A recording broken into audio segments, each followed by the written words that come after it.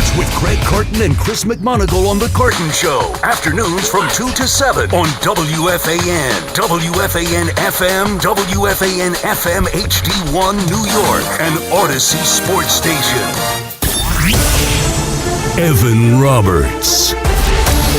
Tiki Barber. It's Evan and Tiki on WFAN, The Fan, 101.9 FM, and always live on the free Odyssey app. Yo! It is damn cold outside. Hopefully you're able to warm yourself up on this frozen Wednesday in New York City. It is Evan and Tiki. For the next 4 hours with you, we've got a jam-packed show. The New York Knicks are facing a crisis. They play the pathetic Brooklyn Nets tonight at Madison Square Garden. The coach's job may be on the line. Cat's future may be on the line. And so today, we talk to our dear friend CP the Franchise. He'll stop by later, and we'll kind of get a lay of the land on how the Knicks fan is feeling as they enter this panic part of the season. Plus, yesterday was a huge day over at the Giants side of things. John Harbaugh is here. We need to get used to it. Now it's about building a staff. And coming up in a little bit, around an hour from now, Tiki Barber and Sean Morash will build their dream coaching staff for John Harbaugh. But I can never tell another show what to do.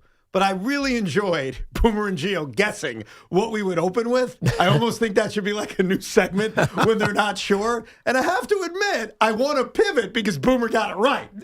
And that is we start with a little baseball on this fine Wednesday because the Picasso painting that David Stearns was trying to paint when he lost Pete Alonso and traded Brandon Nimmo is coming into full circle now. It's coming into clear picture. As late last night, the New York Mets traded for Luis Robert Jr. We get into the Mets aspect of things and also what this means for Cody Bellinger, who Yankee fans are waiting on, and we may get an announcement real soon. So first of all, as an IBO, as someone who repeatedly said to me, the White Sox aren't trading Luis Robert Jr. In fact, let's hear it real quick. Are you sure White I Sox said that? exercised his option. Yeah. So they're keeping him. Yeah, they're keeping him. That's you. Hold on one more time. Sox exercised his option. That's right. So they're keeping him. That's Tiki. No offense. What do you think of the Mets bringing in Luis Robert Jr.? You like it? Yes, because it's a move you had to make. You had to get defensively better. I think moving on from Luis Angel Acuna, while a lot of people thought he was a prospect, as we said in our pre-show meeting, as Sean said, I'm the only small guy that hates on other small guys. Because the reason I didn't think he would be a star, maybe at second base he could have done so, but as a center fielder, he just felt small to me. And so moving on from him, while somewhat disappointing, I think, for Met fans who saw him as a prospect who could be a contributor for this team for a long time, I'm okay with that. Luis Robert Jr. is more proven. He gives you a center fielder who you can truly depend on a day-to-day basis. And so it's a great move for the Mets. I just didn't think it would happen. But I'm glad for you. I'm happy that it happened for you all. It's a low-risk move. Yeah. Like, Luis Robert Jr. has sucked for the last 2 years, and he also doesn't stay healthy. Yes, that's a fact. It's also playing for the White Sox. I agree. And I think there's a real chance, and I remember saying this a lot over the last year and a half, because this is one of those trades where it's been rumored for so long, so this is not the first time we're talking about Luis Robert Jr. I think he's got great change of scenery potential. Yeah. You know, you put him in a hardworking locker room with guys like Juan Soto and even Marcus Semien, who's known as a hard worker. There's a chance Luis Robert Jr. is just going to find himself in a better room. So I think there's a chance for a high reward. 2 years ago, Luis Robert Jr. was an emerging all-star, but I cannot lie about the fact that last year he was bad. The year before that, he was bad, and he's never healthy. Yeah, but the year before that, he was kind of great. Exactly. He provides to you this high upside, but you hit on something else. They needed a center fielder. I mean, right now, the Mets, for weeks and months, as we've analyzed this team, had one real outfielder, one real starting outfielder, and Juan Soto. And so they needed like a real major league outfielder. He's a great defender. So even if he doesn't hit and he never goes back to the 23 form, you know that he's a plus defender in center field. Right. And it's only money. Like, yes, Steve Cohen's going to pay him $20 million a year. And is a guy worth $20 million a year if they hit 195 through June? No. But if Steve Cohen is willing to spend it, and certainly I'm willing to spend it because I'm a dopey season ticket holder, then the only risk you're really providing is financial. And if he could ever be 75% of the player he was in 2023, that's huge for the Mets. And it would also be a major upgrade over what they had in center field last year. The Mets' production in center field last year was putrid. And let me just put this in perspective for everyone who knows Luis Robert Jr.'s numbers and how bad they are. Those numbers are a significant upgrade over the garbage they got in center field last year. Right. They got nothing production-wise out of center field last year, whether it was Jose Siri, Cedric Mullins, even Tyrone Taylor, who we like, and even Jeff McNeil, who did it every once in a while. So it's a high upside move. It's got a chance to work out.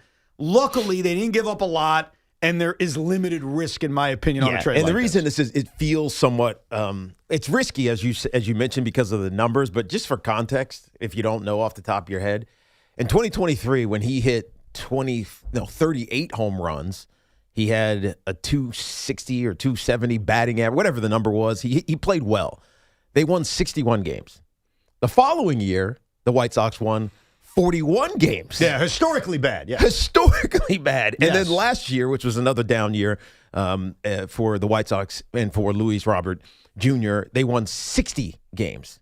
So in the last 3 seasons, they've barely won 170 games. And you think this being in an environment, even though the Mets aren't world beaters, they're significantly better than Chicago. This will change my things. point is when you're in a place that seemingly doesn't care about winning, how do you not fall victim to apathy? Yeah. You fall victim to, all right, well, they don't care, so why should I care? And so you almost, it's weird because you almost stop trying, and that should get you traded. But in order to get traded, you actually have to be better than than what's around you. You know what I mean? So it's I can see how it was a no-win situation for him. Yeah. And it just felt like, where am I going with my career, with my life? I'm gonna troll away on a terrible team for year over year over year, and they seemingly want to keep me, as my point, which we made earlier. And so now this could be a new lease on life for him, and an opportunity on a massive stage, because it's New York. Even though the Mets, are kind of riding a roller coaster about making the postseason and not, it's a massive stage if he has the motivation to be what he was in 2023. Yeah, we said this about Bo Bichette. If you look ahead at the next 3 or 4 off seasons, there's nothing in terms of position player free agents. Right. And so why it makes sense for Tucker to re-enter free agency in 2 years or Bo Bichette in 1 year is that they'll be the kings of free agency. If Luis Robert Jr. has a big year this year and next, because the Mets have a team option on him next year, yes, he could enter free agency as a 29-year-old stud. Right. And he'd have a chance, as crazy as it sounds, to get mega money. So yes, there's a big opportunity in front of Luis Robert Jr. Cody Bellinger, let's just address this. Here's my view on the Mets with Bellinger, and obviously Yankee fans, this very much involves you. I don't think the Mets are out on Cody Bellinger, but I don't think they're nearly as in as some want them to be. I believe the Mets probably have an offer out to Bellinger. That's a short-term, high AAV deal, and the Mets deep down know he's not taking it. It's not happening. They know he's probably taking the long-term offer, which as of right now, we've only heard is from the New York Yankees. Right. And so I believe the Mets realizing that say, well, let's move. We've been talking about Robert Jr. for a year and a half. Let's go get him. If Cody Bellinger and Scott Boras represents Robert Jr. as well, just for the record, if that matters. Surprise. Such a surprise. If Scott Boras shocks the world and says, hey, Mets, Cody likes the short-term deal, then, yeah, I guess Cody Bellinger would be a Met. And we would talk about how he would fit. Does he play first base? Does he play left field? But Met fans, don't expect that. Yankee fans, for you guys out there, this very much involves you, even though you've been watching an offseason that doesn't involve you because you're not losing guys like the Mets, but you're also not gaining guys like the Mets. So it's a lack of roller coaster in this offseason. I believe your chances of signing Cody Bellinger today feels stronger than yesterday. Yeah, unless there's something happening with Toronto. Unless there is somebody quietly piecing together an offer for Cody Bellinger. And you know what? I get the gut that there is, because why would he not just sign with the Yankees? Because of the same reason Scott didn't just have Pete sign with the Mets last year until it was, February? But if nothing else is coming. Nothing was coming with Pete. True, but he if the waited. phone's not ringing, how can you make him wait? Because we were less than a month, dude. Here's why. And I see both sides of this. I'm going to be the independent contract negotiator. Okay, what is that? The ICN. ICN. Yeah. ICNO. ICNO. Right. I'm the INCO or whatever it is. The Yankees.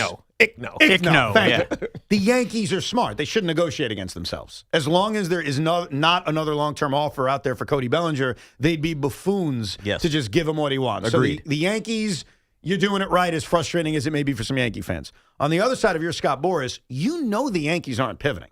There's no pivot. There's no guy, now that Bo Bichette is gone, for the Yankees to say, screw you, Cody, we're going to sign this guy. So Scott knows the Yankee offer is going to be there until the very end. So what's the rush? He can wait for, hey, maybe the Mets make a crazy offer. They won't. Hey, Toronto, maybe they make a crazy offer. We'll see. Maybe the Dodgers petition Major League Baseball to have a 10th position player. So I see why Scott's waiting, and I also see why the Yankees are waiting. And I know this is tough to hear for the Yankee fan who really wants Cody Bellinger back. This to me feels, and I've been saying this for a while now, like an inevitable stare down that you're going to win. Like, you're going to get him back. All the leverage is in the Yankees' corner right now. It doesn't feel like there's going to be a surprise. We want to spend this money on Cody Bellinger team, and it's going to steal him from the Yankees. So you're right. So it's just playing the waiting game. I think so. And with the Mets, again, it's not that I think they're definitely out. I think they have a short-term offer out for Cody that they're pretty sure he's not going to accept. So we'll move on. And if Cody Bellinger shocks us and signs them, that's a great problem. But clearly they're moving on in some capacity. Like Luis Robert Jr. trading for him is not a move instead of Cody Bellinger. Correct. It is just a little insurance in case he doesn't want our deal. And if Cody Bellinger ever picked the Mets with their current roster, I think it would take an offseason, which I think is still very debatable among Met fans, and bring it to another level. Because all of a sudden, like, Cody Bellinger may be the first baseman. But I don't expect it. In fact, Met fans, I expect that from a position player's standpoint, this is it, right? We've been talking for months that David Stearns is doing a painting. And at first, the painting looks like feces on a wall. But we need to wait. We need to wait until we see what the feces looks like. I believe with this lineup. I don't care what it looks like. It's still going to smell like, you know what? Feces. Well, to a guy like Joe, it's still going to smell. Pete's gone. So to the Met fan, do you like it? Do you like the painting? Forget the pitching for a second, because I think it's separate. There's no way the Met fan likes the painting of it. Oh, you know that. Well, I don't know that. There's no way. Teak, I talk to Met fans all the time with the Rico. They like hey, it's different. We got Bo Bichette. It's different. You got Jorge Polanco playing first base, who plays a second baseman and a shortstop. I understand. But they also got a real center fielder and a gamer in Bo Bichette. Okay, so if you're with a big home run in the seventh game of the World Series. Yeah, no, you're right. But if you're buying into what David Stearns was preaching at the end of last season, which is we need run prevention, we need all these other things, what have you done? Oh, no, I'll address that. So here's where you're half right and half wrong. I believe defensively, because that's the run prevention thing we're all talking about, the Mets have created questions at first base, third base, and left field. No question about it. Right. We don't know who the first baseman is. It's the guy who's never played the position. The third baseman is another guy, Bo Bichette, who's never played the position, even though I think he'll be fine. And as of right now... But you still have Beatty. Right, but Brett Beatty's not playing third base. I think he's going to play left field, which is another position he's not familiar with. So those are all fair, and those are all contradictory to David Stearns' comments. Here's where you're half wrong. Go ahead. I would argue right now, and I haven't gone through every team in baseball, the up the middle of shortstop, second base, and center field defensively is as good as it gets. With Lindor, Simeon, and Robert Jr., where they've upgraded, their defense up the middle is chef's kiss. You're forgetting one position, though. Catcher? Pitcher. Oh, well. He's also up the middle. I'm not forgetting it. I'm putting it aside because clearly they're going to add somebody. Yeah, I you just could don't do know something. Right. There's still room to do that. Yeah, pitching matters with run prevention. Oh, 1,000%. I'm just saying to the Met fan right now, the lineup, which has gone through major changes, I think is mostly done.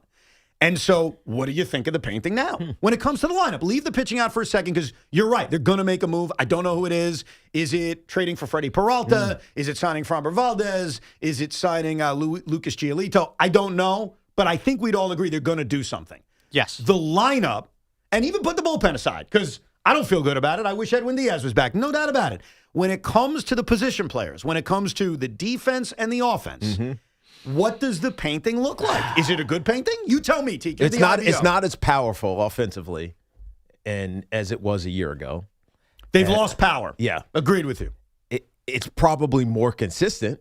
They added more contact. Yes. Even with Robert Jr., who strikes out 1,000,000 times, they will strike out less as a team this upcoming season than last because of Polanco, Bichette, and Simeon compared Right. to what they lost, even Yeah. though Simeon's a downgrade from McNeil. Well, do you need to be a bludgeoner in Major League Baseball in 2025, or 2026, I should say, in order to be successful? Can you small ball your way to success weekend or day in and day out? That's the question that Met fans are going to have to ask and then wait and see if it works.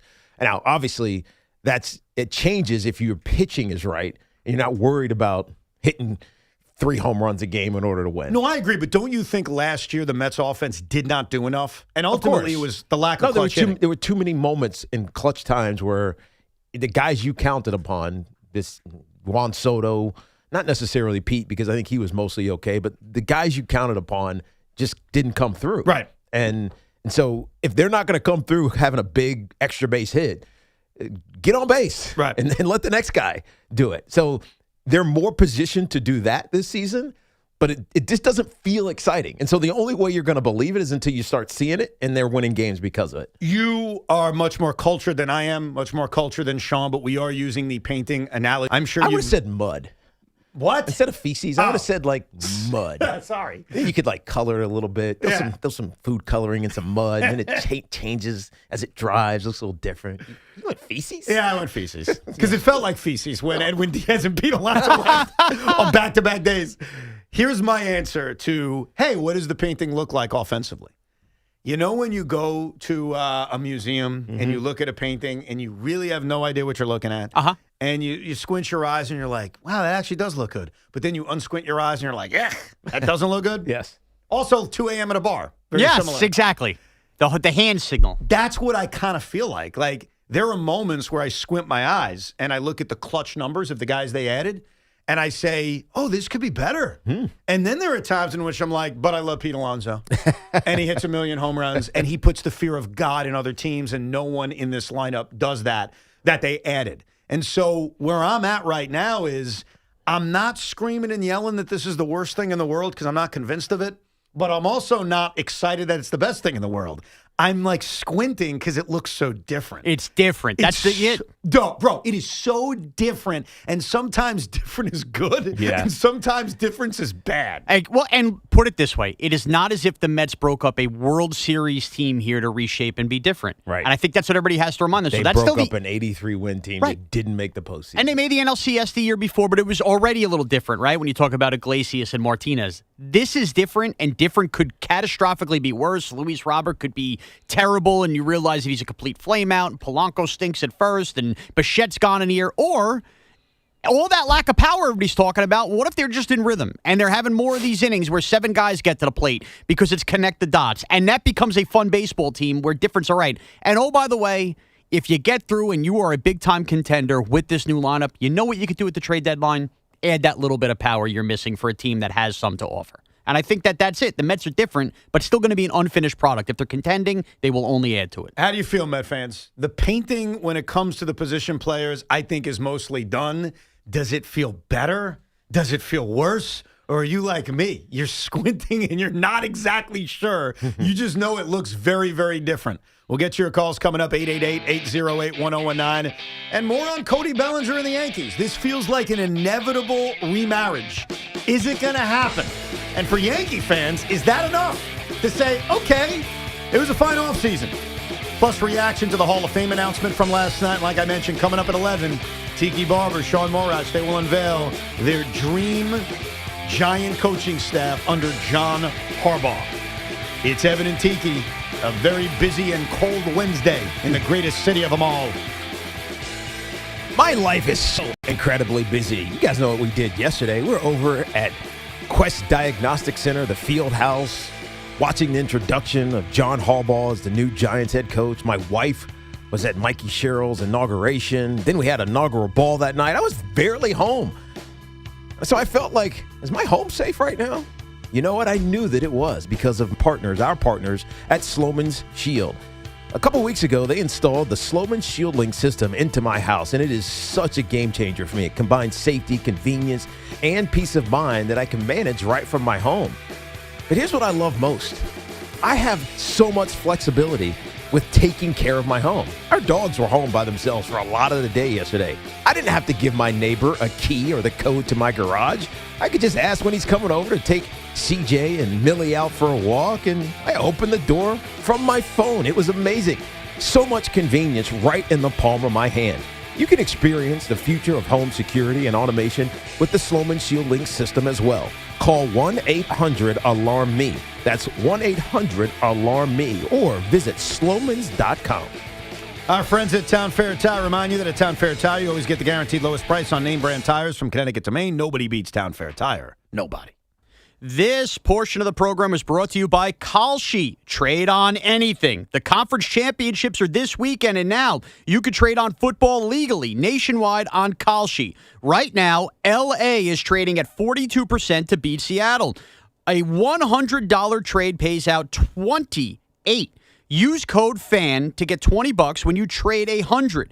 Kalshi. Kalshi. Trade on anything. And by Downtown Nursing and Rehabilitation Center.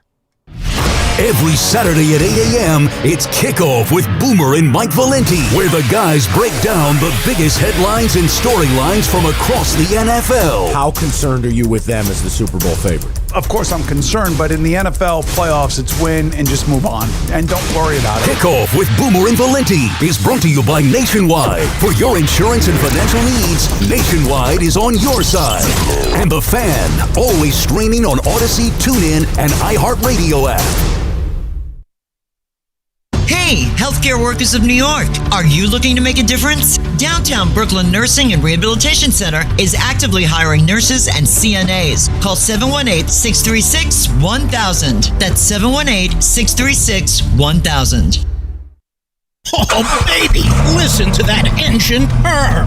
John Montone, what are you doing in that Jeep from Ramsey? Todd, it's a new year, and I'm ready to start something new. Like this brand new 2026 Jeep Wrangler 4-door Willys 4x4 with an incredible Ramsey lease of just $369 a month for 39 months. Two can play at this game. I'm going to start this new 2025 Jeep Grand Cherokee Limited 4x4. And just think, you can lease one at Ramsey for only $279 a month for 27 months. Todd, I'm loving this Start Something New sales event at Ramsey Chrysler Jeep Dodge Ram. And now, I'm ready to start my new diet. Ramsey Chrysler Jeep Dodge Ram, home of exceptional people, exceptional deals. Call 833-853-2969 for details. VIN number SC360766. MSRP $47,495. VIN number DW201758. MSRP $53,500. $29.95 down payment plus tax, title, and registration. Zero security deposit. Expires 2/2/26. FanDuel is turning on playoff mode. All customers get a Profit Boost pack every NFL playoff game. Each game day during the championship round, you'll find a pack loaded with multiple Profit Boosts waiting for you in the app. More boosts means more ways to level up your playoff bets. Pick the matchups you believe in. Take your shot at an upset or build a parlay that fits the moment. Maybe you'll build a parlay taking all the lead running backs to score an anytime touchdown. Then apply your Profit Boosts to go after even bigger payouts while the playoffs keep rolling. So visit FanDuel.com/New York and grab your Profit Boost pack every NFL playoff game day. We just love the app around here. It's safe and secure. When you win, you get paid instantly. FanDuel is the official sportsbook of WFAN. 21 and over and physically present in New York. Opt-in required. Bonus issues, non-withdrawable Profit Boost tokens. Restrictions apply, including any token expiration and max wager amounts. See terms at sportsbook.fanduel.com. For help with the gambling problem, call 877-8-HOPE-NY or text HOPE-NY 467-369. It's Chuck Devine with SnowCountry.com. Save more on the brands pros trust at Lowe's. Get 35% off select major appliances valid through January 30th. See Lowe's.com for more details. Coming off that terrific long weekend with a double whammy of snowstorms. Wednesday, Thursday, and Friday looking good weather-wise for some pack powder skiing on the slopes at Shawnee and Camelback and the Poconos, both at or near 100%, plus snow tubing day and night. Mountain Creek, New Jersey, across 4 connected peaks, celebrates their 60th anniversary Saturday with a Legacy Rail Jam. They'll have a live DJ at the base. They got 9 inches of fresh snow since the weekend, so did Mount Peter in New York, Thunder Ridge on 19 trails. They're all going day and night. So are Southington, Sundown, and Mohawk in Connecticut, and Jiminy in the Berkshires, all at or near 100%. Butternut, 21 pack powder trails. Bel Air on 60 trails got 10 inches since the weekend.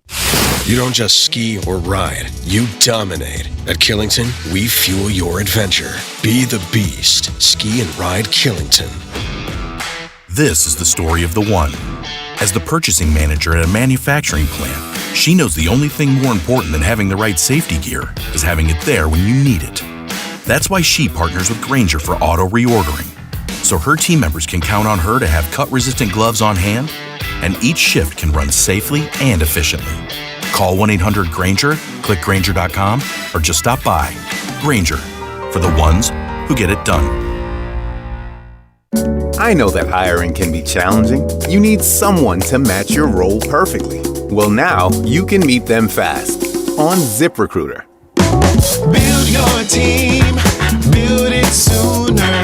Meet your match on ZipRecruiter. Just head to ZipRecruiter.com/free right now to try it for free. That's ZipRecruiter.com/free. Meet your match on ZipRecruiter. Try it free. This isn't just a game, it's a once-in-a-generation event. The Harlem Globetrotters 100-year tour. Be there at Barclays Center on February 15th. Go to HarlemGlobetrotters.com for your tickets to the 100-year tour. Listen to The Fan this Tuesday for New Jersey Lottery Pick 3 Quick 3. The New Jersey Lottery's Green Ball promotion is back on Pick 3 evening drawings. When the green ball is drawn, players get a free second chance to win. Only through February 1st, so play today. Something big just rolled into 7-Eleven. Meet our 4 new Johnsonville sausages. Hot and ready on the roller grill. Smoky cheddar, loaded with Wisconsin creamy cheddar smoked with real hardwood chips. Jalapeno cheddar. Bold and melty cheddar with a spicy jalapeno kick. Smoked Polish, seasoned with black pepper and garlic, slow smoked for serious flavor. And ultimate Italian, bursting with basil, oregano, rosemary, and thyme. Right now at 7-Eleven, get any 2 roller grill items for just $3.50. That's any 2 roller grill items for $3.50 at 7-Eleven. Valid through 3/3/26. Participating stores only. While supplies last. Visit store for full terms. It's Tiki Barber with 2 words any business owner wants to hear: extra income. Amazon Hub Delivery is looking for New York businesses to assist with local deliveries. You get paid for each package delivered. Amazon Hub Delivery has no startup cost, no long-term contracts, and no delivery experience required. If you're a New York business ready to assist with local deliveries, sign up today at Amazon.com/Hub Delivery. That's Amazon.com/HUB Delivery. History's masterpieces wouldn't be the same without their most notable accents. Neither would the Kia Sportage without its multiple drive modes. The Kia Sorento without its expansive 12.3-inch panoramic display. Or the Kia Telluride without its 3 rows of spacious seating. The Kia SUVs. Kia, movement that inspires. Call 800-333-4KIA for details. Always drive safely. Limited inventory available. When this happened, you talked about it on The Fan. I would like to introduce to you the next head football coach of the New York Giants, John Harbaugh. This is pretty amazing right here. This is incredible. And to see those players back there, see those guys smiling and ready to go to work, that gets me fired up too. So to everybody, just thank you very much. Thanks for being here.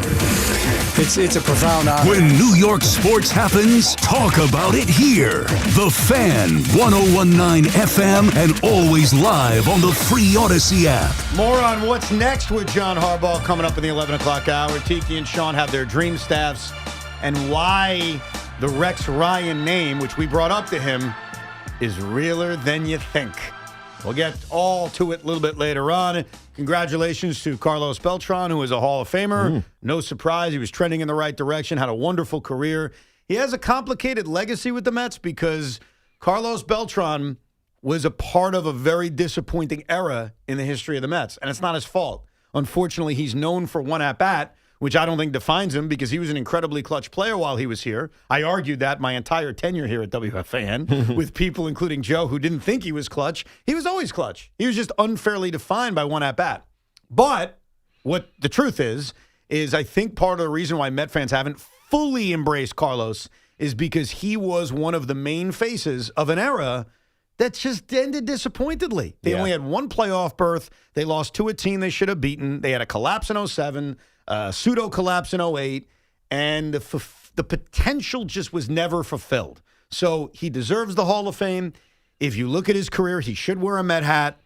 It's just there's something missing, and it sucks because I loved Carlos as a player. Yeah, no, he seems like he's one of those guys who circumstantially was looked at as not the winner that he could have been, instead of the great player, leader, locker room player that he actually was. And wasn't TC with him When he Cece was with Andrew Jones, at right. Albert Pujols celebrity golf outing. Yeah. Where it was a bunch of players, and they went nuts for Andrew That's Jones. awesome. Andrew's a good dude. Really good dude. I'll say this about Andrew. I don't know Andrew Jones, and as a fan, I hated him from a sports perspective. Of course. But I have said this before, and I'll say it again. You could take your Ken Griffey Jr., you could take your Jim Edmonds. Andrew Jones is the greatest defensive center fielder I have ever laid eyes on. Period. Right. There's nothing better. Whether it's how shallow he played and how he went back on balls better than any human I've ever seen, whether it's the ridiculous arm he had in center field. Yeah. I don't mean this as any disrespect to Griffey Jr. He's one of the great players of all time. Same thing with Jim Edmonds as a defender. Andrew Jones is the greatest defensive center fielder of all time, and it was an abomination that he wasn't in the Hall of Fame. So I say that as someone who hated him out of respect. He absolutely deserves it. Yeah. I mean, he is like, you put it in a machine and say, be a defensive center fielder. It's that guy. So good for him. Yeah, Congratulations. He was an elite athlete. Oh, just a super athlete. Yeah. And that, you can see it. I always used to watch baseball when I was younger, and because I didn't love baseball, I watched it. I played it until I couldn't hit, really. I got older. I could steal, and I could run, and I had a good arm, but I stopped being able to hit, so I stopped really loving the game. But so I used to watch baseball and be like, could that guy play football? Could that guy be a football running back? He could. 100%. Yeah, he could have been. And so I always liked him simply because he looked like a football player. Now, I want to be fair. Andrew Jones and Carlos Beltran, both at one point in their careers, played for the New York Yankees. That's right. Your feelings towards both of those individuals? I mean, happy for him. I am more of a Beltran guy than a Andrew Jones guy. Obviously, I thought Carlos Beltran slam dunk. Watching Andrew Jones' career, I agree. Great defense, everything. Always just felt a line below a Hall of Famer to me. Like, that was my instinct. But I do appreciate valuing defense. One thing about Beltran, and what I'm stating is just a fact, and every Yankee fan knows it, and I'm not trying to be mean because it's the truth. Carlos Beltran's the reason you didn't win a World Series in 2017, or at least get there, because he was the brains behind the greatest cheating scandal since the Black Sox scandal. And I agree. Was he the brains? Yes. Yes. Which, by the way, yes, he was. Whole nother can of worms. To me, this is another signal why guys like A-Rod and Clemens should be in the Hall of Fame, because we're delineating what's allowed cheating-wise and what's not. Disagree with you. You're totally wrong about that. Why? Because it didn't impact what he put up as a Hall of Famer. Okay. He impacted the game, sure, but he was a Hall of Famer before that final year in Houston. Don't make me say the two words that are the worst thing to say because the phone lines light up. Then why is Pete Rose not in? Because, well, Pete Rose should be in. I agree. And by the way, why isn't he? That's the question. No, you're right. All I'm saying is I think Beltran always got to be in. No, I'll tell you why. Because he's accused, and we still don't know the truth, if he bet against his own team. And that is a cardinal sin that cannot happen. Carlos Beltran didn't bet against his own team. Right. Carlos Beltran got an edge and probably went too far in the edge that he got. Pete Rose, and we still don't know and we'll never know because he isn't around anymore, there's that thought that he was so addicted to gambling and so in it that as manager of the Reds, he bet against his own team. And I'm sorry, if that's true, even though it hasn't been proven, I want to state again, I think all of these guys should be in. That's my stance, and that includes Beltran. All I'm saying is if Beltran did this with the Astros, it's easy to open up interpretation and wonder what the hell he did during his career, too. That's all. If he was easy to do it after the career. Well, I'll tell you when he didn't do it. Cheating is cheating. I'll tell you when he didn't do it. He didn't do it in that at-bat against Adam Wainwright. Either that or they couldn't hear the trash cans. Let's get to your phone calls. 888-808-1019. Plus, Giant fans, we have more good news for you that we'll reveal in the next 15 minutes. Let's go to Michael in New Jersey. What's going on, Michael? My screen is frozen, so you may have to punch him up. There you go. What up, Michael? Hey, Evan and Tiki. How you doing? We're good. What's up, dude? What's up? Evan, I'm a big fan of you. You make my day very great because you laugh all the time and you rage about the Mets every day. Tiki, you're my second favorite running back of all time. Congratulations! Who's I wish you were in the Hall of Fame. Who's number one? Curtis.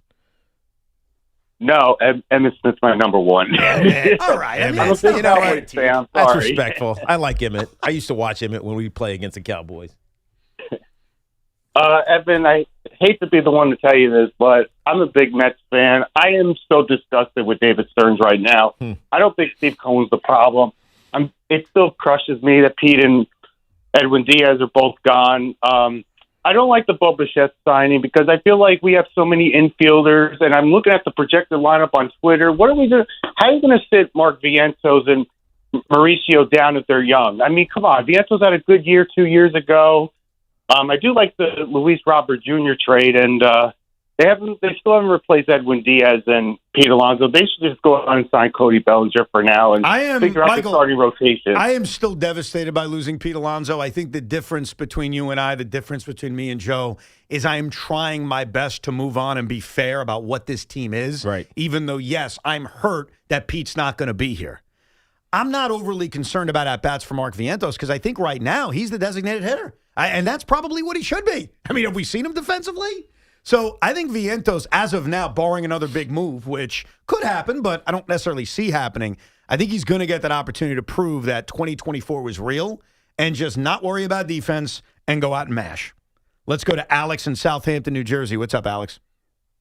How you doing, guys? Great job with the interview. I'm excited for the Giants, but it's for another day.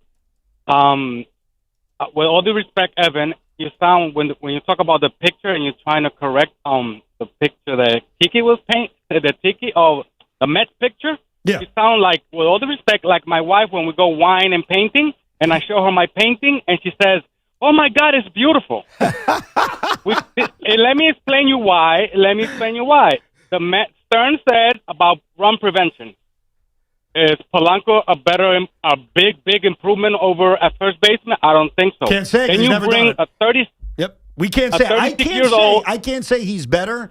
And honestly, you can't even say he's worse because we don't know. The guy could go out there and be Rico Broglia. Absolutely, but you bring a 36-year-old second baseman. I mean, you can't guarantee his production from the last couple of years because he's getting older.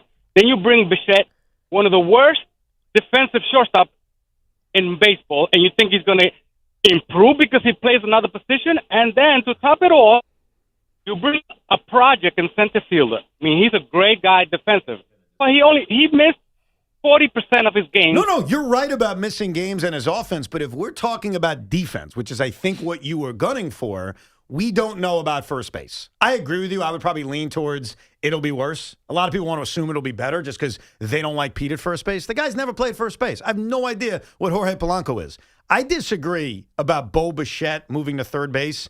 It's an easier position to play. Yeah. It's very different. So just because metrically he was one of the worst defensive shortstops doesn't mean he's going to go to third base and be a problem. If I had to project, I think he has a chance to be average at third base. That's probably where I think he would fall. Yeah. And again, it's just you hate to put guys in positions where they're not only learning on the job, but conscious of the fact that they're learning on the job because the expectation that's around them. So play him at his natural position would be the ideal, but it's just not available. Well, and also his natural position he was terrible at. True. So I wouldn't want to play him at his natural position. Right. And center field, say what you want about Robert Jr.'s offense, which has been bad for 2 years, and we can't fully expect that he's going to be the guy from 2023. He is a really good defender, and Marcus Semien is a really good defender. So up the middle defense, they are improved. On the sides, they're not. I mean, because we don't know. Yeah. Because you're putting guys like, especially if Brett Beatty ends up as the left fielder, which right now I would lean towards doing. You are talking. Have they talked about that? Have they said that? They haven't said anything. Or are we just speculating? Well, they haven't said anything since these moves were made, so we haven't heard from them. Now, Bo Bichette's meeting the media later today, and I'm sure he'll speak on himself moving to third base. But I think it's just speculation, and I certainly have it, that, okay, where does Brett Beatty fit, assuming he's not going to be traded? And to me, it's left field. So there are 3 spots on the diamond that will feature guys that haven't played the position on a consistent basis. But up the middle, they're really good defensively. Right. So it's much like the painting itself. It's a mixed bag. It depends how you want to squint your eyes and look at the painting. So what does this do for Benj? Does it make him a left fielder? Definitely a left fielder, which I already projects better at than being a center fielder. And I also think it takes the pressure a little bit off him making the team out of spring training. Right. If he makes the team out of spring training, great. Maybe Beatty ends up as the DH or the first baseman or gets traded. Who the hell knows? But I think until they made the Robert Jr. move, it was more of a, boy, this guy better make the team out of spring training. And I think that's changed. Let's go to Winston in Queens. Hey, Winston. Hey, how you doing, Evan? Listen, Yeah, I'm listening. Winston. After the Mets won the World Series. Oh. And I tell you the truth, I had respect for you until about 10 minutes ago. I'm old enough, I'm 74, and old enough to catch Willie Mays' still in his prime. Right. And for you to say Andrew Jones is the greatest fielding center fielder of all time shows you're an idiot. Well, no, it shows that I didn't see Willie Mays play, which I admitted before I made the statement. Right. I said with my own eyes, because with all due respect, Winston, who I hung up on, did you see Ty Cobb play? Did you see Tris Speaker play? How do you know how good defensively they are? Now, I wouldn't insult you by saying that because you're not that old, but we all can judge, especially defense. You can only judge by what you saw. Yeah. Because you feel it. Which is what I'm saying. Right. In my lifetime as a 42-year-old man, not a 42-year-old virgin, though that was a good movie, and there was always that chance I was going to end up that way. It was 40. You know what I mean. My virgin eyes tell me that Andrew Jones is the greatest defensive center fielder I've ever seen. I admit I didn't see Willie Mays, just like you didn't see Tris Speaker. Yeah, I'm more of a Torrey Hunter guy, but that's okay. I'm also implementing a rule back here today. If you cause Evan Roberts again to say the words Tris Speaker on the show today, you are blocked. Do you know who he is? Yes. Oh, okay. Yeah. Just making sure. I don't. 20s, outfielder. Hey, yeah. He played a very long time ago. Yeah. But whenever someone brings up, you didn't see this player play, I like to one-up them and say, but you didn't see this player play.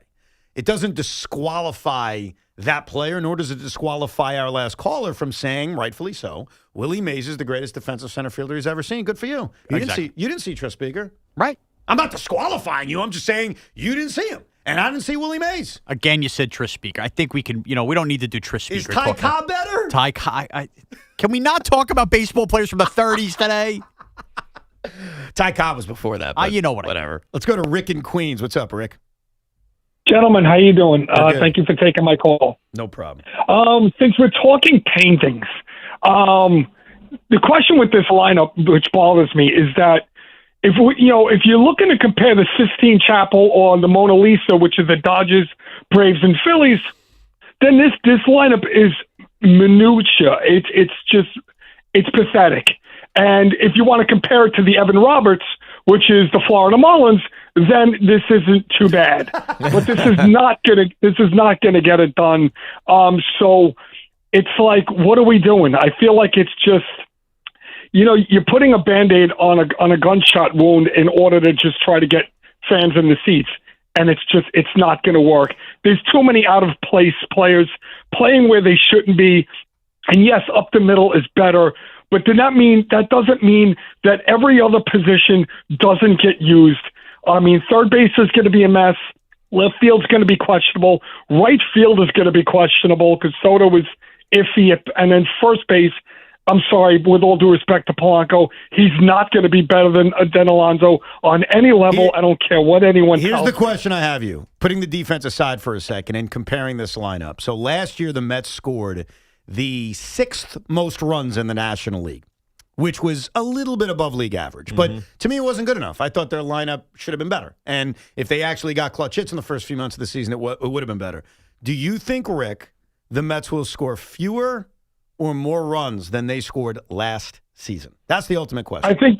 I actually think they'll score fewer runs because they're going to hit less home runs. Well, if that's the case, then the painting sucks.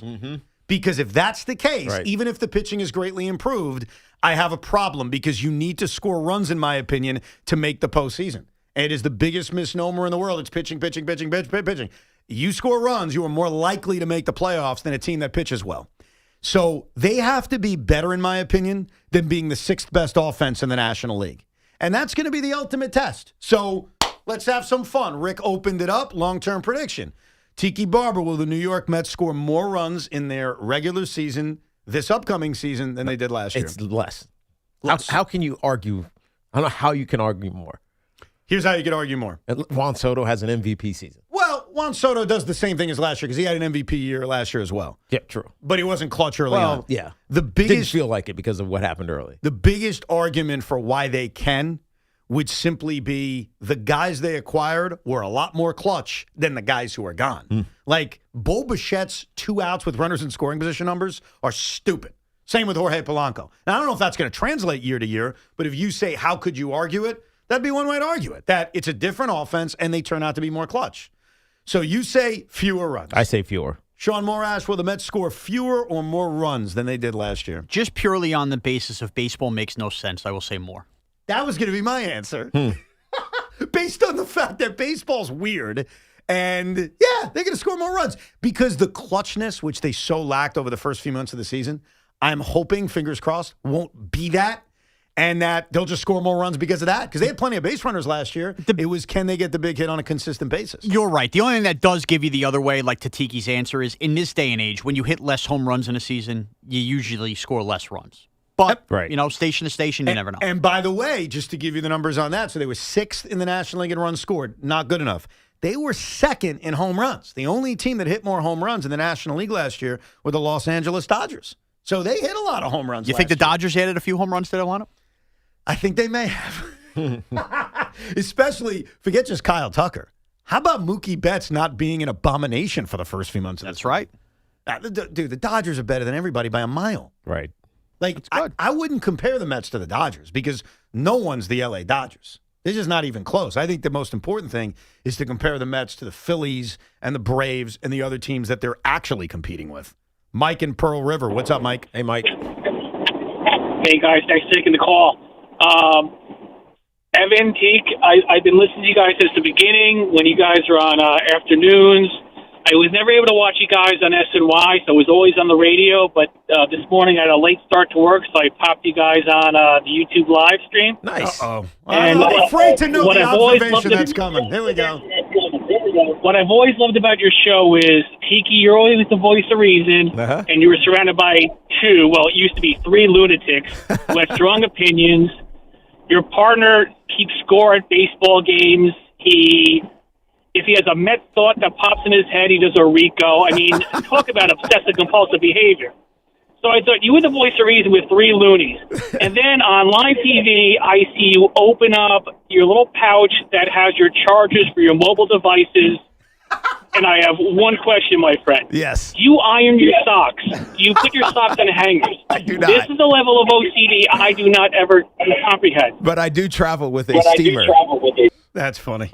I do. I have a steamer. I steam everything. So I don't iron my socks, but if they're wrinkly, I'll steam them. I don't have a problem with I'm that. just joking. I don't steam my socks. Here's what I'm curious about. So he noticed on YouTube, and yes, you can watch us on YouTube anytime you want. You can take a look at us. I'm wearing my Nets sweatshirt because I got business to attend to tonight at Madison Square Garden. You're trying to get the Knicks coach fired. I am Mike Brown trying to get fired over here by Evan Roberts.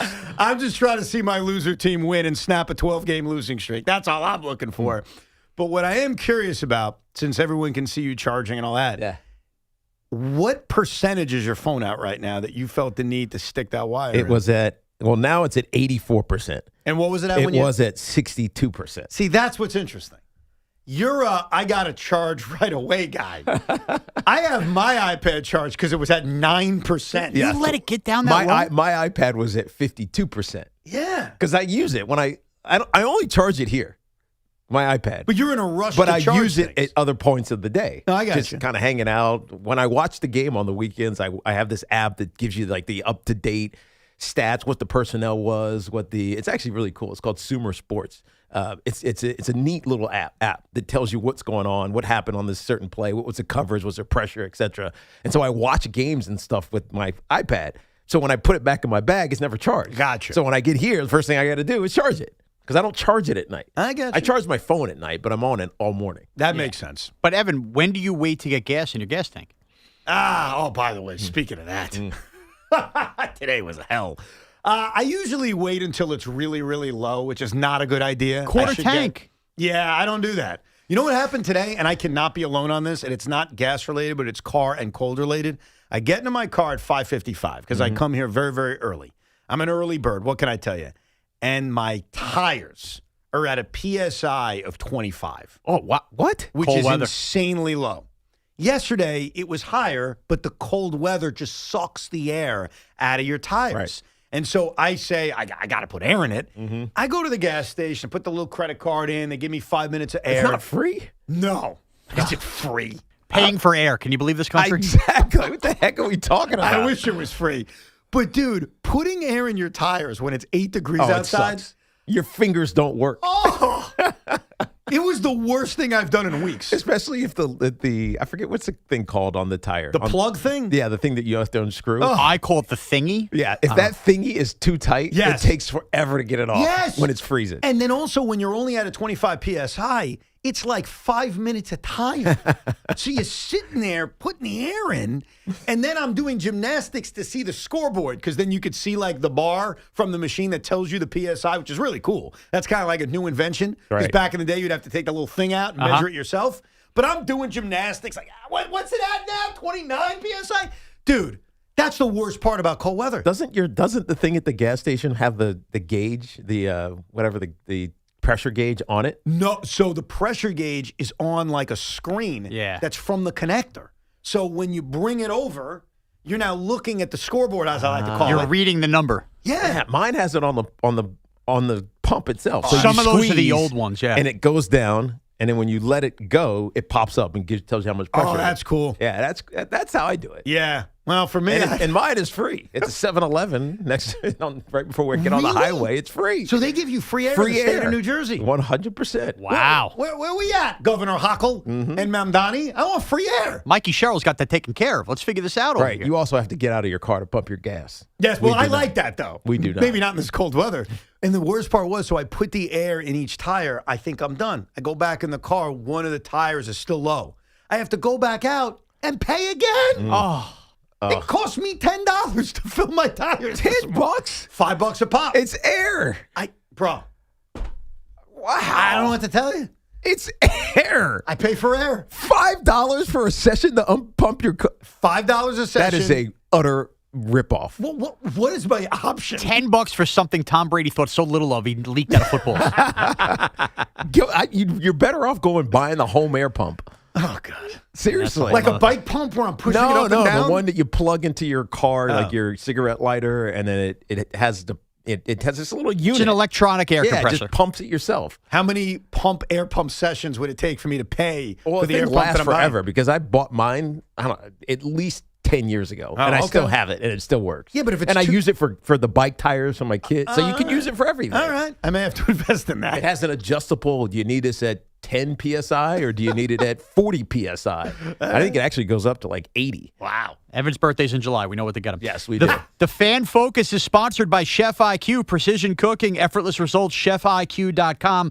Some breaking NFL news of sorts over the last hour. Diana Rossini reports the Eagles are conducting their offensive coordinator search with the understanding that Brian Daboll wants the Bills' head coaching job. And if he doesn't land it, Daboll is expected to wind up in Tennessee as the offensive coordinator for Cam Ward and Robert Saleh's Titans. I hope not. Per 'cause sources. That'll ruin my prediction on Dave's. Yes. Tiki had a prediction that Brian Daboll will end up on a coaching staff that gets to the Super Bowl. Yes.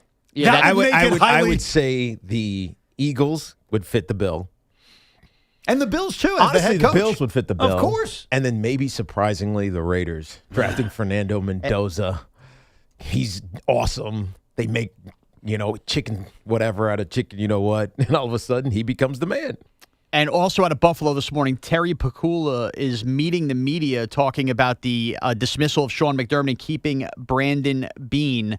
When asked about Keon Coleman being a disaster of a draft pick, remember that was the big Bills wide receiver, Pagula interrupted Beane to say that was Brandon being a team player. He's taken the heat over it. I'm here to tell you that was all the coaching staff. Oh, wow. God.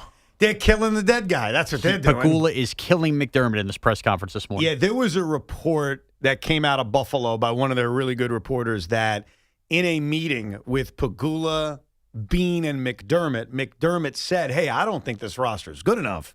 And Pagula just shut him down. Right. Basically, Right. shut It's up. not good enough because you picked it poorly. Yeah, right. So I don't know who picked each individual player. I think in Buffalo, they put it on Brandon Beane. It would be like the Joe Shane situation. But it's ugly up in Buffalo. Now, back to Daboll real quick. Why would he be more drawn in by the Tennessee job than the Philadelphia job? I don't understand that one. Is that the pressure of the Philly job? Is it the I could be done after 1 year? Or maybe he's loyal to the Giants. I was going to bring that up. You think that's really a thing? I mean, he did reach out to John Harbaugh, right? Joe Shane said he's still one of his best friends, especially professionally. So, I mean, maybe It could be. Or he thinks Salah's one and done. Let me get in there with Cam Ward and be the hero and take over for Salah here. I don't know. I don't see that. Or maybe he loves Cam Ward. But why would you? Or maybe he So what thinks are you Jalen saying? Hurts Maybe is he broken. He wanted to draft Cam Ward. He thought he could make him a star. Yeah, and obviously because he went number 1, he just wasn't available. They did their due diligence on Cam Ward. Remember, there was a report they wanted to trade up last year to 1. Yes. It could be a compliment to Cam Ward, but it could also be I'm analyzing the Eagle tape. He's broken, bro. Or I don't want to try to fix it. Jalen Hurts. Jalen Hurts. No, you're right. It's possible. Smart football guy. He may just say, I don't want to deal with that. Yeah, it's probably more. Let me look at the division, because that division feels vulnerable, and so maybe he's looking at the best option. Is it really vulnerable, though? I mean, Houston's got this great Houston defense. feels flawed. And obviously Offensively. Jacksonville feels like they're on the rise. Yeah, but Jacksonville always feels like they're on the rise, and Yeah. then they take a step back. So Dude. Jacksonville's got to prove that they are what they were last year. There is a world where Tennessee feels like next year they have the best quarterback in the division. And maybe Yes. Brian Dable sees that. That's right. Yeah, either way, it's good news for the Giants because I think Dable with the Eagles, as much as I would have liked it, and it would have given us some drama with Giants-Eagles, obviously, I think you guys respect Dave's as an offensive mind and would prefer him not go to Philadelphia, rekindle his love with Saquon Barkley, and have the Eagles win a Super Bowl. More on coaches, coordinators, offensively and defensively, because after yesterday, the big announcement with John Harbaugh, the big press conference, Tiki and Sean have been working tirelessly to build their dream staffs. We'll get into that coming up, plus more of your calls, whether it's on the Hall of Fame or Luis Robert Jr. or Cody Bellinger and the Yankees. All remain on the table throughout the day at 888-808-1019. We're with you until 2 this afternoon and the Carton Show. Those of us living in New Jersey got hit with a 20% electric rate increase. If your current heating system is over 15 years old, it's time for a new high-efficiency Carrier system. There's only one company to call for a new one. My friends at Edison Heating and Cooling, New Jersey's heating experts for over 38 years. Older systems waste gas, so get yours checked now and save money with Edison Heating and Cooling. Contact them at edisonhvac.com. That's edisonhvac.com. This Odyssey Sports Minute is brought to you by Dr. Jay Shah at Samwell Institute for Pain Management. Visit samwellpain.com. This is an Odyssey Sports Minute. What kind of a dumpster fire did the Cleveland Browns have to be that someone's willing to withdraw their name for their head coaching job to go be a coordinator elsewhere? Yet that's exactly what Mike McDaniel did. Where do you go now if you're the Browns? You're already a joke. Now you're a joke that can't find anybody that wants to be your head coach. At least not the kind that you need. Someone who can come in, take control, finally get things pointed in the right direction despite your meddlesome owner. I'm Chris Mack.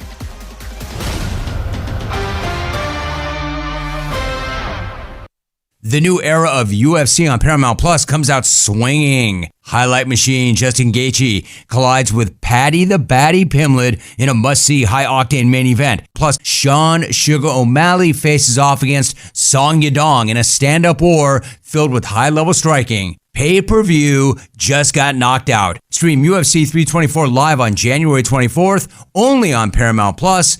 Visit ParamountPlus.com/UFC to get started. This is the story of the one. As an HVAC technician, he and his digital multimeter are in high demand. So when a noisy office HVAC turns out to be a failing blower motor, he doesn't break a sweat. With Grainger's easy-to-use website and product information, he selects the product he needs to keep everything humming right along. Call 1-800-GRAINGER, click Grainger.com, or just stop by. Grainger, for the ones who get it done. $5,000. That's the average amount of money people in the U.S. are now spending on gas in a year. $5,000. That's crazy. If you drive, you have to download Upside, the free app that gives you cash back every time you get gas. That's right. You can earn real cash back with Upside just by buying the gas you're already buying. You can literally start earning cash back today. I use Upside every time I fill up, and I've already made around $300. You're putting gas in your car anyway. Why not get real cash back? If you like free money, download Upside. I'm saving the cash I earn from using Upside to help pay for a vacation later this year. Download the free Upside app now to earn cash back every time you buy gas. Use promo code FRESH to get an extra 35 cents per gallon on your first tank. You can cash out anytime right to your bank, PayPal, or a gift card for Amazon and other brands. Just download the free Upside app and use promo code FRESH for a 35 cents per gallon bonus on your first tank. That's code FRESH for a 35 cents per gallon bonus.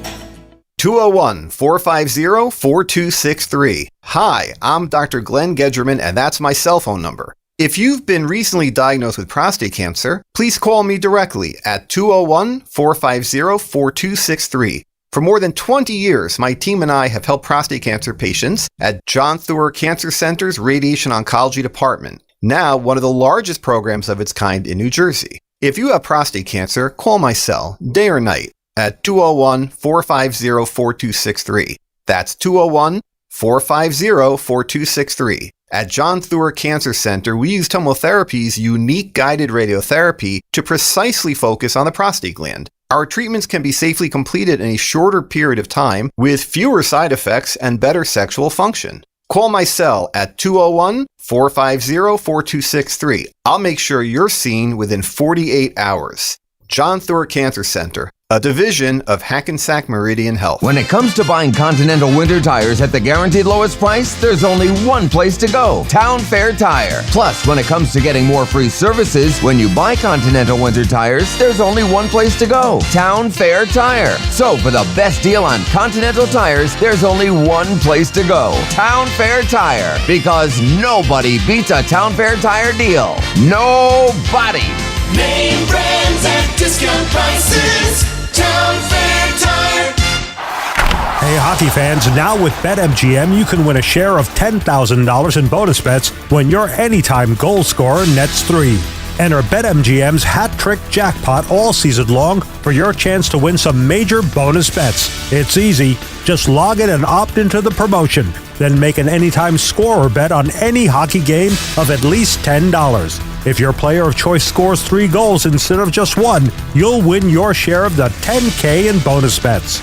There's nothing quite like watching a game with a hat trick, especially when it means you could win a share of $10,000 in bonus bets. Ready to shoot your shot? Download the app today.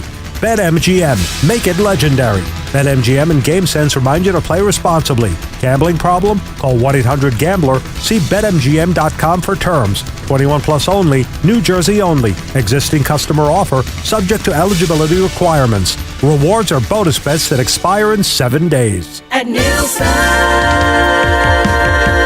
fun is in the driver's seat. Your best year starts with a savings. Don't miss the January Jumpstart event at Nielsen Dodge. That's right, Chels. We're ready to start your new year with low lease payments to get you driving. Lease a new 2026 Dodge Durango GT Plus all-wheel drive Hemi V8, just $299 a month. Or lease a new 2025 Ram 1500 Tradesman Crew Cab 4x4, just $359 a month. Or choose from hundreds of quality certified pre-owned vehicles. With 0 down payment and the credit help you deserve. Come see all the great savings we've lined up so you can start your new year driving happy and hassle-free. Let the fun begin. On Route 10 in East Hanover. Online at NielsenDodge.com. A proud member of the Nielsen Auto Group. At Nielsen Dodge. Fun is in the driver's seat. Start something new sales event. With approval term Durango 36, Ram 42 months due at signed, Durango 55.99, Ram 59.54 at tax tag 498 dock and DMV fees. This is the Game of the Week report, brought to you by Hyundai. Minnesota will host Golden State for a 2-game series this week. Historically, Golden State has owned the series, but recent trends have tilted toward Minnesota, especially when they're at home. This matchup is sure to be a compelling watch from tip-off to the final buzzer, featuring explosive scoring ability and star power from both teams. The Game of the Week report is brought to you by the all-new Hyundai Palisade Hybrid. Learn how it's so much more than just another SUV at HyundaiUSA.com. What is it that makes the all-new Hyundai Palisade Hybrid an incredible SUV? Is it the spacious interior that's comfy for the whole crew? Or the capability to go off-road? Maybe it's up to 600 plus miles of range. What if it's all that and more? What is it then? The all-new Hyundai Palisade Hybrid. Is it the driver behind the wheel? No. Are you sure? The all-new Hyundai Palisade Hybrid. So much more than just another SUV. Visit HyundaiUSA.com or call 562-314-4603 for more details. The New York Boat Show is at the Javits Center, January 21st through the 25th. Tickets at nyboatshow.com. The home of New York Giants football, The Fan. Runs out of a tackle, down the right sideline, cuts inside at the 5, in for the touchdown! 101.9 FM, WFAN, WFAN FM, WFAN FM HD1 New York, an Odyssey sports station. Public service, and it makes me think of a few things, and the number one it makes me think of Could you imagine hosting a championship game at MetLife Stadium in a freaking blizzard? No, because nobody would be able to freaking get there safely. Oh, stop it. That would suck to have tickets and go, there's a foot of snow, I could barely get to this game. You can get there. They plow. You take the train. You get a hotel the night before. Take the train. Once it's over a foot, dude, some of these trains don't run. Jersey trains at Long Island Railroad. You know what I would do, honestly? Let's say the Jets are hosting the AFC Championship game and this forecast was what we have, which is snow all day Sunday. I'd get a freaking hotel. That's how committed we should be. Saturday night, get a hotel right near the Meadowlands, spend the night, have a couple of cocktails, wake up the next day, boom, championship game. They'd move this game. If it's 13 inches, they move the game to Monday night. Oh, stop. You can't get there safely. You can't. I just told you. Get a hotel the night before. Get a hotel the night. And then what happens when you get out of the game? So now all of a sudden you're spending an extra $300. Exactly. What's the difference at this point? Dude, I think you don't understand how many inches 13 to 18 inches is. So what you're trying to tell me is, and Tiki, tell me if you co-sign this, if the Giants or Jets were good enough to be hosting a championship game this Sunday, they would move the game. Right. That's what Sean is saying. To what? I think there comes a certain point. Saturday, move it up a little bit or move it back to Monday? Little newsflash for you, buddy. The last time this happened, the NFL moved a playoff game. Dude, the Buffalo weather was 36 inches. If you're comparing 36 inches. 18 inches? What 18 inches what? 18 inches of snow. You cannot have 80,000 people get on the roads at 9:30 at night as was getting buried and think that's a safe move by the NFL. They would move the game to a Monday night championship game. You think 10 inches would cause them to move it? I just said 18, didn't I? How did we even get to 18? I never said 18. I Well, said in Jersey, 8 to 12. in Jersey, it could be. It could be in New Jersey. You're looking where you live. Oh, what's the cutoff on inches where they would have had I to think a have foot moved of the snow. game? I think a foot of snow. Really? Yes. There's actually a big difference between 8 inches and 12 inches. There is. You know what? Never mind. Either way, we don't worry about it yet, but certainly after yesterday's John Harbaugh press conference, we should start thinking about it because the Giants could very well be hosting a championship game next year. It's very much on the table. Now, speaking of John Harbaugh, one of we spoke to him for about 20 minutes. If you missed the interview, you could rewind it. Not rewind it, but download the Evan Tiki podcast. It's on YouTube, all that. But one of the things we brought up to him was about these coordinators, because that's the next mission for the Giant fan and obviously the Giant organization, which is building a staff. You have said this for so long about the next head coach. It's about building a staff. Always. And John Harbaugh gives you the ability to almost reach out to, if not hire anybody, but at least reach out to anybody you want because he comes with so much credibility. And you know that as say you're a potential coordinator prospect or just any of the coaching prospects, you know that you're going to have success, and his coaching tree, which doesn't always get talked about, has been mostly successful. And so you're going to look at working for John Harbaugh in the New York market as a great opportunity. Oh, no so doubt. You're going to take the call if it's John Harbaugh calling. So I'm not saying it makes his job easier because obviously you have to pick correctly, but I do think that John Harbaugh, as opposed to some first-time head coach who has no track record as head coach, gives you an advantage. He has also got a lot of ties to a lot of different people. I mean, we were going through his coordinator list a couple weeks ago when this started getting rumored, and his list of DCs that he had are really impressive. And one of the first ones that he had, in fact, I think it was his first defensive coordinator, was a fellow by the name of Rex Ryan. So we brought up Rex's name to Coach Harbaugh yesterday. Take a listen to his answer. Can you imagine Rex coming back in here? Would that be nuts? I mean, how much fun would you guys have? I mean, Pat Hanlon would have a heart attack. Yeah. I tell you, I mean, but listen, I'm not ruling anything out. I mean, a guy like Rex, he's around the game. He knows the game. He's gonna have to get updated a little bit with some of the scheme stuff, but. I'll tell you what, nobody calls a better game than Rex Ryan. Rex Ryan, he built great defenses, but he called a great game, and there's a lot to be said. You think he wants to do it again? Be a DC again? I don't know. We'll have to give him a call. You're gonna call him? Yeah. Is that the plan? Why not? I talk to Rex a lot. So when he first said that, this was my initial reaction was, he's playing the game. Right. He's answering the question because we brought it up, but he's not going to hire Rex Ryan. But did you hear what he mumbled while we were taking a picture with him? Yes. You can repeat what he mumbled? I don't think it was off the record. It was kind of like, I think Rex freaks out. So we're gonna Rex wants to coach. We know this. He interviewed for Sean Payton's DC job in Denver 2 years ago. And he said it yesterday or maybe 2 days ago on air. He was talking about some head coach hire and what they should do because there's so many openings. And they were having a segment on it. And then he said, they could just hire me. And so he's saying it like flippantly and facetiously, but there's truth in that. Because I think he wants to get back on the sideline. If he didn't interview for the Denver job 2 years ago, I would think this is more pie in the sky nonsense. But the guy went out multiple years ago and interviewed for not a head coaching job, a DC job. Yeah. So why would you do that? Now, he didn't get the job, and Sean Payton ended up hiring Vance Joseph. Vance Joseph, right. Which, great. It's worked out. Which was a great hire, by the way. So Rex didn't lose to a nobody. He lost to a pretty good, well-established DC. Who had also been a head coach. So I think the question of would Rex do it certainly checks a box. And here's the other thing, because this is always brought up whenever we've mentioned Rex as a coordinator. His personality's too big.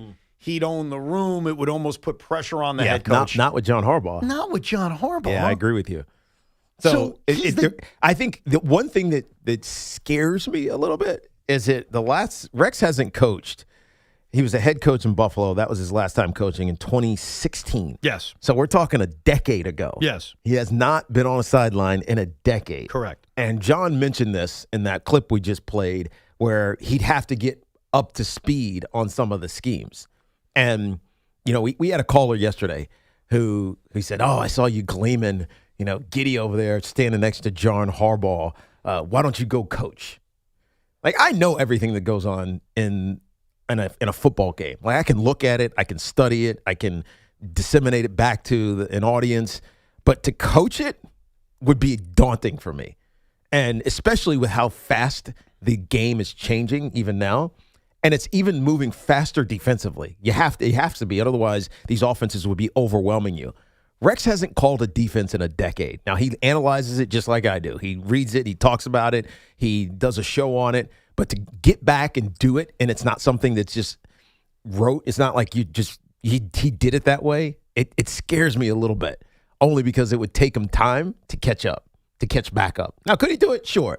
But there are guys that are in it who are eminently qualified to be DCs, who have been growing and learning it in real time. There's definitely catch up, but I think there's a big difference between he hasn't been a coach since 2016 and he hasn't been a coach since 2006. Like, it's a decade. Decades move quick. Right. And I think he would be good at it if the effort is put in. Of course. And I'll give you this prediction. I don't think he's going to end up as the DC. I think John's going to talk to him about it. Of course. Like, Why would he not? There's nothing to lose. And because he interviewed for Peyton, I'm almost going to assume he's going to interview for this job. Like, we're going to get the report in the next couple of days. Rex Ryan's going to interview for the DC job. And I would assume that most Giant fans would be okay with it. I know you guys hated him for a time. I don't think you did, Teak, but Sean did. Yeah, because it was past me. It was the Brandon Jacobs era. Right. Where there was acrimony between Giants and Jets. Oh, and Giant fans used to tell me and Joe all the time he's an overrated blowhard, all this and that. And I thought they were unfair to him because he did bring the Jets some great success. He was great. Even if it was shortchanged by saying it's Eric Mangini's players. My wife loved Rex because she would see him all the time at Starbucks. Oh, really? And he would say, "Hey, Mrs. Barber." That's funny. She'd be like, "I didn't take his last name." I miss Johnson, but whatever. He was a good dude. Yes, he was fun and he was competent. I give it like a 15% chance. That's where I'm at with it. Like, I don't think it's going to happen, but I think it's greater than maybe my initial reaction, which was, he's just answering the question. Right. He's not interested in Rex. I think that's fair, and I think to steal an old Tommy Evans story, I'd love for Rex to finish his story here, right? Go hoist the Lombardi as a DC with the New York Giants after he wanted to cover up those trophies. But would Jet fans be upset about that? Ask Kevin. Would you be upset about that? Yes. Yeah. Really? About you winning a Super Bowl with Rex Ryan? Yeah. Yes. You're okay with Sam Darnold winning a Super Bowl with? Oh, is it because it's the Giants? It's the Giants. Yeah, but he's been gone for so long. Rex is his last year was 2014. I understand that, but Rex Ryan is a big part of my franchise's history. Whether we want to admit it or not, back-to-back title games is a thing. And to see him go to the Giants, I'm going to be honest with you. Would it bother me at first? No. Would I be okay with it at first? Yes. The success would bother you. I think the success would absolutely bother me. And it's a weird thing to say because then I should root for it not to happen. Because why would I even want to put myself in that situation? And by the way, I wouldn't get joy out of him failing. Like, it's not as if Rex went to the Giants and sulked, it would give me some kind of weird, perverse joy. It wouldn't. So it's not like there's even a benefit to it. But if you ask me, because he went right to the Super Bowl, that's how Sean works. That's how his brain works. He doesn't go to a 10-win season. He goes right to a championship. No. I went there with my own Giants. I'm talking about in your brain. Would it bother me if Rex Ryan won a Super Bowl with the Giants as the DC? And I'm talking about like 3 years down the road when John's fully built this thing. would it bother me? Yeah. Of course it would bother me. I know that. That's why I said it. Would it bother you if Brian Daboll worked for Aaron Glenn as OC and we won a Super Bowl? No, because I root for him.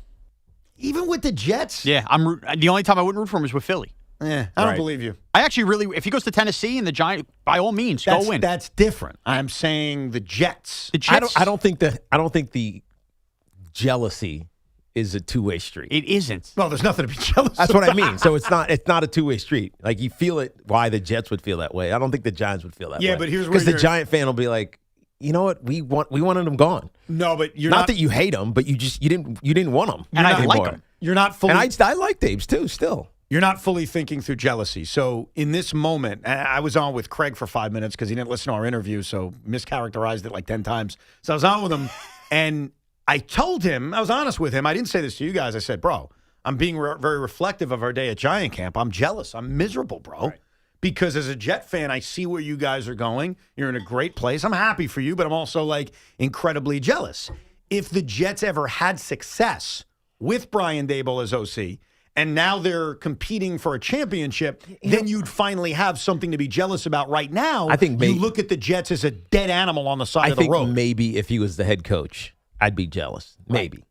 That's because he would have success across the river. Not even, because it's not even that anymore, but, across town. Yes. Then doing something that he couldn't do with us. Gotcha. But not as a coordinator. All right. Fair enough. Now, give me your dream coaching staff, because John now listens to the show. Mm-hmm. He had a good chat with you. He's like, man, I'm going to listen to Tiki, not the Evan part of Evan and Tiki. I'm going to listen to the Tiki part of Evan and Tiki. What is the coaching staff that would be like, all right, this is it. This is my dream staff for Coach Harbaugh? It's interesting because I wouldn't have thought this until yesterday. But Todd Monken had a ton of success in college, 2 national championships, back-to-back with the University of Georgia. He had some NFL coaching experience prior to that, so he's been up and down. And I mention that because so much of college offense is now integrated into NFL offenses. And when John said yesterday, hey, nobody talks about we created one of the most innovative offenses in NFL history, like you don't think about the fact that he did that. We don't talk about the fact that John Harbaugh, with Greg Roman first and then Todd Monken, made Lamar Jackson into an MVP. And this was a quarterback, let's be honest, even though those who watched him in college knew that he was a good passer, they turned him into an elite quarterback in the NFL. And he doesn't get credit for that. And Todd Monken doesn't get credit for that, even though they absolutely were a part of it. I think I'm sold on Todd Monken being the Giants offensive coordinator, especially because of the innovation that I think you need with Jackson Dart. Like, he's not going to be let's take 7 steps and read defenses, and you got to be innovative with him. You got to move the pocket. Just like Sean Payton with Bo Nix. Boomer was talking about this. Like, the amount of yardage Bo Nix covered in that game, because every drop back, knowing that the pressure was from the Bills was going to be intense, it was 1, 2, 3, 4, 5, roll. It wasn't escaping pressure. It was just, I'm rolling out of the pocket because I need my quarterback to have more time to find somebody downfield. And when you roll, it's going to confuse and mess up whatever defensive scheme they have behind him. And Bo Nix is confident enough to throw behind himself. Right. You know what I mean? It's what they always tell you not to do. Never throw behind you.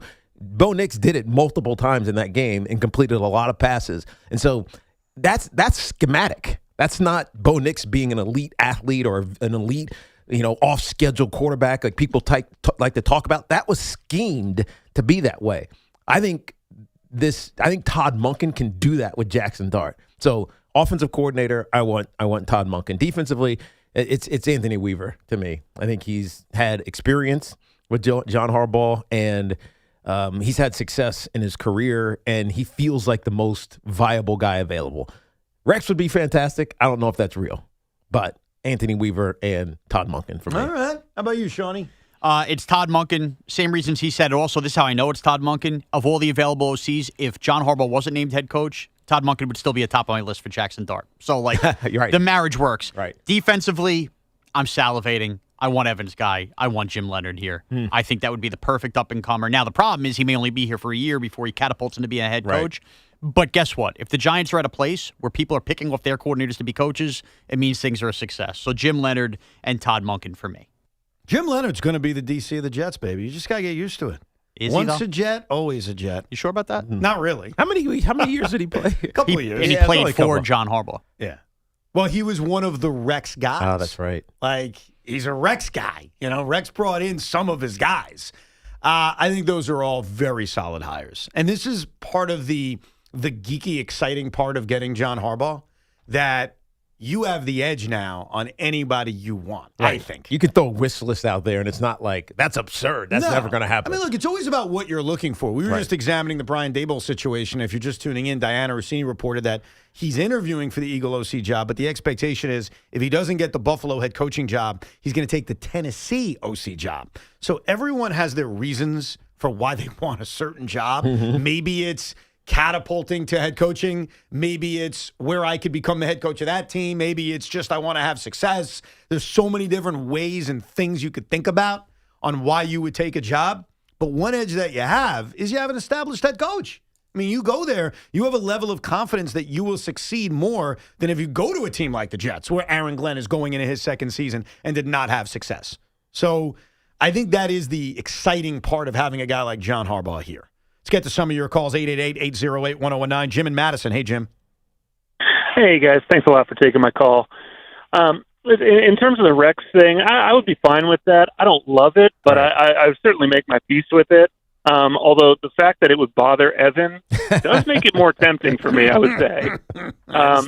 But my guy for DC would be Antonio Pierce, and I tell you why. Not just because of his DC abilities, right? But also because I think he would bring a certain level of what it means to be a Giant. You know, this team is always like bereft of vets. You know, no one ever says there's always so much turnover on the team. No one ever makes it more than like 5-6 years in the locker room. Right. So there's never that group of guys that are like, I've been here 10 years. I'm going to show you new guys like what it means to be in this locker room, to be on this team. And while he'd still be a coach, I get it. Like, I think he would bring a lot of that type of experience into a locker room. What do you think? Yeah, I mean, look, he feels like he's still close to a player, even though he's been retired for 15 years. It's something, because I've been retired for almost 20, so he's got to be close to that as well.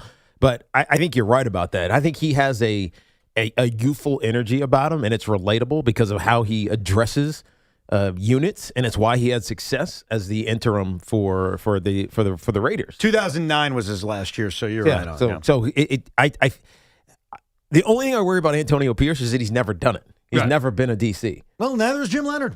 I mean, he would be promoted. The difference is Antonio Pierce right now is broadcasting, so it's not like he's honing his craft. Right, he's not in it. He's not in the game as a coach right now. Right, Jim Leonard is on the rise, and he's not only a part of a coaching staff, he's a part of a coaching staff that's still going on. Right. Richie in Queens. Hey, Richie. Hey, guys. Excuse me, real excited about the move. Deke, we've talked about it. I think he's obviously a great choice, and you brought up the fact he's going to have who he really wants, and Munson, I think, would be a really good offensive coordinator. Right. He's got the foundation. He's got pieces defensively, offensively. Getting a fit pick, who's it going to be? And I really want a linebacker. I think a real good, solid, like you touched on it. And you want somebody that's going to really be a guy, an intimidator out there. We've got a few, but our linebacker has been an issue, and obviously maybe a corner, a good receiver. So there's so much upside. Hey, real quick with the Hall of Fame, Ev, if I can. Yeah. You know, I was from the old adage with Mike, like with me, and I got a couple of years on you guys. It was always, if you had to think about it, was he a Hall of Famer? Right. I kind of got past that. This group, you know, Ev, I'm a big Giant fan, not because I think he should have got in. Kent should have got in. He's number one in his position. It wasn't even close. MVP. Yeah. But the thing with Beltran, absolutely, you know, more so than Jones. He was just a 30 doubles a year, over 300 stolen bases. So a great postseason. Unfortunately, postseason in baseball is not what it is in football. Right. But a great postseason player. So, yeah, I think they made the right choice. I think the postseason's a big part of it for Carlos. I got to tell you, I think it puts him over the top. He had a historical postseason run with Houston that got him, or at least helped get him that contract with the Mets.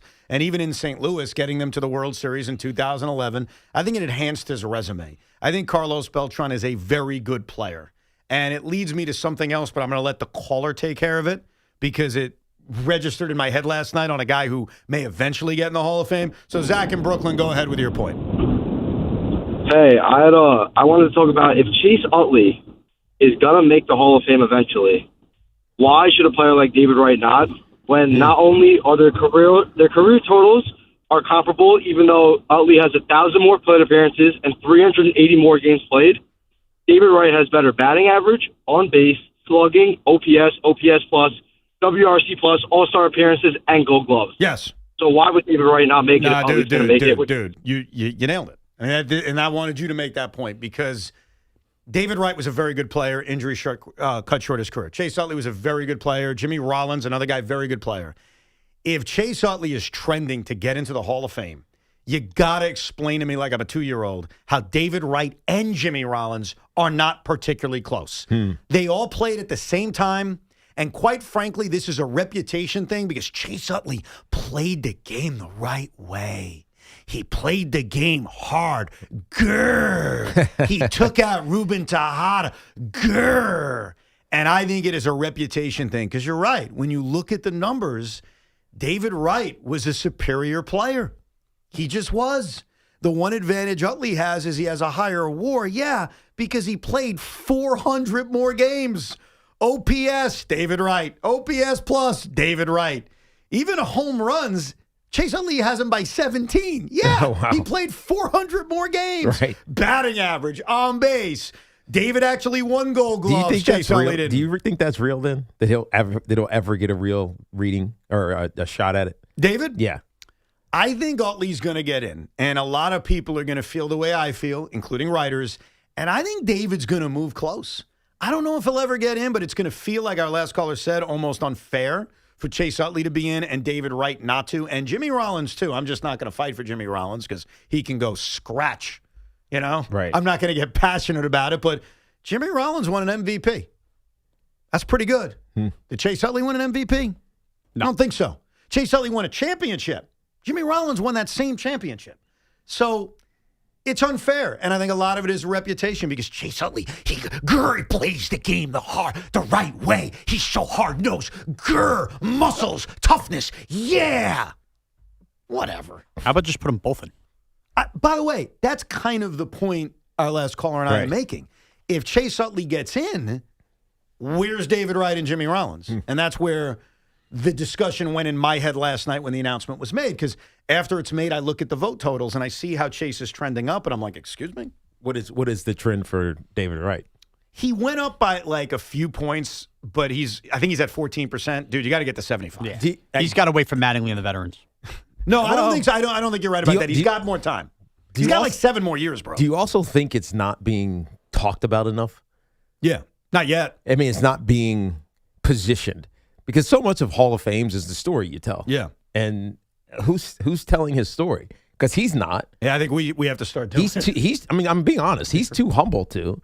Oh, incredibly. And so who's telling his story? And if people aren't starting to scream like you just did, obviously it was more anti-Utley than it was pro-David. But I know what you're getting at, but if nobody's screaming for him, it's not going to happen because that's how Hall of Fames work. Yeah. Because people are making the decisions. It's not some, algorithmic evaluation. It's people, and people have opinions, and sometimes they're influenced by a campaign. All right, let's create a campaign. There you go. I'm going to do dueling campaigns, Tiki and David Wright at the same time. Nice, I like it. The Knicks got rid of him. What was that? The Knicks got rid of him. The Knicks got rid of him. Got rid of who? Campaign. Oh, God. Oh, God. By the way, you know what's so funny about campaign?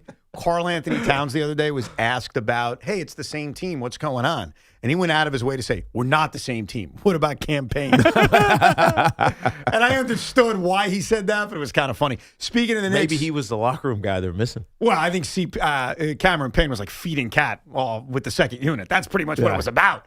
We'll talk more Knicks with CP the Franchise coming up at noon. The state of the team. How worried should we be? Panic button, yes or no? So Knicks coming up later. We'll get back to your calls next. A lot of baseball and a lot of Giant coaching staff at 888-808-1019. And some thoughts on the Steeler and Bills search, because I think both searches are weird.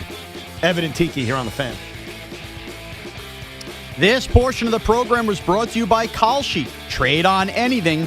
The conference championships are this weekend, and now you can trade on football legally nationwide on Call Sheet. Right now, LA is trading at 42% to beat Seattle. A $100 trade pays out $228. Use code FAN to get $20 when you trade 100. KALSHI. Call Sheet. Trade on anything. And by Ray Katina Mercedes-Benz of Edison. Just one drive in a Mercedes-Benz, you'll understand why it's a gift that keeps on giving. The Mercedes-Benz Holiday Love Celebration lives on at Mercedes-Benz of Edison. Choose from over 500 vehicles and experience the love during the extended Holiday Love Celebration at Mercedes-Benz of Edison. The Nets take the 2 from Atlantic Avenue and head to MSG to play the Knicks. 7:30 tonight. The home of Brooklyn Nets basketball is The Fan. 101.9 FM and always streaming on the Odyssey, TuneIn, and iHeartRadio app. The playoffs are here, and just like winning teams, your engagement should be all about the very best. If you're ready to pop the big question, why not visit the experts at London Jewelers? London Jewelers can help you select or even design the absolute perfect ring. Why not explore their beautiful 2 by London collection, offering something for everyone's budget? So just drop in, mention WFAN. So whether you're starting over or starting new, let London Jewelers be a part of your very special journey. Visit any one of their 6 locations across New York and New Jersey. London Jewelers, serving you and your family since 1926. History's masterpieces wouldn't be the same without their most notable accents. Neither would the Kia Sportage without its multiple drive modes. The Kia Sorento without its expansive 12.3-inch panoramic display. Or the Kia Telluride without its 3 rows of spacious seating. The Kia SUVs. Kia, movement that inspires. Call 800-333-4KIA for details. Always drive safely. Limited inventory available. Never have I ever called my sister from the finish line of my first marathon. Hello? You won't believe where I am. Are you running? Mile 26. I'm gonna make it. Switch to T-Mobile's 55 Plus plan and get iPhone 16e with its advanced camera system on us. Plus 2 lines for just $30 a line. Guys, I can't believe it. I knew you could do it, babe. That was amazing. Mom, how do you feel? I feel great. I can't feel my feet. Let's take a picture, and then you may carry me to the car. Share every stride, every mile, every memory on America's best network. Switch to T-Mobile's 55 Plus plan and get iPhone 16e on us and 2 lines for just $30 a line. With 24 monthly bill credits and 2 eligible port-ins on Essentials 55 Plus for well-qualified customers with autopay plus taxes, fees, and $35 device connection charge. Credits end and balance due if you pay off early or cancel. Contact us. Finance agreement 128 gigabytes, $599.99 required. Best mobile network in the U.S. based on analysis by Ookla of Speed Test Intelligence data 1H 2025. Visit T-Mobile.com. I'm Bob Burke, founder and chairman of Burke America Parts Group, a family of brands that includes RepairClinic.com, an appliance and HVAC parts solution company that's grown into an international brand. Before AmericanEagle.com, we partially launched a new technology platform developed by another firm. American Eagle helped take our technology to a whole new level with digital marketing, software development, and business insights into our key markets, appliances, HVAC, and outdoor power equipment, and did so both on time and on budget. AmericanEagle.com has the resources, experience, and talent needed to produce solutions. Our new technology platform, developed by AmericanEagle.com, has produced tremendous results with higher traffic, conversion, engagement, and online revenue. If you have any home repairs you need to take care of, check us out at RepairClinic.com. If you need a world-class website or technology project, then I would highly recommend AmericanEagle.com. Call AmericanEagle.com at 773-NETWORK. That's AmericanEagle.com, 773-NETWORK. Nissan trucks and SUVs are built for next-level adventure. Too much gear? Dirt? Rock? Sand? Get in a Nissan truck or SUV and feel unstoppable. Whether you want to take your next level of adventure in the Frontier Dark Armor, the Pathfinder, the Armada, or the Rogue, you'll be ready for what comes your way. Nissan, #1 in new vehicle quality among mainstream brands by J.D. Power. Get 0% APR on the 2026 Nissan Rogue, 2025 Murano or Pathfinder for well-qualified buyers. For JD Power 2025 U.S. Initial Quality Study Award information, visit jdpower.com/awards. Awards based on 2025 model year. Example: 0 down payment, 60 months financing at $1,667 per month per thousand financed. Actual down payment may vary, subject to INMAC credit approval. Not all buyers qualify. Dealer contribution may affect actual price set by dealer. Contact dealer for details. Ends 2/2/26. All you need to live large is the right boat. Find yours at the Discover Boating New York Boat Show in partnership with Progressive. Shop hundreds of boats and the latest gear. Happening Wednesday through Sunday at the Javits Center. And myboatshow.com. Town Fair Tire sells Continental winter tires for the guaranteed lowest price because we stock more Continental tires than any other tire dealer. So we buy for less and we sell Continental winter tires for less. Plus, you always get more from Town Fair. Yes, more free services than any other tire dealer. Now with over 120 locations and still growing. Nobody beats a Town Fair tire deal. I mean, nobody. Name brands at discount prices. Town Fair Tire. Let's go. You still got it, but your immune system weakens as you age, making it harder to fight flu, pneumococcal pneumonia, RSV, and COVID-19. Ask your doctor or pharmacist which vaccines you need. Sponsored by Pfizer. Wish your life came with a warning app? That dog does not want to be petted. Well, life doesn't always give you time to change the outcome, but prediabetes does. Take the 1-minute test today at doihaveprediabetes.org. Brought to you by the Ad Council and its prediabetes awareness partners. Increasing clouds, high 35. Weather brought to you by Duke's Mayo. Welcome to Duke's Mayo Country, where the mayo is so smooth and creamy, it makes every bite better. Duke's Mayo. Look for the yellow lid. Cats are masters at using up their 9 lives, like chasing laser pointers into walls or jumping onto high shelves. But the one thing cats never do, text while driving. So be like a cat and protect your one and only life. Don't text and drive. Don't drive distracted. A message brought to you by the National Highway Traffic Safety Administration, Project Yellow Light, and the Ad Council. If you're sitting in traffic, you need to do something. Might as well call the fan. Let's chat about it now. Call the WFAN Sports Fan Helpline at 888-808-1019. Powered by Paramount Plus. Count on Paramount Plus to stream every NFL on CBS playoff game. We'll try to get to the bottom of the Knicks issues coming up in about 25 minutes. CP the franchise will join us. And yes, tonight at Madison Square Garden is a monstrous night. It's such a monstrous night that I had a long chat with my wife last night. She's very concerned about my back issues. And I said, honey, I need to be in the building. And she said, why?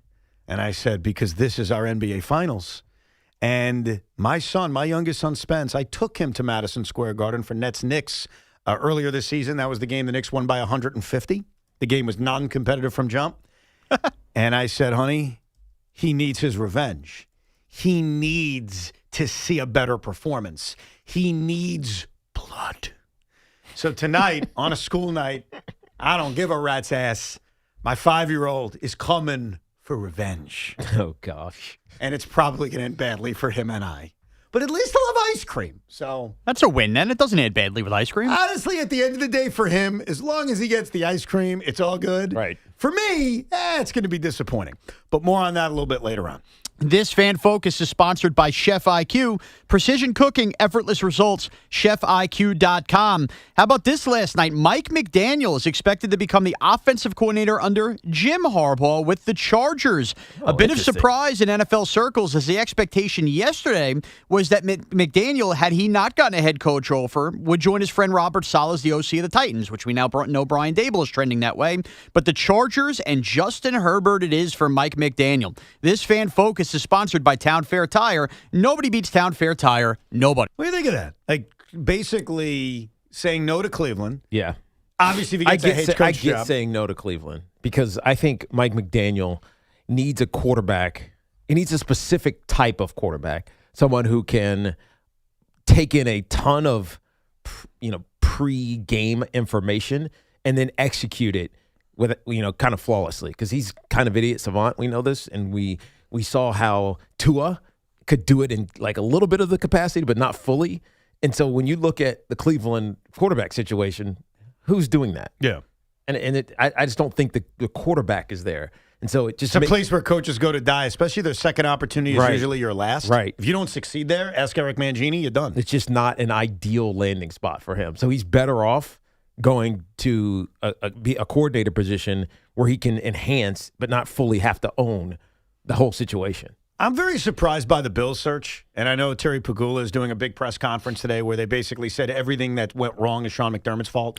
Don't blame Brandon Beane. It's all really McDermott. did put it all on McDermott. But all of the people that they're interviewing are either first-time head coaches or, in the case of Brian Daboll, a failed head coach. Right. And by the way, of the guys that they're interviewing, Lou Anarumo and all the other first-timers they're talking to, Daboll's probably the most appealing, just based on his history with Josh Allen. He has a Coach of the Year award, and he gave Josh some of his early success. That's kind of the thing I'm most intrigued by would be the early success with Josh, and at least he knows what it's like to be a head coach. And he knows Buffalo. Yes, and he's from there, right? He's got everything. But the rest of the search feels very underwhelming. And considering that is such an appealing job that you get a chance to coach an MVP quarterback in the prime of his career, I don't know. It just feels like the search is underwhelming. Same thing even in Baltimore. Yeah. But who would make it not over? You know what I mean? John Harbaugh. But that's done. I know. Stefanski's gone. I know. Tomlin's not coming out. So I think everything to this point is going to look underwhelming. Yeah, I guess it goes back to was it really the right moment to fire Sean McDermott? And people called for Sean McDermott to be fired last year and thought that Vrabel would take that job, too. That's what's enraged a lot of people in Buffalo. Yeah, no, this is why, to the Jet fans out there, I know that Aaron Glenn is unproven and our knee-jerk reaction is fire him. What do you do next? It's always the big question. What do you do next? Okay, you've decided to fire the coach. Right. Who's next? Same thing with Cat when we talk about trading Karl Anthony Towns. Okay, you've decided you can't win with him. Did you realize what you're getting back? And are you really excited about that? And so sometimes you got to look at the grander picture before it's just simply get rid of this guy. Right. Let's get to your calls, 888-808-1019. Eddie is in Rockland. Good morning, Eddie.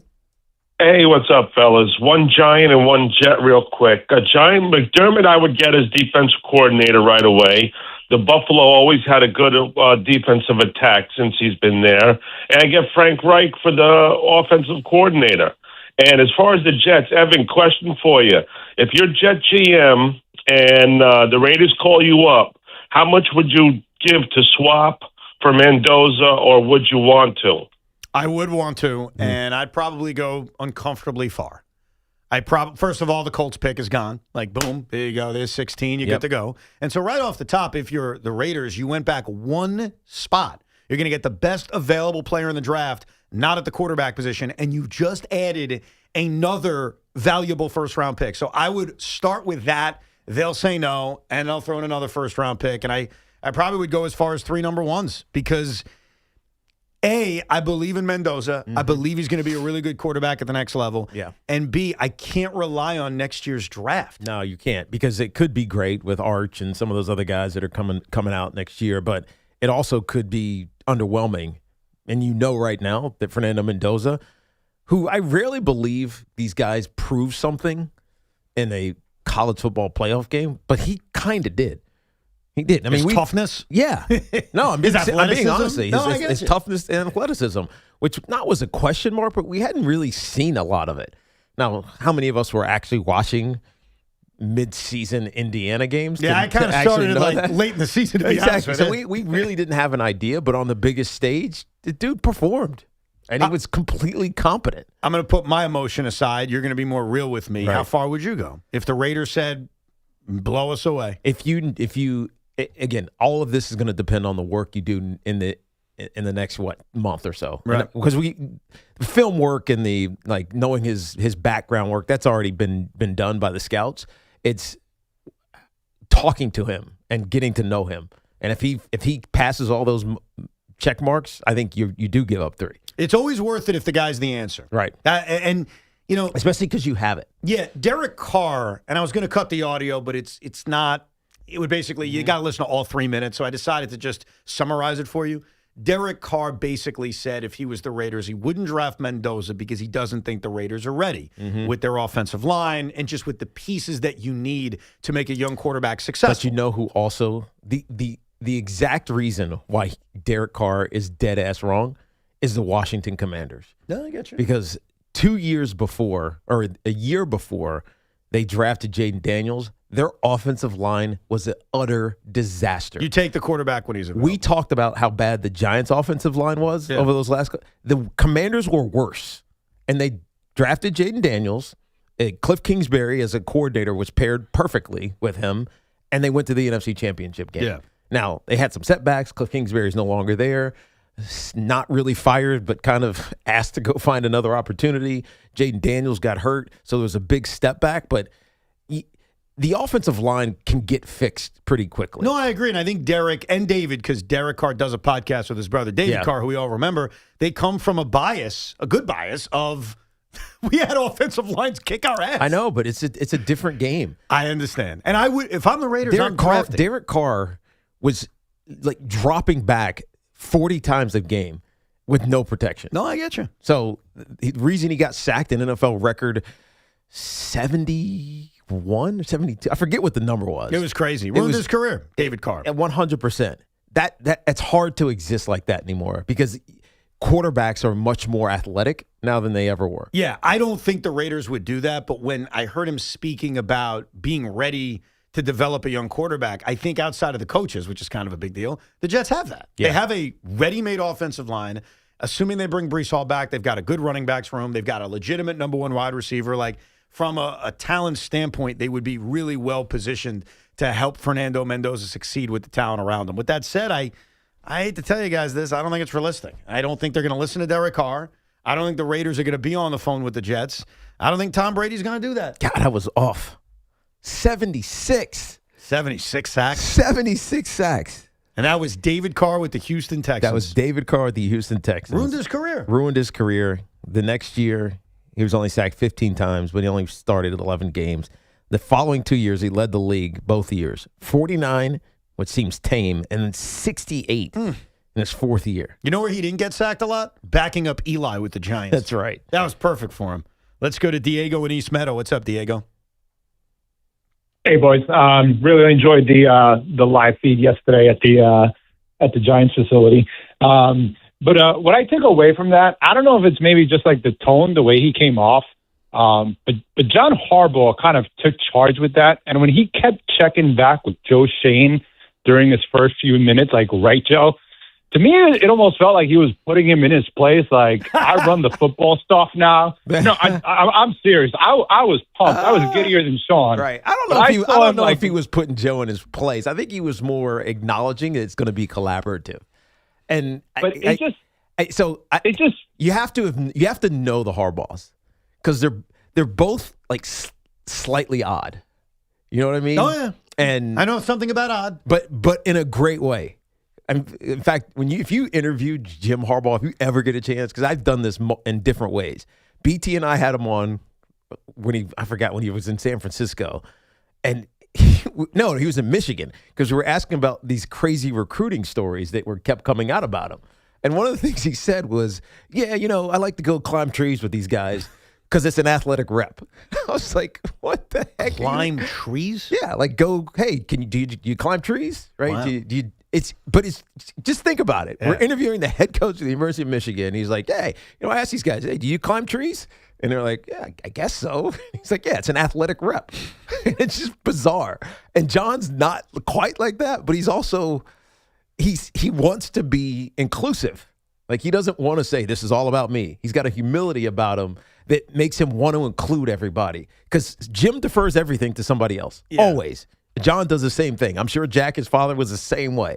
His sister, who was married to Tom Crean, right, is also that way. So it's just who they are.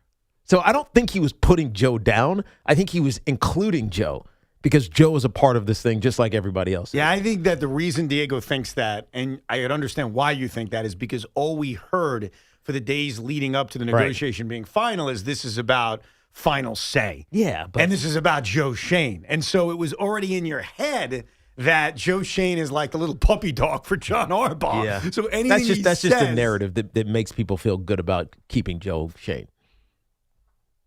It is what it is. Well, the only thing I wonder about is that does it matter as long as they draft good players? But does it matter? It's the best case scenario. Right. Like, everybody should be happy about it. that John Harbaugh, the guy who's won a Super Bowl, is going to have, it's not even final say. I mean, he described it yesterday. He described it to us. He described it at the press conference that John Mara, or Chris Mara, but I think in this case, John Mara, he's the final guy. Right? He's the final boss, as they say. Right. But John Harbaugh and Joe Schoen will hopefully agree on whatever decision they make. And I have reason to believe that'll be the case, only because Joe Schoen may not have wanted Jackson Dart, but he took him because his head coach really believed in Jackson Dart. Yes. Which we've talked about for months on this radio station. And I've used it, as much as I've been critical of Schoen, as a compliment to Joe Schoen. Right. That's the one area I defend him on. Like, hey, that's leadership right there. You really believe in him? Fine, I'm going to listen to you. Right. So why would anyone think that he would butt heads with John on a decision he disagrees with when he already showed you with Daboll? I'll listen to you on Jackson Dart. Right. Let's go to Anthony in Harlem. What's up, Anthony? Good morning, fellas. What's up? What's up? Evan, listen, you cannot let Jim Leonard be the defensive coordinator of the New York Giants if you're Woody Johnson. I agree. Because I agree. I remember when Aaron Glenn was, remember that presser? We're the New York Jets. We're built for this blank. And he had all those ex-players in the front row, all those guys that were Jets and we were good. But the last time we were in a playoff game and I was sitting in Heinz Stadium, it was called then, Jim Leonard was playing free safety. Yes, he was. You got to tell him, Jim, we're going to make you the highest paid defensive coordinator in the league. You're going to have input as to what player we take at number 2, and you're going to be the guy here. We want to be collaborative. I think you're right, Anthony, on a lot of levels. Like, I don't know, this doesn't matter to you, Teague, and it doesn't matter to you, Sean. Yeah. Jim Leonard was us. He was ours. Now, he's not a career Jet. I'm not arguing that. He was only here for 3 years, 9, 10, and 11, if my memory serves correct. But he was a Jet, and he was a part of our last success. And so it would almost feel wrong if he's turning the Jets down for the Giants. And I get why he would. I'm not arguing it, but it would be another damaging moment as a Jet fan. That's why every time you bring up Jim Leonard's name, I don't mean to force feed the Giants on you the way you force feed the Giants on us, Sean, or force feed the Jets on you the way you force feed the Giants on us. But I have a tough time being okay with Jim Leonard not taking my team's job. That doesn't exist in coaching. Like, none of us care that Antonio Pierce was coaching the Raiders. Yeah, or was an assistant there. Well, hold on a second. What? We want him, though. We're interviewing him for our job. I understand It's not about him that. just going to the Giants. If we had a great DC, I wouldn't be saying it. We're trying to get him. But the reason you should want him, the main reason you should want him is that he's a hot DC candidate, Yes. not that he played for the Jets. No, Sean, you're missing my point. Because that's the problem with Aaron Glenn. I did not explain my point well enough. This is on me. I want him because he's a hot defensive coordinating candidate, of course. I think we should get him as the tiebreaker because he's us. Does that make sense? Of course. It's not like I just want any former Jet. I'm not endorsing Bart Scott the way Joe did. No offense to Bart. I'm saying Jim Leonard because he's a great candidate. I'm saying that because he's ours and our new head coach or our second-year head coach told us about we're the bleeping Jets, we're this, we're that, we're family, it would be tough when you're bidding on Jim Leonard to not get him.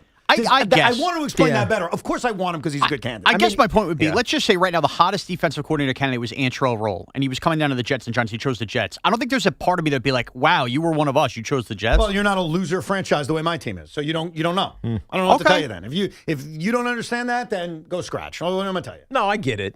Here's the thing. He had a 10-year career. 3 of them were with the Jets. 1 of them was in the postseason. And 2 of them were in the postseason. He was on 2 postseason teams. He played 1. I understand he was hurt, but he was on 2 postseasons. Okay, but my point is he played in 1 and he had a pretty good postseason. So you're claiming him because he had a good postseason out of a 10-year career? I'm claiming him mostly because our head coach is using the whole I'm the Jets, we're the Jets tradition to sell us, and it would be very disappointing to lose out on him. Yeah, but I think that's a false flag to try to bring somebody here.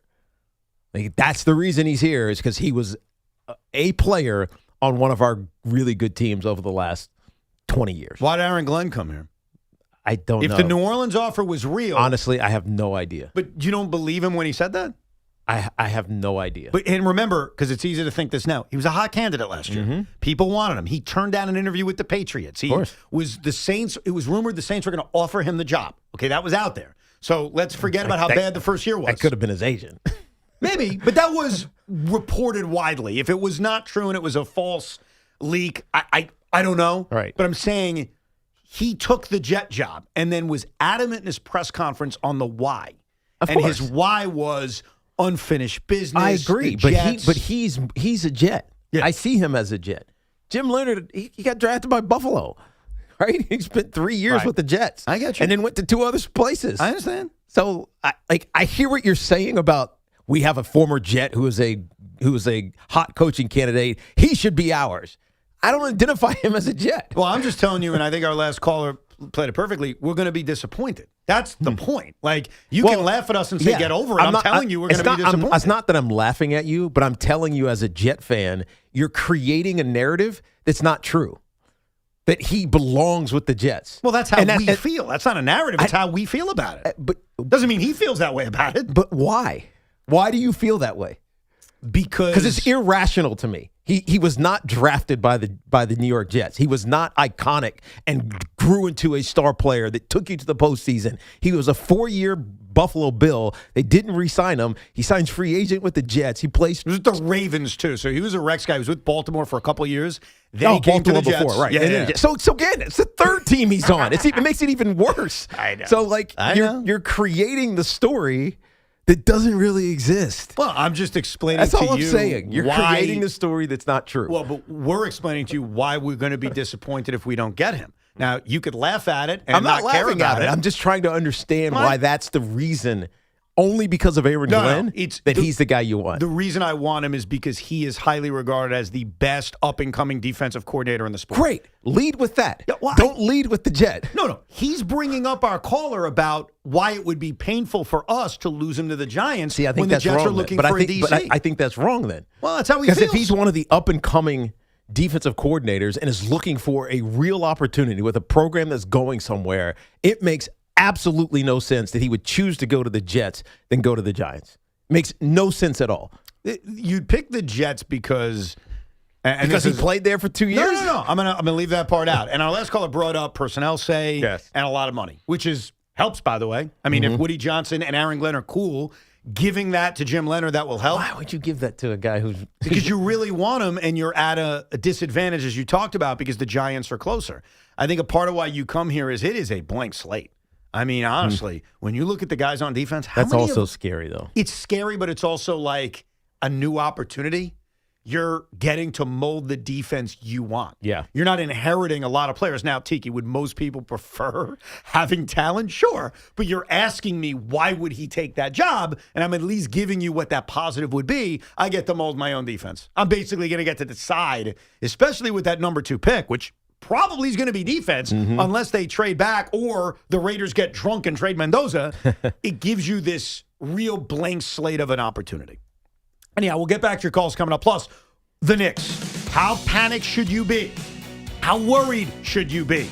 CP will join us coming up at the 12 o'clock hour as well. 888-808-1019. It is Evan and Tiki until the Carton Show with Big Mac coming up at 2. Those of us living in New Jersey got hit with a 20% electric rate increase. If your current heating system is over 15 years old, it's time for a new high-efficiency Carrier system. There's only one company to call for a new one. My friends at Edison Heating and Cooling, New Jersey's heating experts for over 38 years. Older systems waste gas, so get yours checked now and save money with Edison Heating and Cooling. Contact them at edisonhvac.com. That's edisonhvac.com. Get the latest on the Giants and Jets on WFAN, WFAN FM, WFAN FM HD1 New York, and Odyssey Sports Station.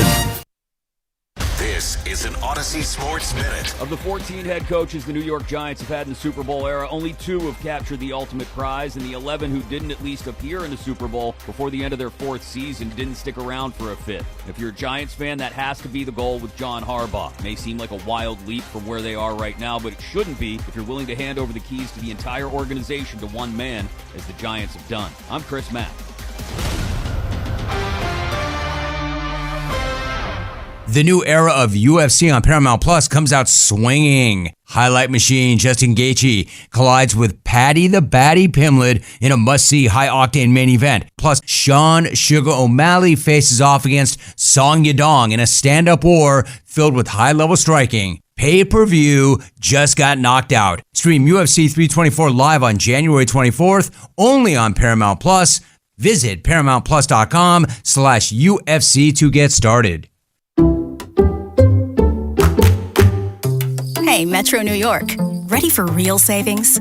Switch to Allstate today. Because drivers who switched saved an average of $713 on their auto insurance. So, what are you waiting for? Check Allstate first for an auto insurance quote today. You're in good hands with Allstate. Based on the national average annual savings for new customers surveyed in 2024, savings vary, subject to terms and availability. Question: what business couldn't use extra income? Hey, it's Tiki Barber. Right now, Amazon Hub Delivery is looking to partner with ambitious New York businesses to become Amazon Hub partners. You and your staff will deliver packages to customers in your area when it's convenient for you. With each package delivered, your business gets paid. Sign up at Amazon.com/Hub Delivery. That's Amazon.com/HUB Delivery. Boomer here. If you love cooking as much as I do, you got to listen up. The Chef IQ Mini Oven is your all-in-one kitchen hero. It bakes, broils, air fries, dehydrates, slow cooks, toasts, and more. It's got Wi-Fi, Bluetooth, a color touchscreen, a soft closed door. It even syncs with the Chef IQ app, and pair it with the IQ Sense thermometer for perfect USDA-safe temps every single time you cook. So why not grab yours right now at chefiq.com? Use my name, code word BOOMER, to save 30% at checkout. FanDuel is turning on playoff mode. All customers get a Profit Boost pack every NFL playoff game day. Each game day during the championship round, you'll find a pack loaded with multiple Profit Boost waiting for you in the app. More boost means more ways to level up your playoff bets, pick the matchups you believe in, take a shot on an upset, or even build a parlay that fits the moment. Maybe you'll build a parlay taking all the lead running backs to score an anytime touchdown. Then apply your Profit Boost and go after an even bigger payout while the playoffs keep on rolling. So visit FanDuel.com/New York and grab your Profit Boost pack every NFL playoff game day. Now, we all love the app around here. It is safe and secure, and when you win, you get paid instantly. FanDuel is the official sportsbook partner of WFAN. 21 and over and physically present in New York. Opt-in required. Bonus issues now. Withdrawable Profit Boost tokens. Restrictions apply, including any token expiration and max wager amount. See terms at sportsbook.fanduel.com. For help with the gambling problem, call 877-8-HOPE-NY or text HOPE-NY 467-369. At NYU Langone Health, we know there really is no place like home. That's why we get our surgery patients home faster and have fewer readmissions than any other health system. That means once you're home, you won't need to go back for the same procedure. Instead, you can get back to the things you love. And the next time you need something else, we're here. Better health starts with a better health system. Learn more at nyulangonehealth.org. Visit your local Kia dealers to discover what happens when rugged capability meets true performance. It's the perfect balance of quality, dependability, power, and style. Learn more at kia.com. Kia, movement that inspires. This is John D'Agostino from D'Agostino & Associates. It's not easy being an accident victim these days. I mean, how do you choose the right lawyer? The radio, TV, buses, and billboards are filled with law firms making the same old promises, bragging about the same big results. They talk about their proven track record and hope they'll get you to sign on the dotted line. But then what? If a lawyer tells you from day one what your case is worth, please turn around and run. If a lawyer tells you how quickly they'll get your case settled, I beg you, turn around and run. The right lawyer is not a fortune teller. The right lawyer is honest, straightforward, and knows every case is different.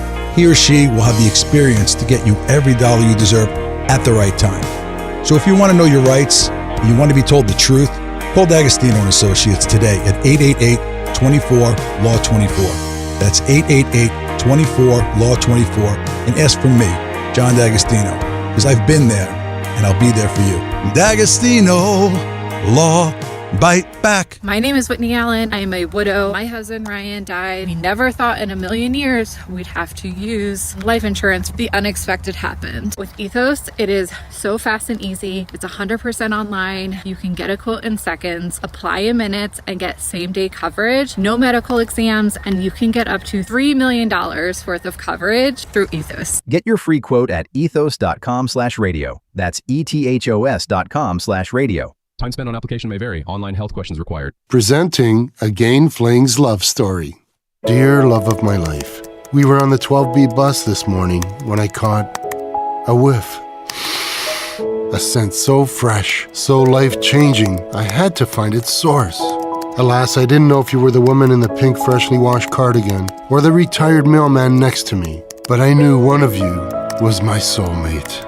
Ah, the scent of Gain Flings. Try Gain Flings with OxyBoost and Febreze. Our friends at Town Fair Tire remind you that at Town Fair Tire, you always get the guaranteed lowest price on name brand tires from Connecticut to Maine. Nobody beats Town Fair Tire, nobody. Are you crazy about your team? Let everyone know about it now at 888-808-1019. Powered by Paramount Plus. Count on Paramount Plus to stream every NFL on CBS playoff game. I'm very disappointed in Sean Morash because Sean around here, along with Craig is King Troll, but Sean is like Troll.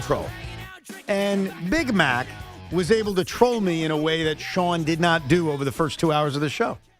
Big Mac comes into the studio during the break and says, hey, want to congratulate you on trading for Carlos Beltran. Oops, I mean Anthony Volpe over the last 2 years. That's how he defined Luis Robert Jr. And yet, from you, Sean, it's like, well, he's a good defender, Yeah, not bad. You didn't troll, but Big Mac, who claims he doesn't hate the Mets, came right in here to basically say Luis Robert Jr. is Anthony Volpe. Evan, where have I been at from the moment the Mets lost Diaz and lost Alonso? I don't remember. Where have I been at when you came to me for comment when the Mets had lost out on Kyle Tucker? I don't remember. I've been at the same exact place as to why I'm keeping my mouth shut. If and when Cody Bellinger signs with the Yankees, I'll have full thoughts on the Mets offseason. That's fair. The Yankees have had such a quiet offseason that you are taking the approach of you're going to keep your mouth shut. Right? Yep. I'll, when I know that I have Bellinger in the pocket, I'll have plenty to say. I get you. It's weird because the Mets have had an offseason that's like a roller coaster. They've lost a lot of good players, Teeth, but they've added some good players, and then we could all debate are they better or not. Right. The Yankees haven't really lost anybody they wanted to keep. No. They lost. They kept Trent Grisham, which some people say was probably an accident. But Yeah, right. they kept Trent Grisham, and let's hope he has another great contract year. But what else have they actually done that makes you feel like they've improved the team? They got to the postseason, but just couldn't break through. Well, but what have they lost? But they haven't lost anything. They really. lost two relievers who pretty much Yankee fans blame for them not winning the division. That we were okay with. Right. We're like, give us a reason not to have to re-sign them. That's okay, sign someplace else, like the Mets. That's my point. Like the Yankees have had this weird offseason in which Yankee fans are in general not upset about what they've lost, but they haven't really gained anything. The Met fan is pissed about what they lost, then we're all fighting about what they got back. Yeah. So it's very, very different and unique off seasons. But we'll get the answer on Cody Bellinger soon. If you're just tuning in, I think that the Mets still have an offer out for Cody. I think it's a short-term, high AAV contract. And I think the Mets, by trading for Robert Jr. last night, told you they do not expect Bellinger to take it. So I fully expect that in the next few days, Cody Bellinger is going to accept the Yankee offer just because I don't see anyone else matching or beating the current reported 5-year offer for him. And if the Yankees want to be the Yankees again, they'll announce Cody Bellinger signing with them in 53 minutes. That is my prediction. He says that because Bo Bichette is having his introductory press conference at 1 o'clock. That's right. Little upstage. I don't think it's upstaging when most Met fans are not exactly going to lock into a Bo Bichette press conference. Well, how about the reporters that are there getting all the word on their phone and they're turning around in the middle? So, you see Cody's a Yankee, Cody's a Yankee? Yeah, that would be the only thing. The reporters would have to now multitask. Gotcha. But fans, I mean, if you're a fan of the Yankees, you pay attention to the Bellinger news. Yeah. If you're a fan of the Mets, you're going to pay attention to the Bo Bichette news. Yeah, I think you're and making the Luis Robert news. You're making too much of the they're going to steal attention away. And not for Bo nothing. Bichette essentially signed a 1-year contract here. And if I'm the Mets, the Mets want a lot of the pom-poms, the whole pomp and circumstance. You go Bichette for the 1-year deal. Why are they even having? Yeah, like, can we push it to next week? Everybody's still on John Harbaugh claim. The Mets and the Yankees introduce everybody. Usually it's over Zooms when they're not that big. Like this isn't a carving station press conference. But in the case of like when they brought in Marcus Semien, he did a Zoom. He did like a half-hour Zoom, answered questions. So I think it's pretty similar. Anytime you acquire a player, you let people just ask the questions. Speaking of asking the questions, and these are complicated because I don't know the answer as much as I watch this team. And I don't think he's going to know the answer as much as he watches this team. But the Knicks are facing ridiculous questions right now. They are on a streak of games in which they look like a bad team. They look disinterested. They look like they quit on their coach. They look like there are issues in the locker room. CP the franchise will join us in a few minutes. Real quick, I ask you this because you did this to a certain extent. So I want to ask you as the athlete. Go ahead. Josh Hart last night. Are you aware of what he did? No. I was at the inaugural ball. Did not see anything. Busy. He went on with Jimmy Fallon. Ooh. And it was fine, and it was entertaining, and there was nothing funny or offensive about it. But there are Knicks fans who are saying, Josh, our team is crumbling. Our team is collapsing. What are you doing? I have no problem with that. Not at all. Okay. He is a influencer in that regard. He's an athlete. He's someone who is in New York known, and he plays for one of the iconic franchises in NBA. Not that they're a championship, but you know what I mean. They're the Knicks, and they play at Madison Square Garden, which everybody knows. So I have no problem with that at all. You would not, because you did a lot of stuff, you would not change your schedule based on the way the team or you were playing. You would say, nah, I'm doing it. Doesn't matter. Because it's not about what I'm doing as an athlete. It's about me as a personality. Fair enough. I'm just asking the question. What did he promote? You know what? I don't even know. He did like a chat, like this woman got picked in the audience and she took a shot for $18,000. So I saw that. So that's probably what it was for. He talked calmly about, we'll be fine. Don't worry about it. We'll be good. It was really boring, actually. Yeah. Jimmy Fallon is not that entertaining. Never been a big fan of his. Nothing personal. Even on SNL, he always giggled at himself. Like, dude, you're not that funny. Like, why are you giggling? I didn't like the SNL sketches when they would laugh at themselves unless it was so ridiculously funny that they had to laugh at themselves. Right. So, like Will Ferrell would make them laugh. Yeah. I know what you mean. I do like the Jimmy Fallon movie he did with Drew Barrymore about the Red Sox. Like, Fever Pitch. That was pretty cool. Didn't see it. Oh, dude, you got to see that movie. Red Sox fans got so angry when they found out he was really a Yankee fan and saw him at Yankee playoff games. Because he plays such a diehard Red Sox fan in the movie. I think people still believe he is a Red Sox fan based on the movie. Yankee toilet paper. That's right. Let's get to some of your phone calls. Brian's in Sleepy Hollow. What's up, Brian? Hey, guys. I wanted to talk about the group chat I'm in. I'm a big Jet fan, and my mom's side of the family is from Buffalo, and her mom comes from 11 kids, so needless to say, I have like a million Buffalo cousins, and I'm the only Jet fan in the group chat with them, and boy, are they big mad about McDermott being fired. Oh, yeah, and then... Wait, so they wanted him? They wanted to keep him? Today. They wanted to keep him? They wanted to keep him, yeah, and they're very mad. I keep on saying, oh, Dayball's the guy. He's going to be... And they're not happy about it. But, with the Jets, I hope that we don't spend that 16 pick on a quarterback. I hope that we maybe follow the Giants model this year of, get the best talent up top, and then you maybe take a shot on Chambliss if he's there, trade up in the second round for him, something like that. Well, what I'm trying to figure out about Chambliss, who, by the way, is still suing the NCAA because he wants another year of eligibility. And he's got time before we have to really worry about this. Right. Even though, so he had to declare already, but because he's a senior, he's already in. Like he's going to go to the draft. He doesn't have to declare. He can't go back to school unless he gets another year. Unless this lawsuit somehow overturns it. But I have to ask you the question because we have to ask this as Jet fans, whether this is what's going on or not. Do we really want to draft somebody who's suing to not go to the NFL? I know that's a simple way to look at it, and it's not necessarily fair. But he is suing so that we can't draft him. But I essentially, I don't think that's why he's suing. No, but that's the truth. You're right. It's not why he's suing. He's not like Dante Moore, who's going back to Oregon because he doesn't want to be a Jet. Well, perceptually, that's the narrative. He's suing to not be drafted, though. I know, but I think he's suing because he believes he needs another year of development in college. And do I want to draft somebody who is announcing to the world based on a lawsuit? I'm not ready. Yeah. I'm not ready. Yeah. If you want to word it that way, that's fine. That is a red flag. Yeah. This lawsuit is a red flag. It is because he's not ready. And if you draft him, he's not playing for you for at least a year, maybe two. Yeah. And I don't know if this coaching staff has time for that. And then if the coaching staff gets fired, you now have a late first or more likely second rounder who the new coach is probably not going to even want. Right. So it becomes a waste. Yeah, I was impressed by him when I saw him play in the brief times I've seen him play. Yeah, But I don't think he's the answer. Yeah, I'm scared. I'm scared over this whole lawsuit thing. John in Huntington Beach. Hey, John. Hey, guys. How's it going? All's good. The new time slot. I get to listen to you guys on my California drive time. Great coverage yesterday, by the way. Appreciate it. So you guys mentioned your dream coordinators for the Giants. So I just have, with some parameters here, who do you think, is your top 3 most likely coordinators for the Giants? Keep in mind, like, for example, you might go like, well, Monken, he's got the second head coach interview.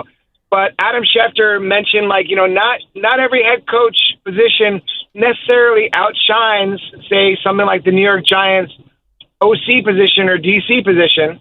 So who do you think are the most likely? And then bonus question for Evan.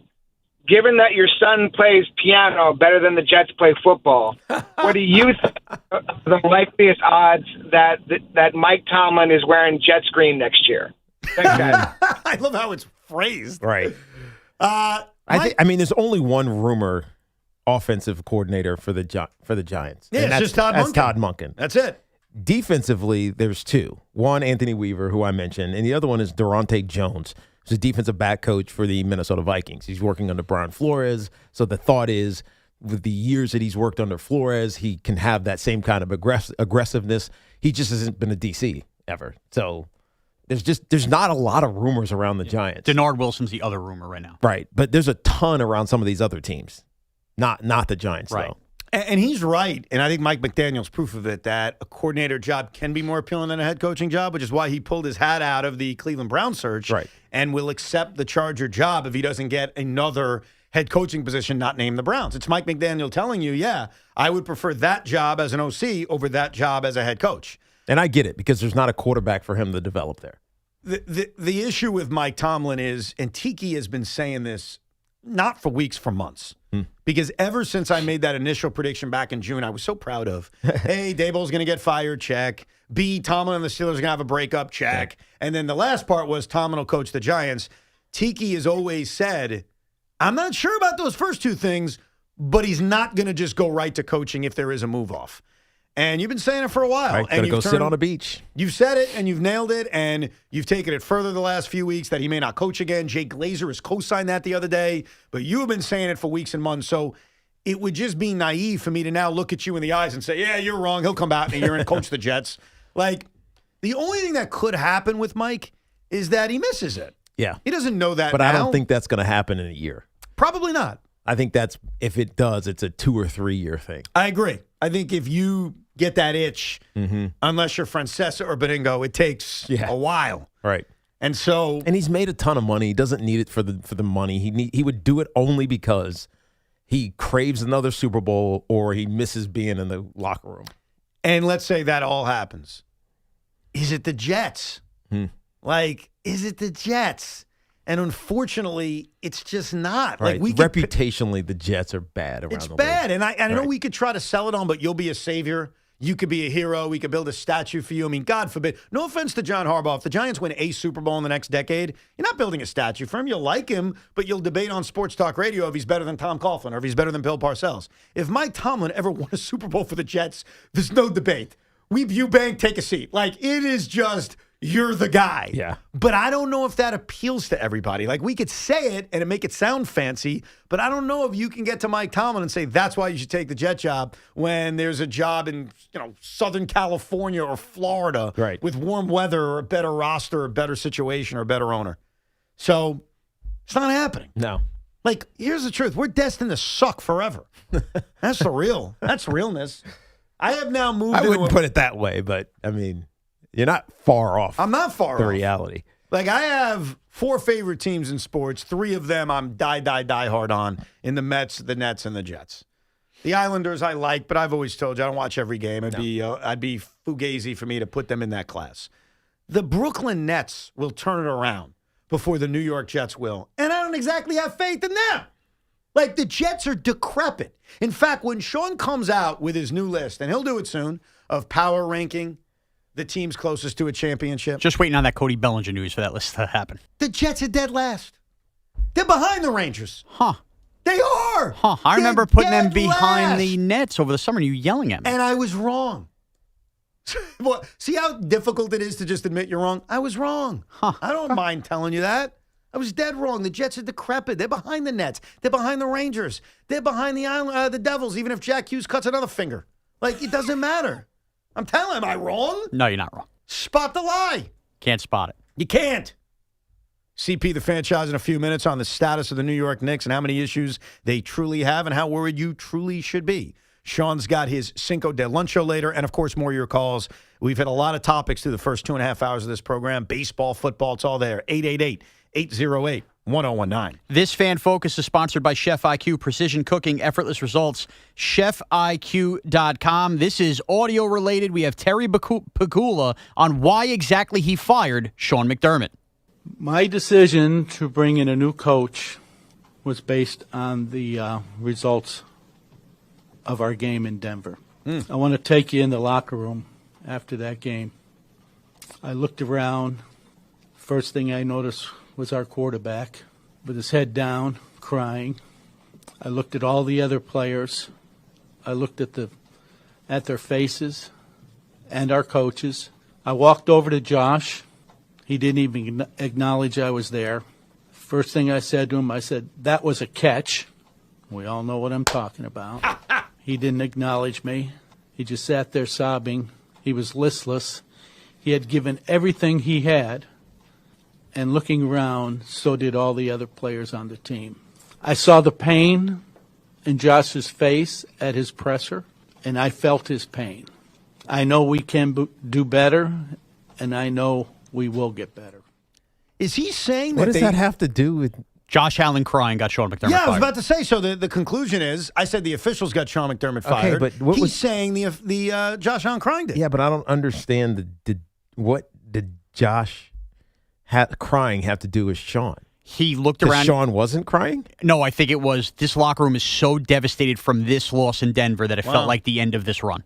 Wow. Like he never saw Josh Allen cry after a loss before. Josh Allen cost Sean McDermott the job because he cried. I was going to use another word, but go ahead. All right, that's it. This portion of the program is brought to you by DAZN. Right. Two global superstars in their prime square off at Madison Square Garden. Here we go. Teofimo, the Brooklyn-born king of 140, looks to retain his world title as Shakur steps up to become a 4-division world champion. Don't miss Lopez versus Stevenson, January 31st. Watch only on DAZN. If you're looking to level up your wardrobe, check out Collars & Co. You might have seen them on Shark Tank where they landed a deal with Mark Cuban. They're the team behind the dress collar polo that sold over 1 million shirts. Now they've launched the Maverick Performance Blazer, and this thing is legit. It's sharp, lightweight, and completely wrinkle-resistant, making it perfect for travel.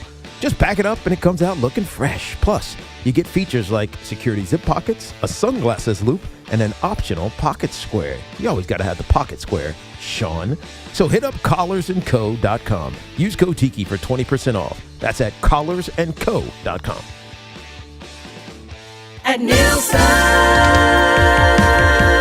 fun is in the driver's seat. Your best year starts with a savings. Don't miss the January Jumpstart event at Nielsen Dodge. That's right, Chels. We're ready to start your new year with low lease payments to get you driving. Lease a new 2026 Dodge Durango GT Plus all-wheel drive Hemi V8, just $299 a month. Or lease a new 2025 Ram 1500 Tradesman Crew Cab 4x4, just $359 a month. Or choose from hundreds of quality certified pre-owned vehicles. With zero down payment and the credit help you deserve. Come see all the great savings we've lined up so you can start your new year driving happy and hassle-free. Let the fun begin. On Route 10 in East Hanover. Online at NielsenDodge.com. A proud member of the Nielsen Auto Group. At Nielsen Dodge. Fun is in the driver's seat. Start something new sales event. With approval term Durango 36, Ram 42 months due at sign, Durango 55.99, Ram 59.54 at tax tag $498 dock and DMV fees.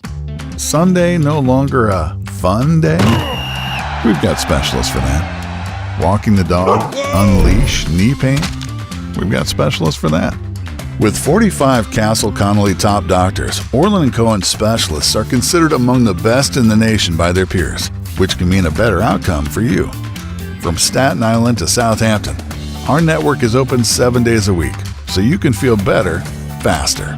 Visit OrlandCohen.com. Looking for Continental winter tires? Then head to Town Fair Tire, New England's largest volume discount tire dealer. We've got Continental tires in every size for every vehicle, in stock with more arriving daily, all at the guaranteed lowest price. And when you add the most free services for life, it's easy to see how nobody beats Town Fair Tire for your new Continental winter tires. And I mean nobody.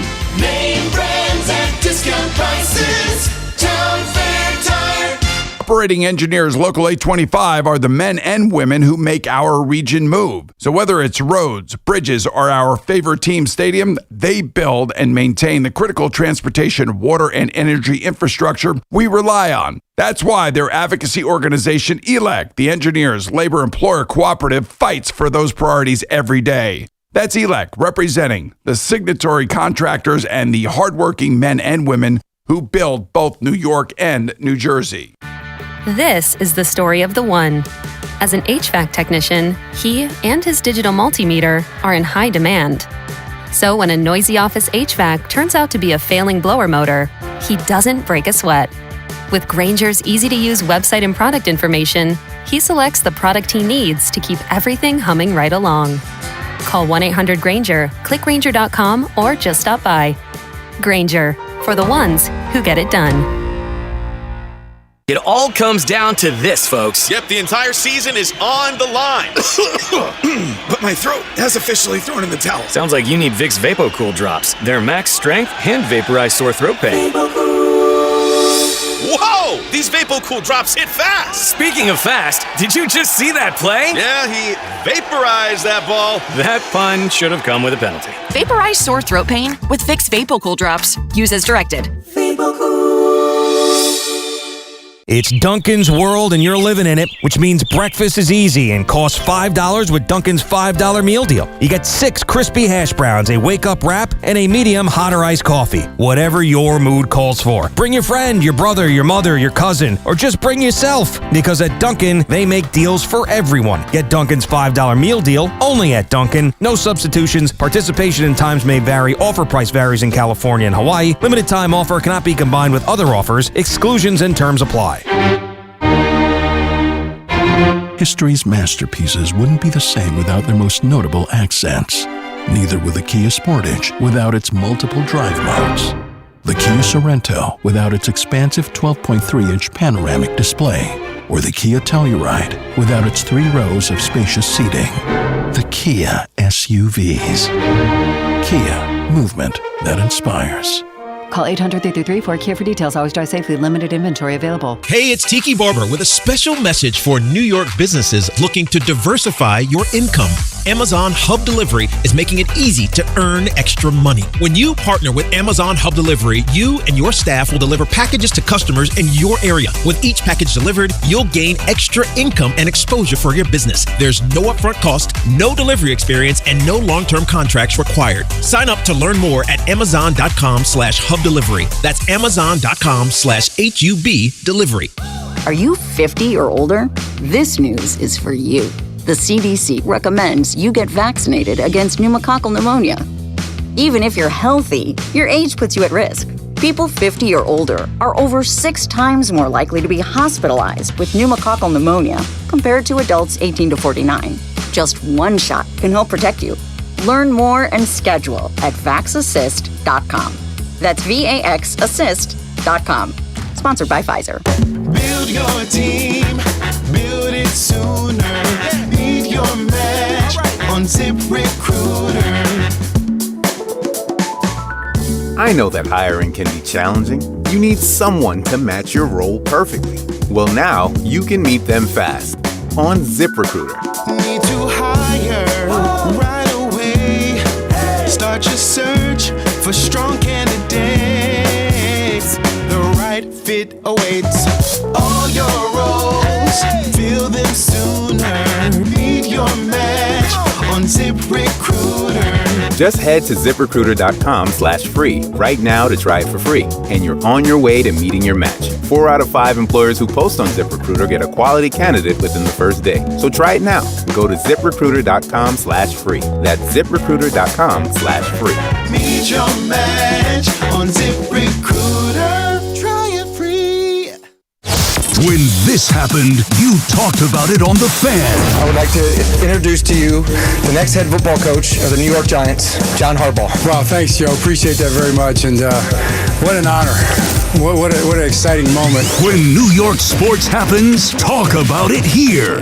The Fan, 101.9 FM, and always live on the free Odyssey app. How we doing? Evan Tiki here on The Fan.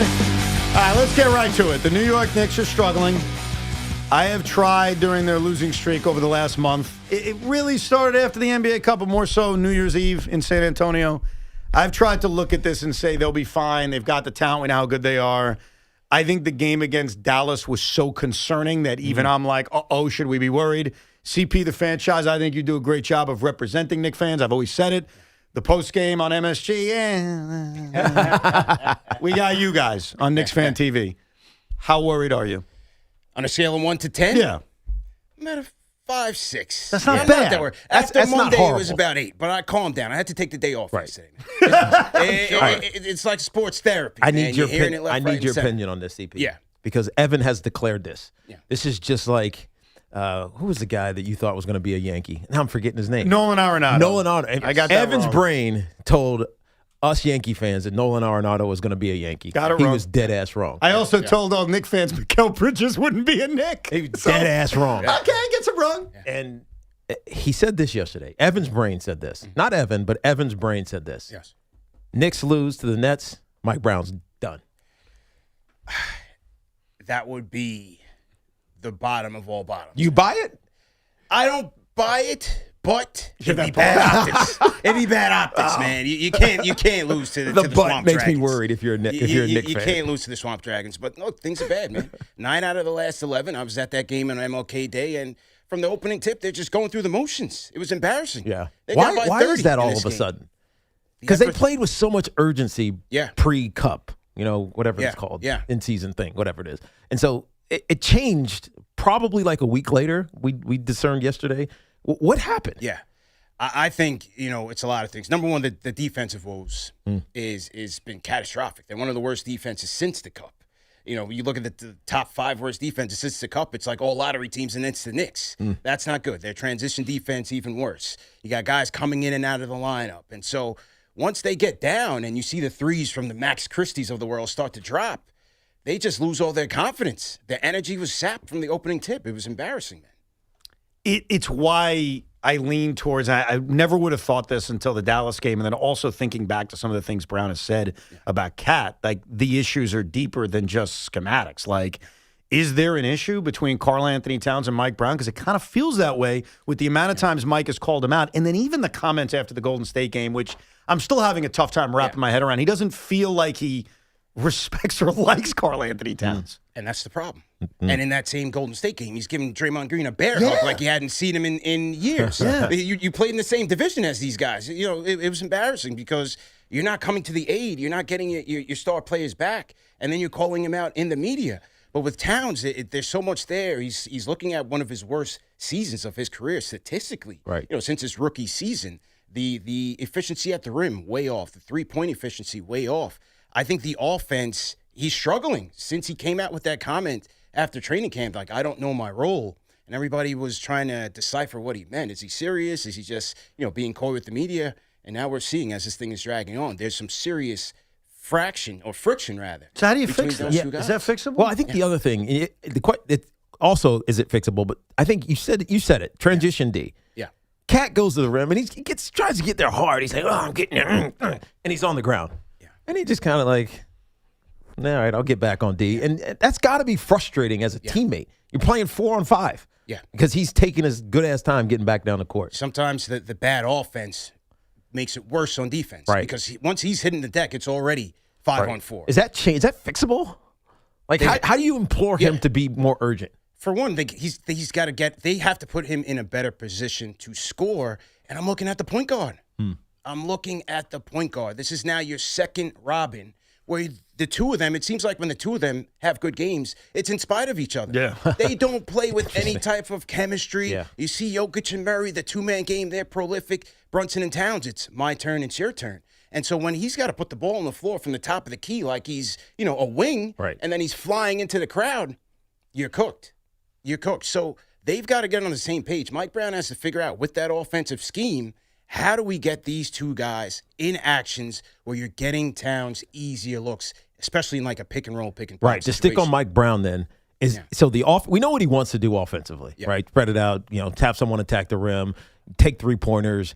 But does that need to change? And if it doesn't, because does he know any other way? Well, it's been said that he's made tweaks to the offense since the NBA Cup, and I don't know if that's in a way to give them better floor balance, especially defensively and in transition. I'm not sure what the impetus was behind him changing things. They were 23-9. They won the Cup. But clearly, these guys are not locked in. They have not bought into whatever changes have been made. So he has to get his two guys in that room and say, hey, what do we need to do to make sure that you guys are the best version of yourself? Is the aspect of Brown not respecting him, which it feels like he doesn't, can that be fixed, though? Or is this going to be one of those, one of them has to be off the island, whether it's trading Cat or, dare I say, and I agree it would be embarrassing, firing a head coach. It's Don Nelson all over again. That's the sense I've gotten. They can't do I know that, they can't, but do that. Can this work, though? The Cat-Mike Brown relationship. They got to give it time. They're about halfway through. There's time. You have the All-Star break. I actually hope that Karl Anthony Towns doesn't make the All-Star game. Go home, regroup, reset. Mike Brown, same way. Hey, maybe that's the time for them to get together. Go on a retreat or something, an off-site, and get on the same page. But for Mike Brown, especially that Golden State snafu, that's lessons learned. You can't do that as a coach of the New York Knicks. You just can't do that. You have to have the back of your players. It's all for one. Yeah, and you, Evan said this the other day. I didn't notice it, but James Dolan just got up and left, right? And that during the Dallas game. Stephon Bondi reported. I wasn't staring at James Dolan, but he reported that he left and didn't come back for the second half, which is a rare Dolan. So that could be telling. Yeah. And if Mike Brown is on the hot seat, I don't believe it, but Evan's brain is telling us that that's the case. What would they do?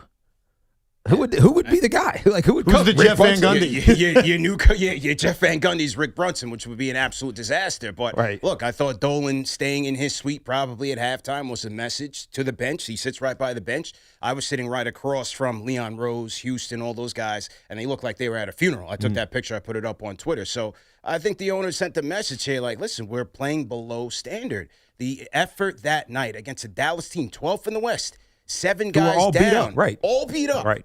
It was you can't have that. It was embarrassing. That's where, because I got to be honest with you, and it's probably because I'm not a Knicks fan. I'm able to just sit back and watch. And I've been thinking this entire year, you're getting to the finals. Like, no one scares me unless Jason Tatum truly is going to come back. Could that be the problem, though? That they feel that way? Well, that everybody felt that way. Well, they're playing that way because the effort in the Dallas game, and there's been effort questions for a while now, but the Dallas game was just so embarrassing that's what brought the concern level to me of, well, is there something broken? Is it more than just a team going through the motions in the middle of a long regular season who thinks they're great? It could just be they don't like each other. They're not listening to the coach. They played like a team that quit on the head coach. They did. I don't know if they all did, but it looks that way. Yeah, they did. And it was bad optics. But look, from my digging, you speak to the former players, you speak to people close to the team. Yes, they do factor in it's the dog days, it's fatigue and things of that nature. However, there does seem to be a divide and a disconnect in that locker room.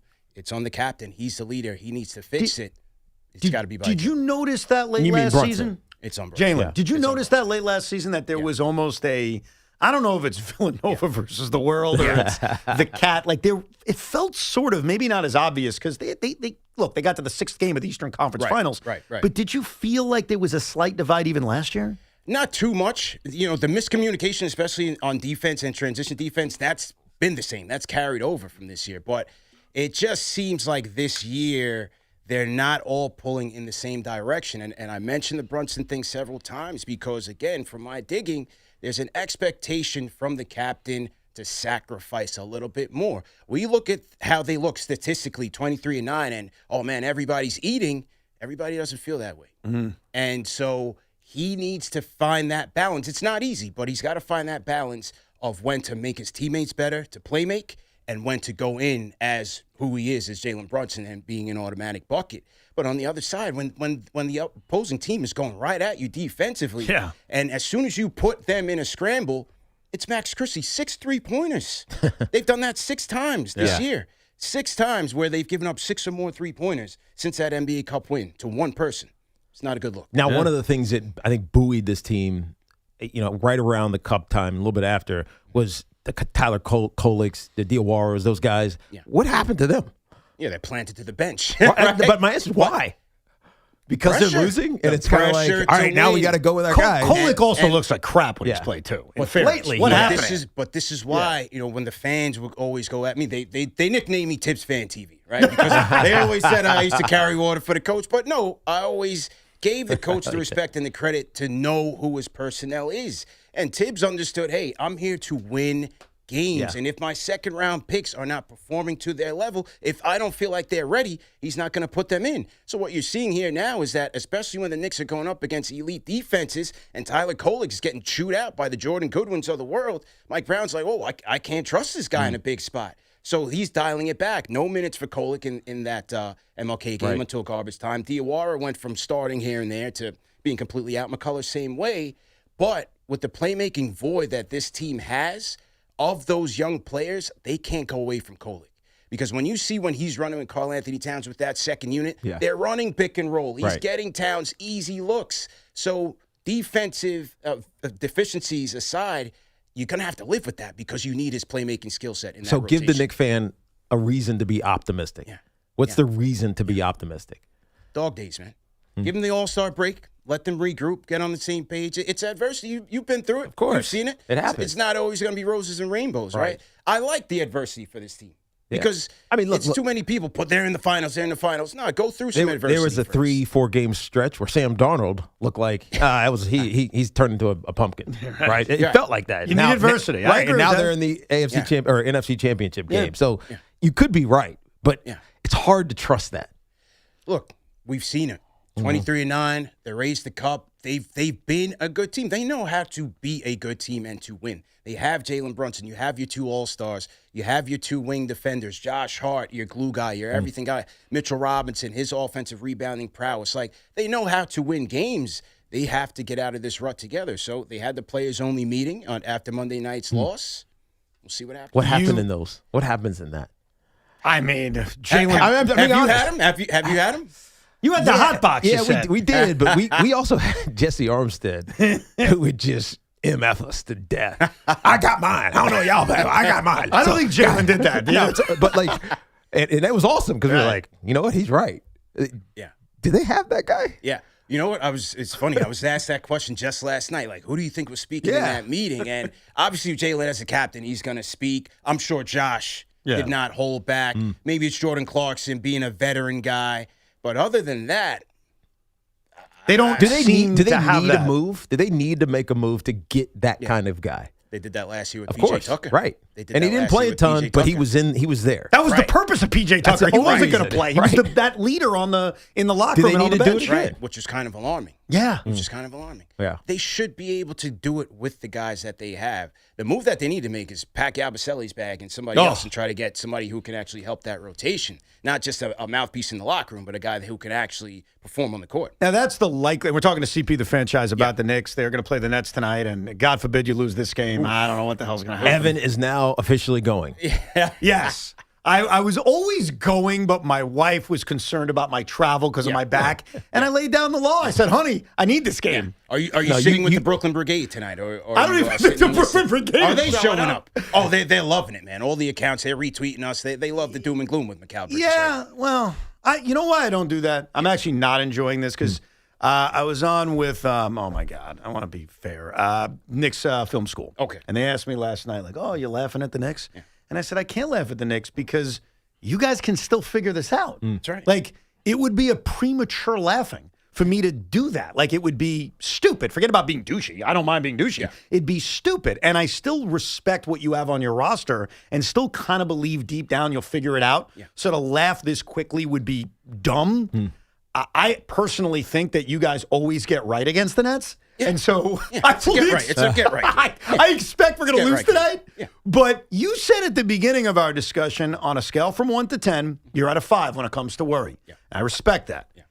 If somehow you lost tonight, what would that number be as you're doing Knick Fan TV tonight? Would it be 9, 7? Nothing changes to the playoffs. Really? Nothing changes to the playoffs. Anything's possible, man. We saw it last year. And not to lean on last year's success, You just never Okay, know. now let me They ask can you get this hot. way, because what I love about what you do is you talk to a lot of Knicks fans. Yes. That Ari in Manhattan guy, one of my favorites, basically said their future is screwed. Yeah. I got so happy when I heard that clip. I listened to it 5 times in a row. That was the clip that was retweeted by the Brooklyn Brigade. Because of the draft pick? Yes! Yes. Of course. Yes. If you're Yes. screwed, Yes. I'm happy. Yeah. What do most Knicks fans feel like right now? Are they as calm as you, or is there a panic of we have to do something big to fix this? Well, I'll tell you what, we were on for 3 hours on the MLK Day. Wow. Yeah. All right, so that'll tell you how they Putting feel. in work. It's the doom and gloom. It's, we need help. We need somebody to save us. But McCall and Cat, those guys have been in the crosshairs. Like McCall Bridges, for example. You can't have the effort that you had in Phoenix where Grayson Allen's making that extra hustle play for a 50-50 ball. Then you come back against the same Phoenix team, and Jordan Goodwin's doing the same thing. The guy is allergic to the free throw line. Yeah. You can't do that. You know why? What is that with him? Because we talked about this the other day. He was taking 3 or so plus free throws a game. Now it's less than 1 a game. He's a different player. Why? Player. I can't Is call that it. scheme? I Is that think also scheme? That's on the player, man. It's on him. That's on the player. I think he's a guy, he likes to get into that mid-range. And look, when it's falling, nice, but your shots aren't always going to fall. You know what I think it is? Yeah. I'm trying to be as fair as I can, because honestly, I don't dislike Mikal Bridges anymore. I'm over it. It is what it is. It was a business decision. We're all good. Yeah, but it still informs you in some ways. Well, it informed me because I watched him a lot. So I have, obviously, it's like, I've you watched know who him a he lot. should be. Yeah. I think the amount of games he's played and the amount of minutes he's played and the streak that he has, dude, I think it wears on you. Like, I think that maintenance stays, as much as old school NBA fans hate it, there's a reason it exists. Yeah. And this guy, to his credit, plays all the time. And there's a lot of people in the audience who love it. Oh, it's old school. It's great. I wonder if he's like, dude, I've taken so much wear and tear. I don't want the contact, because he is allergic to contact. It's obvious to anyone who watches. Right. And so when you try to figure out the why, I do come back to the streak and the amount of minutes he's played. Look, I personally, I can't fault the player for wanting to protect themselves, protect their body, and protect their longevity in this league, right? Some guys will put it on the line, some guys won't. But in this town, this is the town of Oakley, man. Like, I get you. You got to dig deep. And the guy on the other side of the court that was killing him, who I'd love for them to target at the trade deadline, Najee Marshall. Yeah. You look at his approach, he's going right to you. He's going right to the rack, straight to the free throw line, one of the best in the league at drawing contact. The Knicks don't have that guy. So when it's all feast or famine from 3 and there's nothing in between, plus they're below average defense, you get 30-point blowouts. Yeah, so I keep hearing this. No matter what we're talking about, a move needs to happen. Yeah. So what is that move going to be? That, for me, that would be my number one target. We have to look realistic. Right. Like the Giannis thing is that's just newspaper headlines. It's not realistic for you now. It's not realistic. No. They're not going to trade Karl Anthony Towns. It's still going to be a move on the margins. But I still think they need a guy like a Marshall who's gritty. He's a dog. He can get to the free throw line. And other than that, is it a Batum? Is it a Andre Drummond from the 76ers? Anybody but Yabusele can help at this point. I half agree with you from this standpoint. I think the Giannis thing is just, it's not realistic. And I think it's partially not realistic because he's not nuking it yet. He's not going crazy and demanding trades. Like, he drops hints like, I don't know if I'll be on the team He's at the on end the of this. He's on the fence too much, which I'm like, I don't want to hear that. I totally. And you don't want a guy like that, right? Yeah. Right. Well, you don't want a guy who's going to boo the crowd back, which he also did. As long as he doesn't give the thumbs down, he'll be all right. Or tell him to shut the bleep up like Julius Randle did. Yeah. So I think the Giannis thing is more for the offseason, just from I don't even know how you pull the trade off. Here's where I kind of disagree, and I'm just saying this again with surmising the Knicks. Mm-hmm.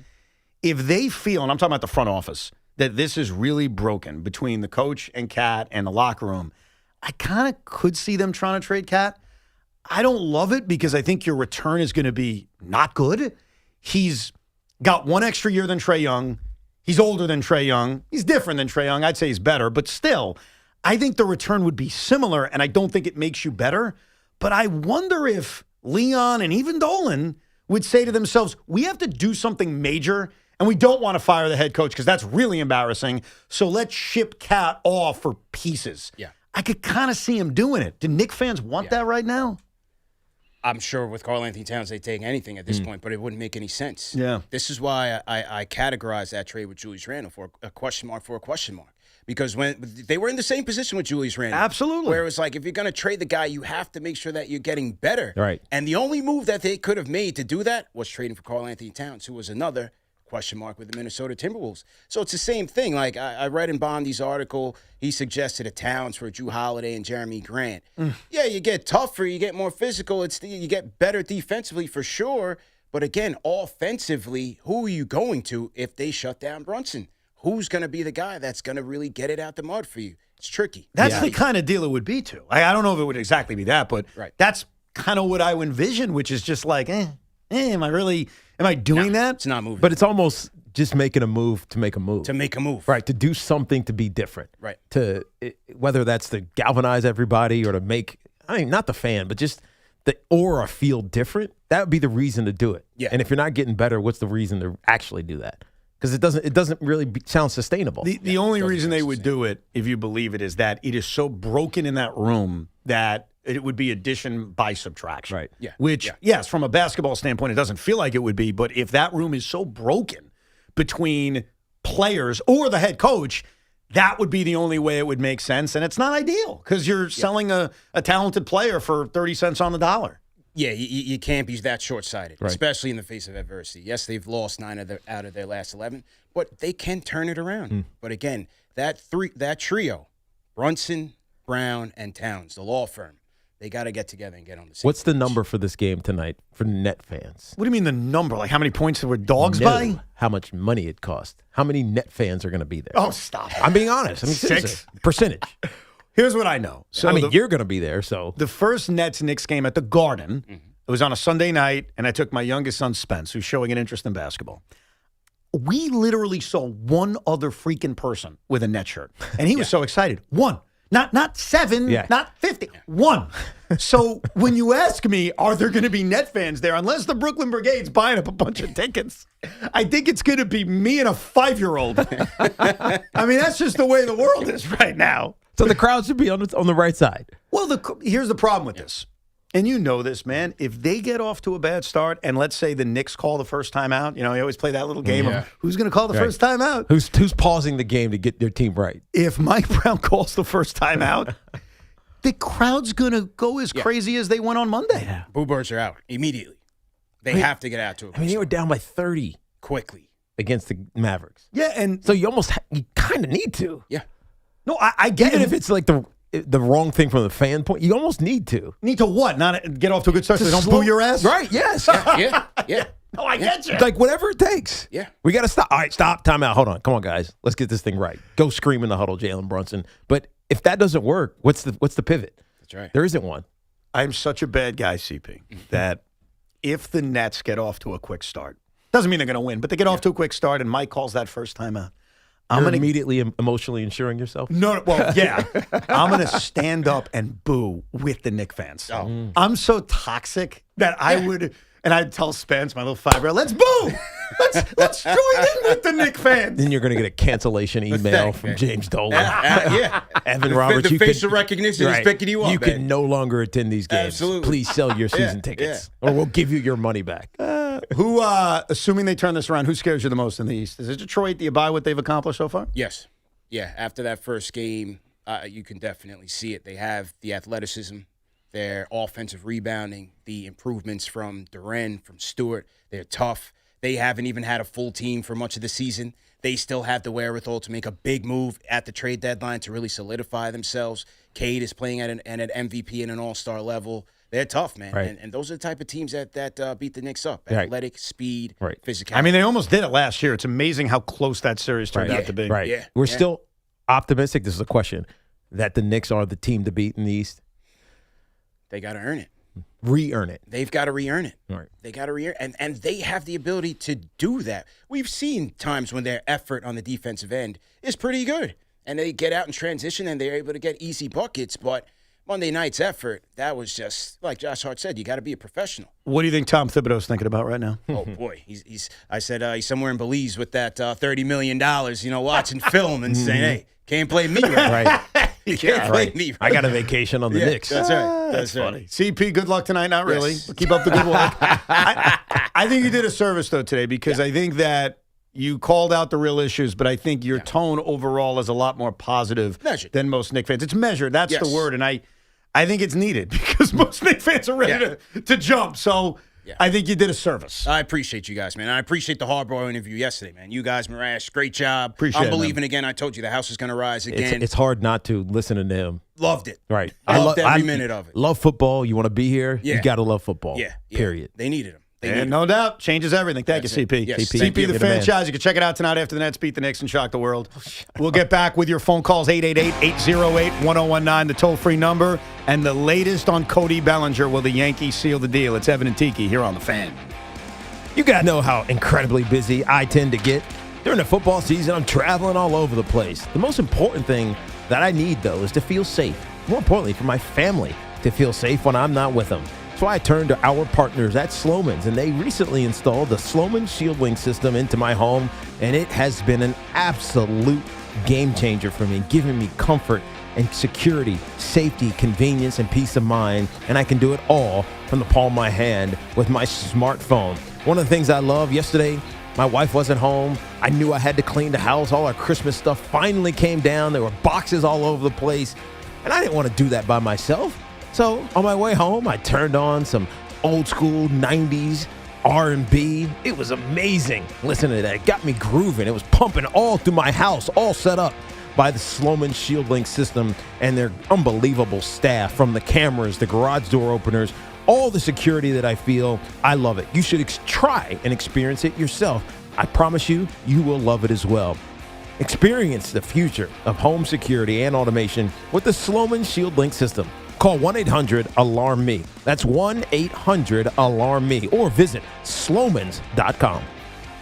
This Odyssey Sports Minute is brought to you by Dr. Jay Shah at Samwell Institute for Pain Management. Visit samwellpain.com. This is an Odyssey Sports Minute. Can we stop with the deification of poor Josh Allen? The man played one of the worst games of his career in Denver, costing his team their best shot to go on a Super Bowl run since he entered the league. If it had been any other quarterback, we'd be burying them. Instead, he's being treated like he's Mother Teresa. Don't get this twisted. Josh Allen cost the Bills their best shot at a Super Bowl in his career. Guess what? He's not getting any younger. I'm Chris Mack.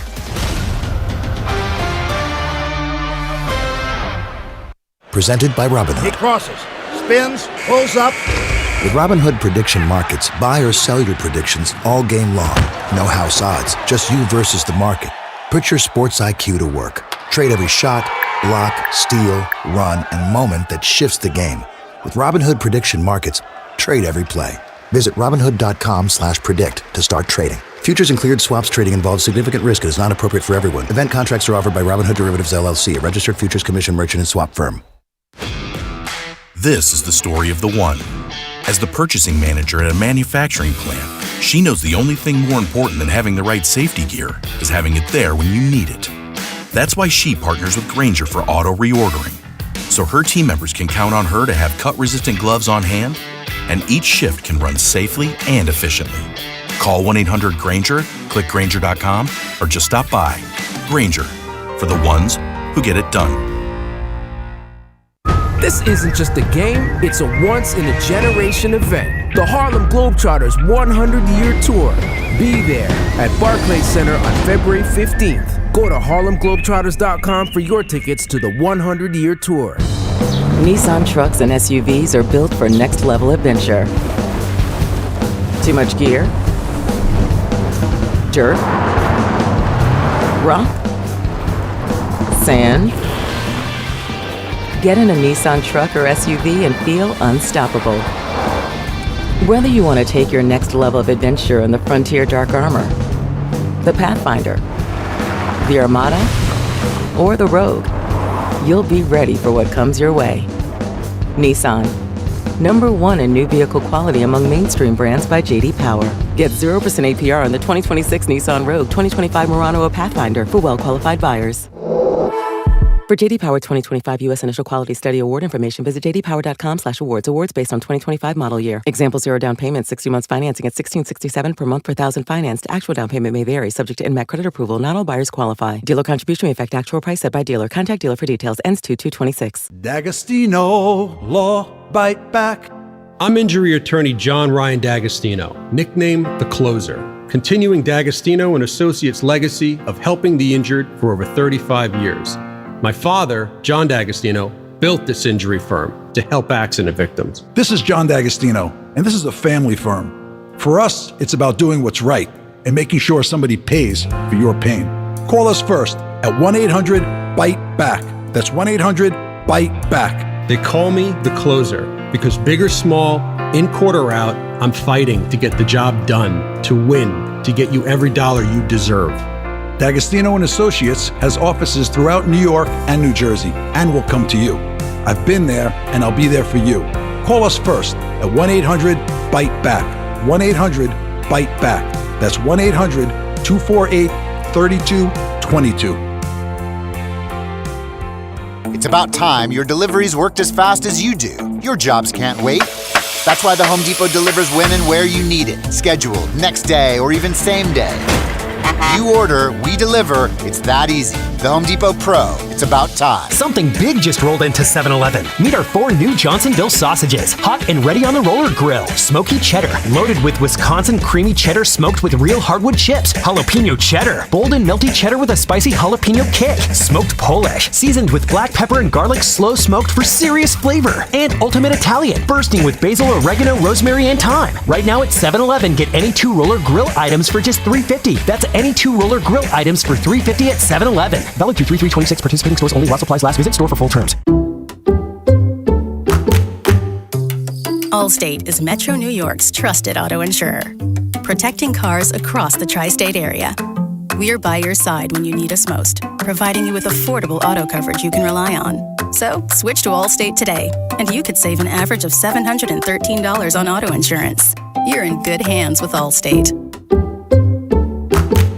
Based on the national average annual savings for new customers surveyed in 2024, savings vary, subject to terms and availability. Paramount Plus is the new home of UFC, and we're coming out swinging with UFC 324. Oh, what a shot! And 325. Boom! On back-to-back weekends, the new era is here. It's time!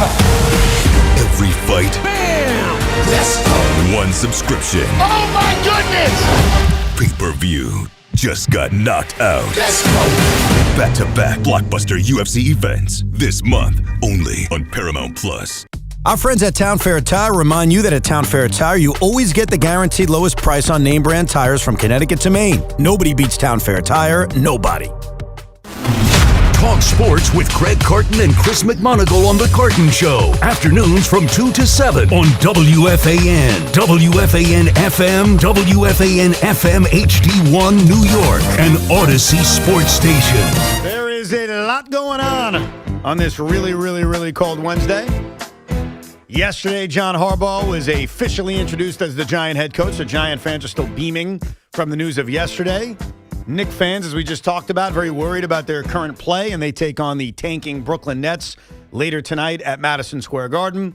And then late last night, the New York Mets made a trade, which is a very good sign for the New York Yankees. They acquired Luis Robert Jr. for Luis Angel Acuna, and Luis Robert Jr. will hopefully have a bounce-back season after 2 down years with Chicago, and a change of scenery will help him. And the New York Mets have essentially, barring something unforeseen, have finished off the artwork of the position player group. And I mentioned this at the top of the show, and I stand by it, which is the Mets probably made a big offer to Cody Bellinger, and they do not expect him to take it, which we talked about the other day and said, why would he? I mean, he's 31. He's going to take a short-term high AAV offer from the Mets as opposed to what has been widely reported, mainly because the Yankees couldn't wait to leak it out, a 5-year, $165 million deal from the Yankees? The Met offer is not better, and the Met situation is not better. So what we learned, I think, by the Robert trade is that the Mets expect Cody Bellinger to pick the Yankees, and Yankee fans, as we sit here in the middle of January, and you literally have added one player from outside of your organization via trade with the Miami Marlins in Ryan Weathers, I expect that you're going to get Cody Bellinger back soon. And what I don't know is your reaction to it is going to be what? Sense of relief, happiness, celebration? Like, it's not celebration. It'll be relief and happiness from the standpoint of, all right, the Yankees are set to compete and try to go be the best team in the American League next year, and we'll worry about a World Series when we get to one. Which I find interesting because at the beginning of the offseason, we did this fun thing where I said, all right, everybody lay out your Yankee plan. and we all had really extensive plans. Unless the Yankees make another move, they trade for Freddie Peralta, something like that, they haven't done any of it. They haven't. So was the bar set so low that if they just bring Cody back, you would be like, all right, I'm good. Even though if I told you that in November, you would not have been happy. Yes, but remember in November, and I think at the time we did this, I also did not expect Trent Grisham to accept the qualifying offer. And I think that threw everything into a wrench. That was $20 million locked up. So I think that changed everything. So they need Bellinger's bat at this point, and they mainly need it because Bichette is gone, Tucker is gone. Any backup plan they would have had is off the board. So if he goes and signs with Toronto now, what do they do? Well, I'm going to tell you something that's really boring but really true, and I don't think people really want to hear it, but I'm being real as we get closer to the baseball season. The New York Yankees have a real chance to be significantly better than they were last year, even though they won 94 games and haven't had a sexy offseason. How, you ask? It's kind of simple. How? Oh, is that a real how? How? How? Because you have a lot of young players who could get significantly better. Yes. Starting with Jason Dominguez, who didn't really get that full opportunity a year ago, and even Spencer Jones, who has a chance to be on this team. And even Ben Rice, as productive as he was last year, he was blocked for portions of the season. He's going to be the everyday first baseman. Austin Wells has a chance to bounce back from a sophomore year that wasn't as good as his rookie season. And then when you look at the rotation, it's going to start with injuries, but it's going to feature Garrett Cole for a part of the season when you didn't have him at all last season. And even that's a big part. The guys you added at the deadline, like Ryan McMahon is your third baseman. Meanwhile, for the first 4 months of the year, you were trotting out Oswald Peraza and his 157 batting average. That's not entirely true. The first month was Cabrera, who had a good month until he broke his ankle in Seattle. Okay, so from May to July. I think that's fair. Correct. And then you had the Anthony Volpe issue. And now you've got Caballero, who could play the position. So might be better. The guys you acquired at the deadline last year, unlike what the Mets did, they brought in rentals. You brought in guys who can help you in year two. And Ryan McMahon, as flawed as he is a major upgrade over what you had prior to the trade deadline at third base. Jose Caballero may be a major upgrade over what you had at shortstop. Bednar might not be blowing the games Devin Williams blew earlier. Absolutely. You had a guy lose his closer's job, then get it back, and then a reliever got hurt, and then he came back, and he wasn't good. Like Luis Heel was not there at the beginning of the year. So now a lot of those things are questions. I can't guarantee them, but those are your reasons why, despite not having a sexy offseason, I can certainly make the case you can improve by 5 games, win 100 games, and win the AL East. Right. And Toronto lost Bichette, and obviously, Boston lost Bregman as well. So yeah, that's but important. that part's not fair. See, you took it to a wrong Why? step. Because Toronto also added Dylan Cease, and you never mentioned it. Or Okamoto, you never mentioned it. You just brought up the guys they lost. Well, first of all, same thing with Boston. Like, yes, they lost Alex Bregman 100%, but they added to their rotation significantly. And you can save the tape. I don't care. I'm not scared of Dylan Cease. I'm sorry. That's good for them. Nice little cute sign, and they finally got somebody like Tim Hortons over Duncan. Good for them. And the Orioles added Pete Alonso. Great. Don't. Great. Don't be mean about I'm him. not being mean. I think Pete's going to hit a lot of home runs for them. They'll remain irrelevant. My point isn't even about the AL East. I get that these teams have gotten better, and you want to argue they haven't. I'm merely saying that despite having an offseason that if I told you it was going to happen in November, you'd be disappointed by, there are a lot of reasons why the Yankees could be improved. But people don't want to hear it because you're banking on things you don't know. Correct. And I'd say the same thing about the Mets. When you're banking on things you don't know, no one wants to feel confident about that. Right. And credit to the Yankees for basically mind-blending us all into lowering the bar and accepting this, too. Yeah. And making us happy with the ordinary. No, that's what happens. It is. Look, it weirdly happened to a degree with the Mets. You take such a beating losing Edwin Diaz and Pete Alonso. You're just so excited when you add guys who are competent major leaguers. And it's what makes the offseason so weird because in the NBA and the NFL, it's instant. So your bar doesn't change that much because it was 2 weeks ago. In baseball, dude, it was months ago. Like when we sat there and we laid out our Yankee offseason plan, it was in early November. Mm-hmm. Haven't even carved that turkey yet. Yeah. Like the Giants still had Brian Daboll as their head coach. That's right. It was a different planet. Anyhow, let's get to some of your calls, and then Sean will feed us with his Cinco de Luncho. 888-808-1019. Victor's out in Sacramento. What's up, Victor?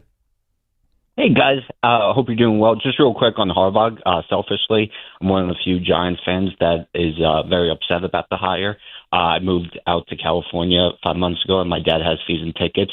I swear I thought I had another couple of years of them sucking before I had to go back. So I will be going into debt going back for home games. But just real quick on the Mets, Evan, and you kind of alluded to it already, but me and my dad were talking. So when Cohen came aboard as the owner with his money and everything, and even Stearns, I just thought they were no longer going to be that team with question marks across the board. And I thought, and what I really wanted is ball players at their natural positions. And I think one of their biggest problems last year was they were so reliant on bench or utility guys in everyday positions. And listen, Luis Roberts, I do think overall that was a good move defensively because he's a true center fielder.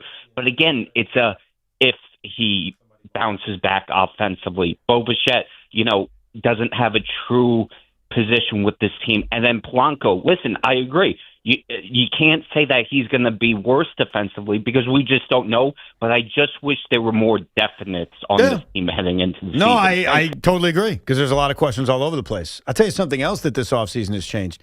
David Stearns and Steve Cohen, really David Stearns has shown us that he really wants to give out short-term contracts unless you're uniquely special like Juan Soto or Yoshinobu Yamamoto.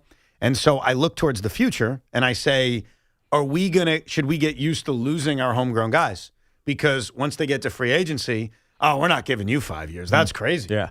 Like, I love Nolan McLean. Should I prepare that in 6 years they're just going to let him walk away? Yeah. But so it leads me to believe they should lock up their young players to long-term contracts the way small market teams do. Yeah, no, I think you're right about that because as much as we don't want to acknowledge it, David Stearns is going to run it like a small market. And I don't mean that in the traditional sense of a small market team that doesn't have any money, so they got to be prudent about who they sign and whatnot. But if Nolan McLean is great for 4 years, he's still not signed a long-term deal. We're going to lose him. You're going to lose him. And he's going to go someplace else. And maybe he only has 2 or 3, let's call them great years ahead, but at least he's not a liability in the mind of David Stearns. Yeah, and it's not about affordability. It's about he has told us with 3 years of proof he doesn't want to give long-term contracts to anybody unless you are so incredibly unique, like Juan Soto or Yoshinobu Yamamoto, who we admit are 2 free agents that they're comets in the sky. They don't happen often.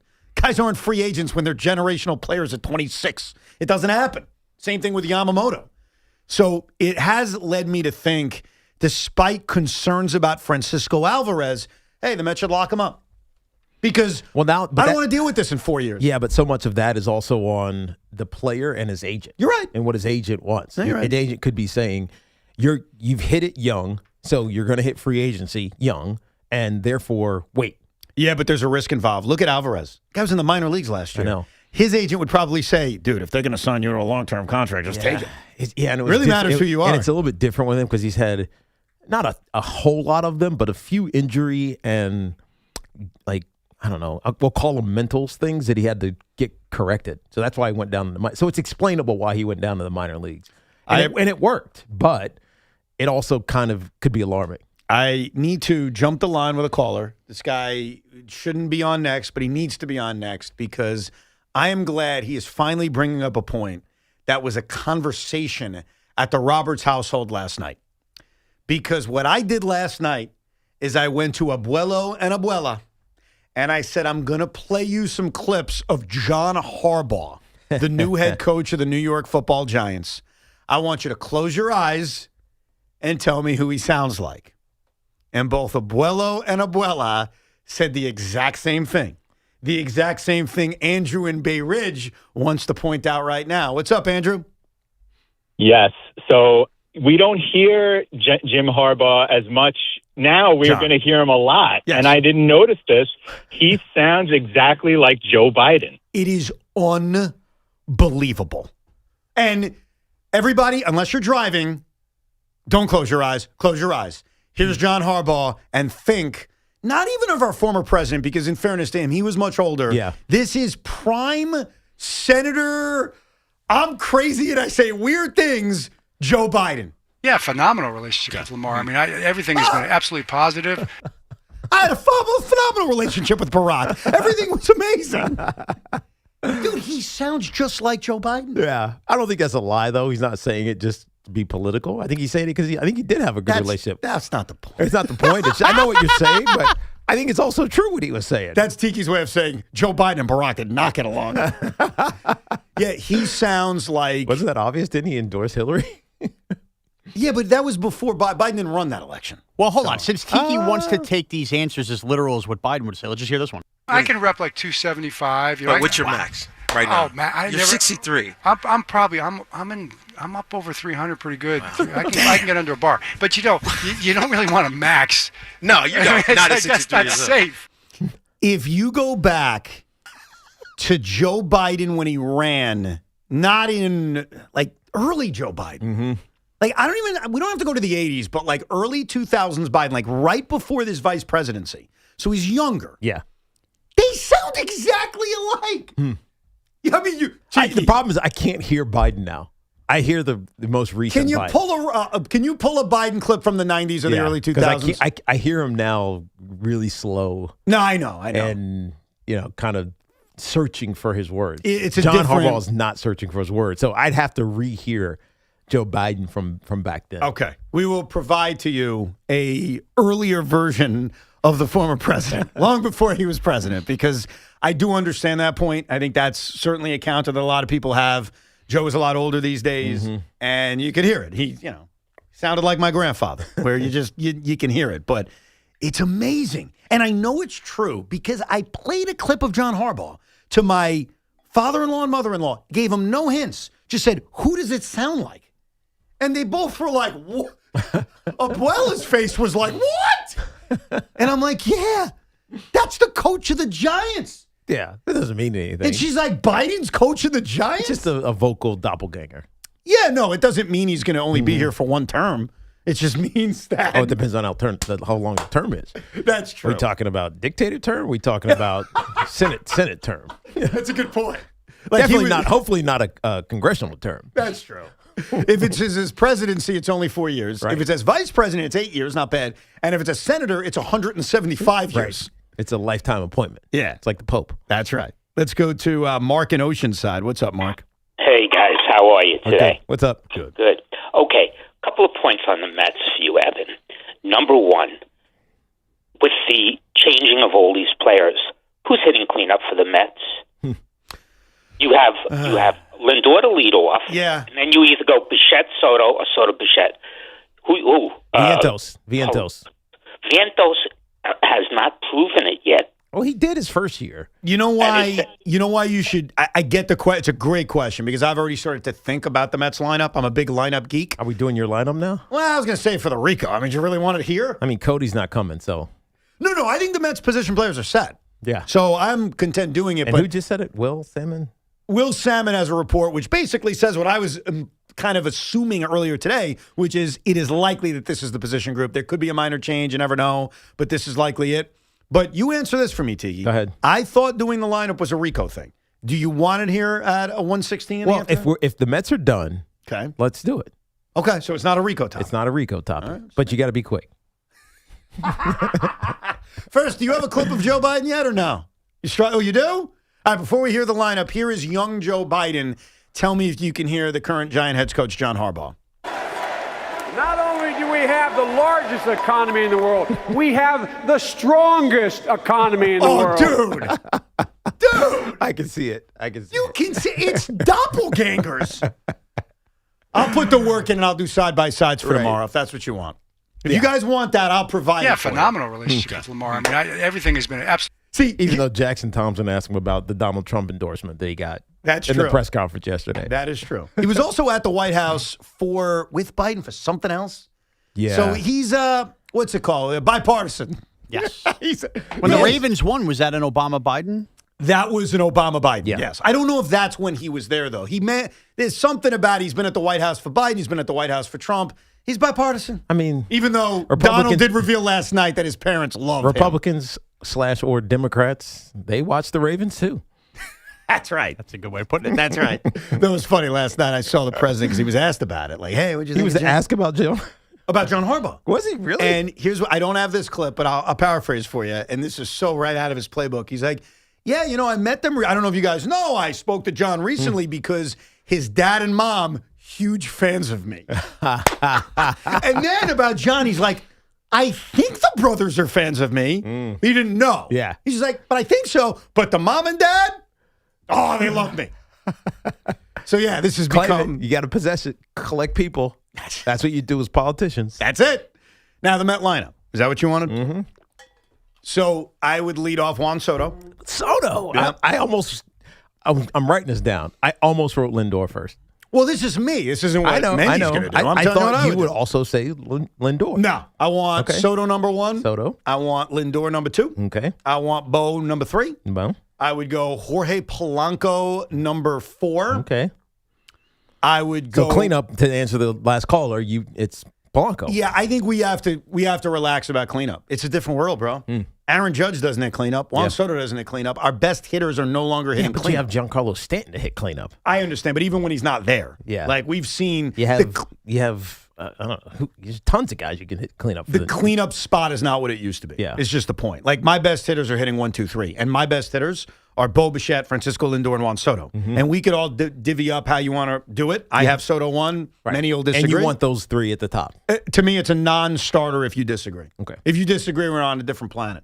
So I agree with you. I was only thing I'd have flipped was Lindor because he's been the leadoff. That's fine. Yeah, I don't want to do that. Okay, good. Keep going. Soto, Lindor, Bichette, Polanco, Simeon, Beatty, Vientos, Alvarez, Robert Jr. 9th.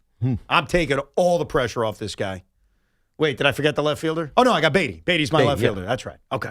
And maybe bench once he's here. Right. But I would actually hit Robert Jr. 9th because, A, he steals it to the bases. God, you scared me. I was writing. We got breaking news. Breaking news. I don't know what it is. Can I predict? Yeah. I'm going to say the Cody thing finally happened. It's He's done. back with the Yankees. In the midst of the Bo Bichette press conference, Cody Bellinger's deal for the Yankees is for 5 years. Sources tell ESPN, according to Jeff Passan. You nailed it. They did it. You nailed it, Sean. I told you they were going to leak this. The conference. I told you they were going to leak it in the middle of Bo Bichette. The Yankees leaked out the Cody's re-signing in the middle of the Bo Bichette press conference, and you said it. I said it this morning, pre-show. I said it on the air. I told you this was happening during the Bichette press conference. So congratulations, Yankee fans. Cody's back. What's the contract, Jeff? We only have the 5-year part of it. We don't have the money And yet. what was it reported? 5 years, 160? That was the report. That was the report. Yeah. So let's just assume it's somewhere around there. With opt-outs. That was the other thing. Right. That they were willing to give him opt-outs. So we'll see if that's a part of this contract. But Yankee fans, it was a standoff. It was a long standoff. And Cash held his ground. He cut Brian Cashman at House Unless he Steinbrenner. didn't. And Well- the deal is different than what we heard. No, I mean, if it's 5 years, did he say 5 years yet, Sean? 5 years. We don't have the money. So it's Passan is likely saying closer 5 years. to the same. Yeah, I think he held his ground. Yeah. And rightfully so. It's very similar to last year when Boris did it with Alonso. Like, you know you're negotiating against yourselves. Yeah. It sounds like Cody just finally said, let's get it done. Yeah. And this is the best offer I'm going to get. Are you happy, Sean? Are you happy? I'm thrilled. Hold on. Big Mac's feeding me more information. I'd ask Big Mac his opinion, but I think he wants to save it for his show. 160, 2.5. 160, 2.5. What does that mean? The money. Oh, okay. So it's exactly what was reported. Yeah. How about the opt-outs? We got any opt-outs in here?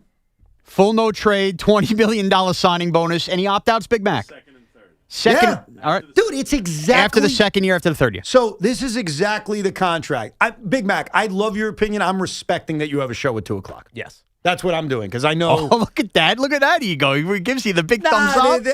I love Big Mac, and he has a show at 2 o'clock. People are going to tune in to hear his opinion. They're not going to tune in to hear Craig's opinion. Right. So let's hear your opinion.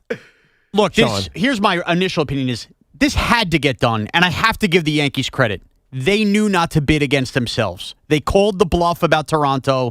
They called the bluff that he wouldn't take some of these short-term offers with the Mets. And the moment the Mets pivoted last night and signed or traded for Lewis Robert Jr., they probably called up Scott Boras and laughed at him and said, so what are you going to do here, pal? Now what? You're running out of chairs. And the Yankees themselves were running out of spots to put it, but it was a hoop links first. They knew Bellinger deep down wanted to be a Yankee. We had heard that all last year.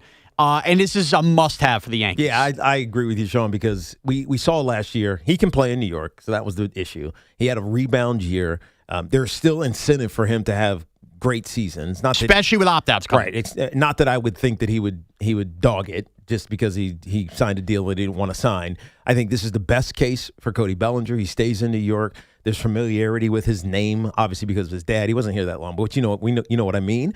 And he looked like a Yankee last year. He felt like a Yankee. He did. After years of trying to find his long-term home, this makes perfect sense for all parties. He benefited from the short porch, which is a huge positive. And so why would you want to go away from that? Uh-huh. He benefited from being in a lineup with Aaron Judge. Why would you go away from that? Yep.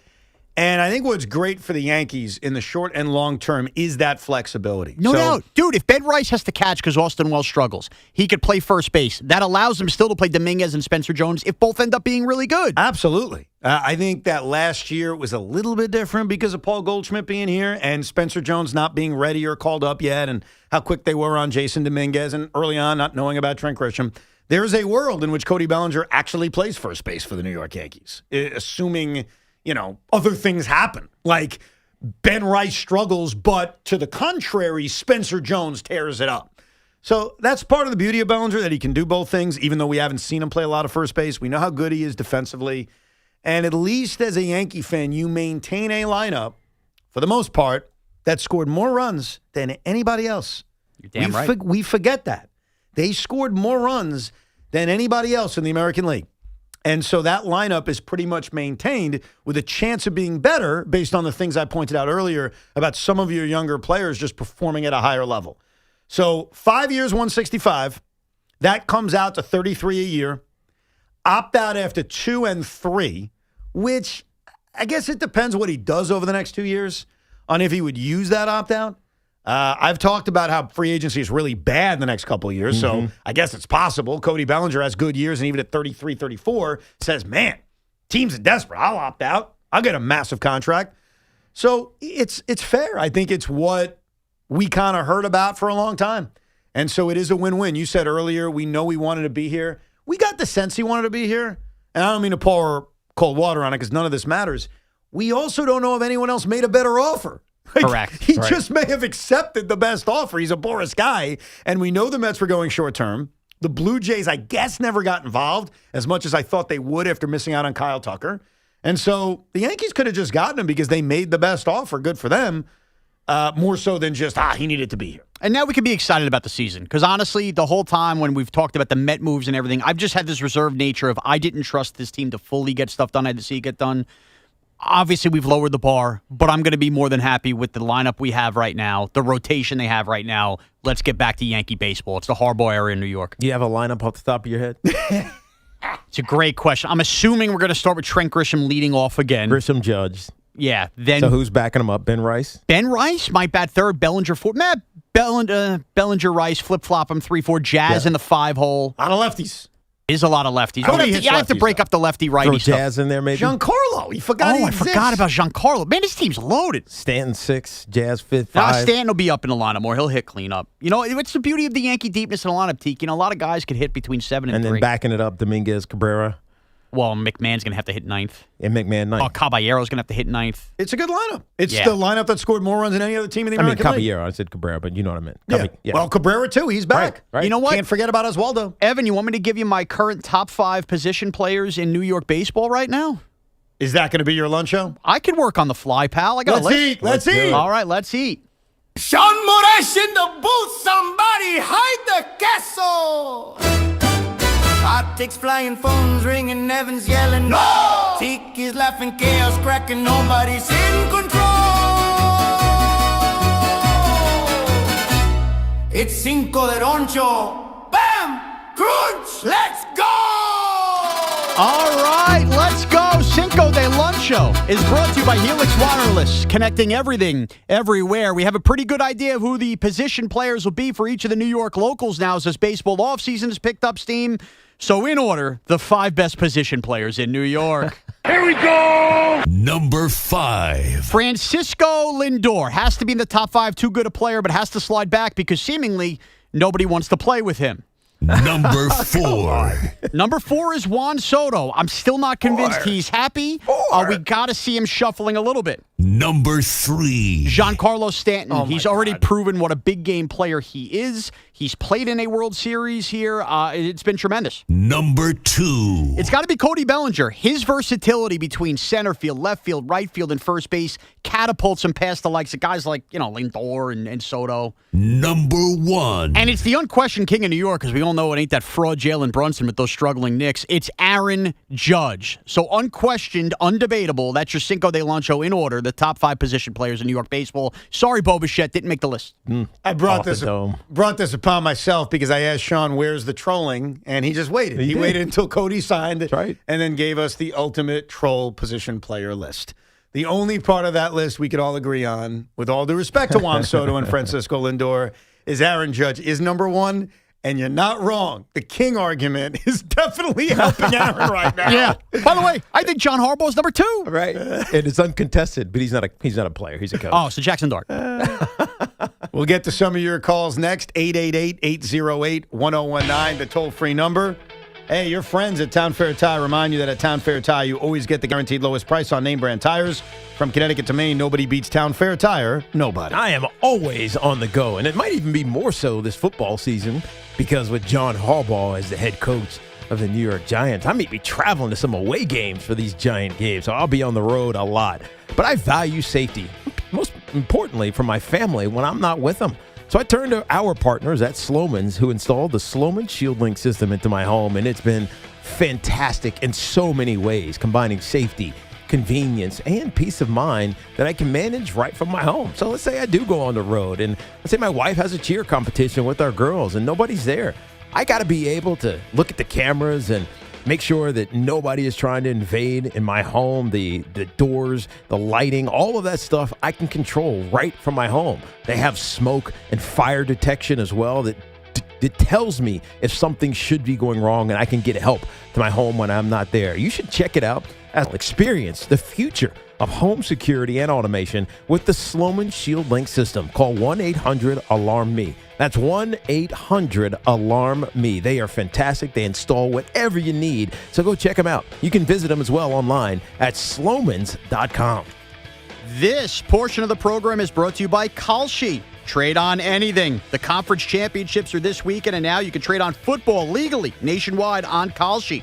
Right now, LA is trading at 42% to beat Seattle. A $100 trade pays out $228. Use code FAN to get $20 when you trade $100.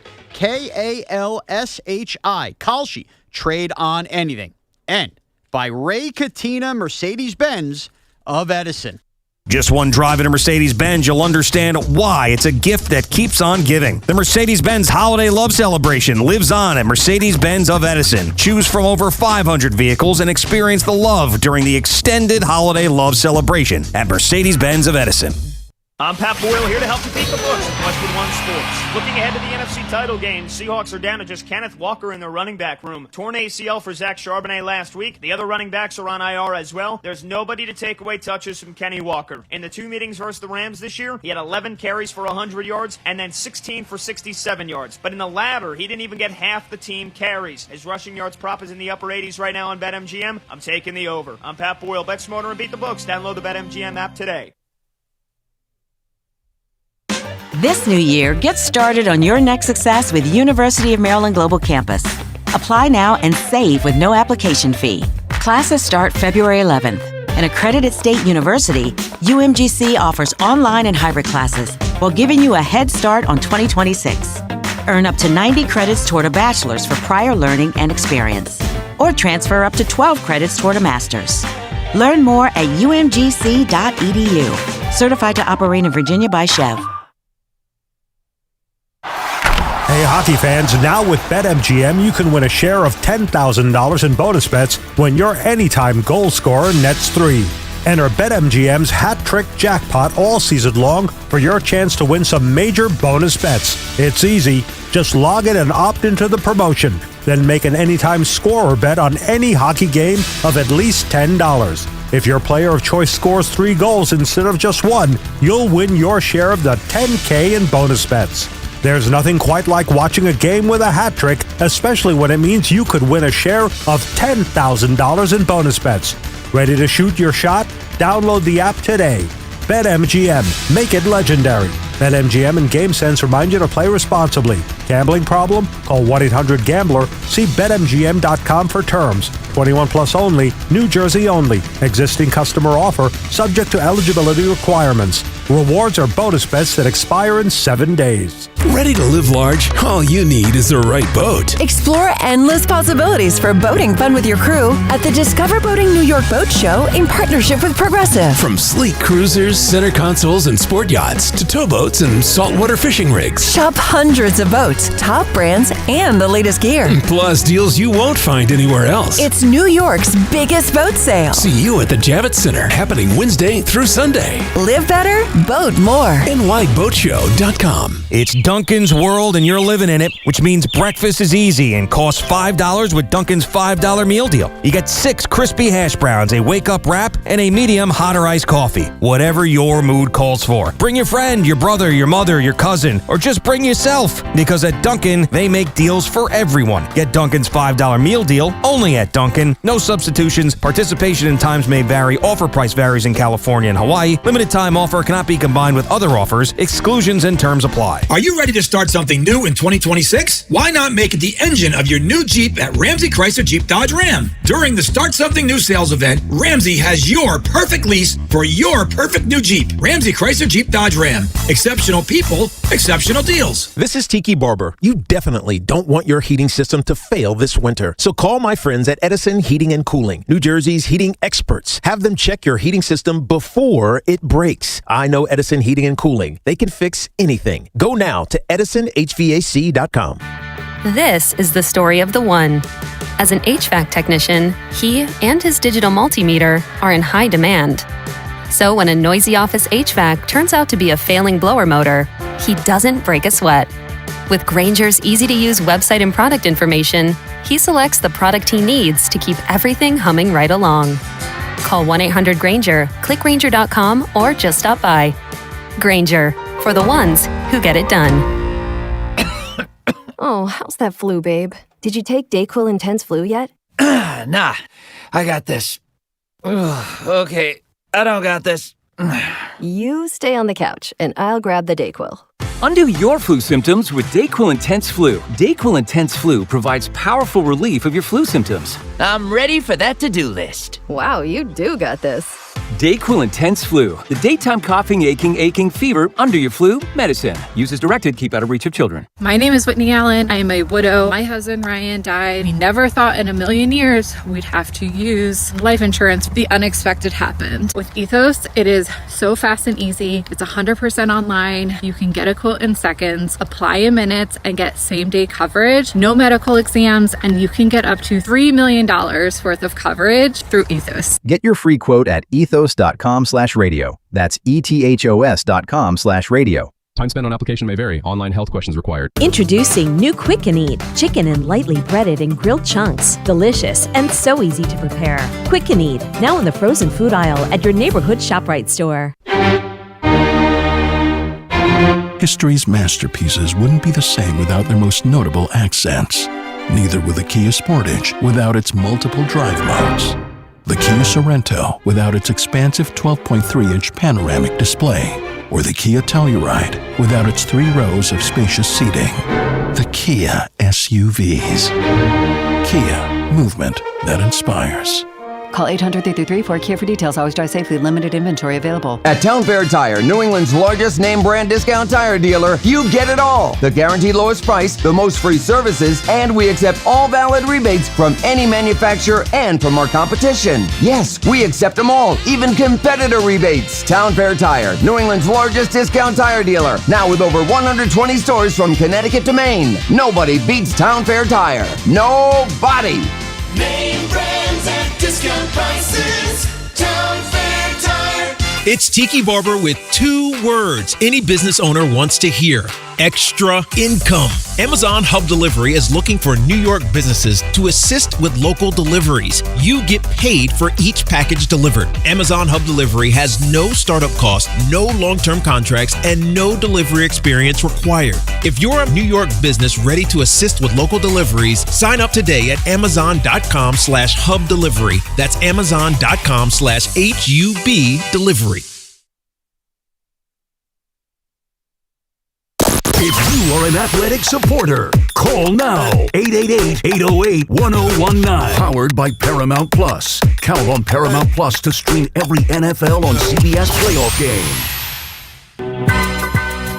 A very busy Wednesday. The New York Yankees are bringing back Cody Bellinger officially on a 5-year contract.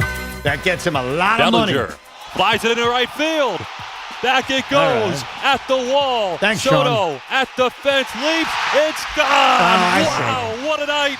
What a night. I see what you did there. Perfectly timed, Troll. Perfect. That was the Sunday night game between the Yankees and the Mets that we were at. I think we sat in a luxury suite that night. And I only noticed that because of Soto jumping in right field and the huge night that Cody had. Well, this isn't about me. This is about you because I think this was always about the Yankees retaining Cody Bellinger more than the Mets stealing him. And I think with what the Mets have done this offseason, and certainly with the Robert trade last night, it was clear that they were likely not stealing Bellinger's services. So this is about you. You don't have to troll me on it. I'm not upset. I'm not devastated. Hell of a player. No, he's just making fun of Soto. That's all. Is that what that was? That's all that was. I mean, he was ahead of him on my Cinco. And if you will, Evan, allow me just real quick. The Fan Focus is sponsored by Chef IQ. Precision cooking, effortless results, chefiq.com. Yes, the breaking news is something stupid was going on in Queens. The Yankees have agreed to a 5-year deal with Cody Bellinger. Also tonight at 7:30 is likely the biggest Nets-Knicks game since KD was in Brooklyn. The Knicks, losers of 4 straight and 9 of their last 11, have to be feeling the pressure to right the ship versus the lowly cross-down team they pretend not to care about. Mike Brown watch could be on with a loss, and Evan Roberts will be in the building. I'm in the building. I'm taking my 5-year-old son, Spence, who went to the first Nets-Knicks game at Madison Square Garden. The game was non-competitive. It was a mess. So hopefully tonight there will be some joy. There'll be some excitement for me and him. Not really for you guys, but that is a game you'll hear right here on WFAN. And here's the best part. If somehow the Nets beat the Knicks, the best part is after Chris Carino signs off, he hands it over to Tommy Lugauer. Tommy actually called out sick tonight. No, he didn't. No, he didn't. Nah, he did. I was going to say, is he going? No, no. Did you give him tickets, Evan? I will tell you He's that. going with our friend Kerry? There was a chance I was going to take him. He was actually number one on my non-kid list. That if my wife had said, look, you can go to the game, but I don't want you driving home and then driving back, which was on the table, I was 1,000% taking Loogie. So, wow, good for you. He didn't lose out to anybody other than family, which I think he understands and respects. But yeah, Tommy after the Knicks-Nets game could be unbelievable. He is your eldest son, though. Tommy? Yeah. He kind of is. But I still put my younger son slightly ahead of him. And by eldest, he's only 2 years younger than you. Your actual son. Yes, he's not my actual son. But Cody Bellinger is back. Here's the some details on the contract, which is sort of interesting. It's a 5-year deal, $165 million, but he's getting a $20 million signing bonus, and then $32.5 million in 26 and 27. So if he opts out after year 2, he would have already collected $85 million over the first 2 years, including that signing bonus. So there is motivation for Cody to opt out. But at his age, it would need big years. It's a good thing, guys, if Cody opts out because it means he had 2 great years. Yeah, but is he getting something else bigger down the line? Well, and maybe he might. Well, at that point, all you need is a 3-year deal. Yeah, because think about it. Yeah, That's true. It's a good point. It's possible to match what the deal actually is. No, you're right about that. It's possible. I think he has It's a good deal for Cody. I think it's a good deal for Cody. I think it's a fair deal for the Yankees. It's one of those things where you shrug your shoulders and say it works for everybody. But the real winner here is Sean, because Sean Morash earlier in the show when we talked about Cody and the impact of the Robert trade, he said Cody will sign today at around 1 o'clock because the Mets are having a press conference for Bo Bichette. Right, your 1 year acquisition. Right, the Yankees are going to steal the spotlight. And I said, do they even really care? But they did do that, which leads me to, do you think that was done on purpose? Do you think Sean was right? Doesn't it have to be right? Not really. And he's not. Look, the fan who cares about the Mets, they're dialed into the Bo Bichette press conference, which was actually a press conference, not a Zoom. They were in person doing this, and as Sean was speculating on, it wouldn't be the fans for the Yankees or the Mets. It would be the media members that are, kind of cover both in that press conference. Now looking at their phones, going, look what Bob Nightingale is saying, or look what Passan is saying, and that's what ultimately becomes the stealing of the spotlight. So do you think the Yankees did it on purpose? I think they had to. The Mets also led the horse to water there by making the Luis Robert Jr. trade, Yeah, too. no, but that's what I think happened. I think that Boris knew, all right, the Mets' last and final offer, here are the offers, let's just make a decision.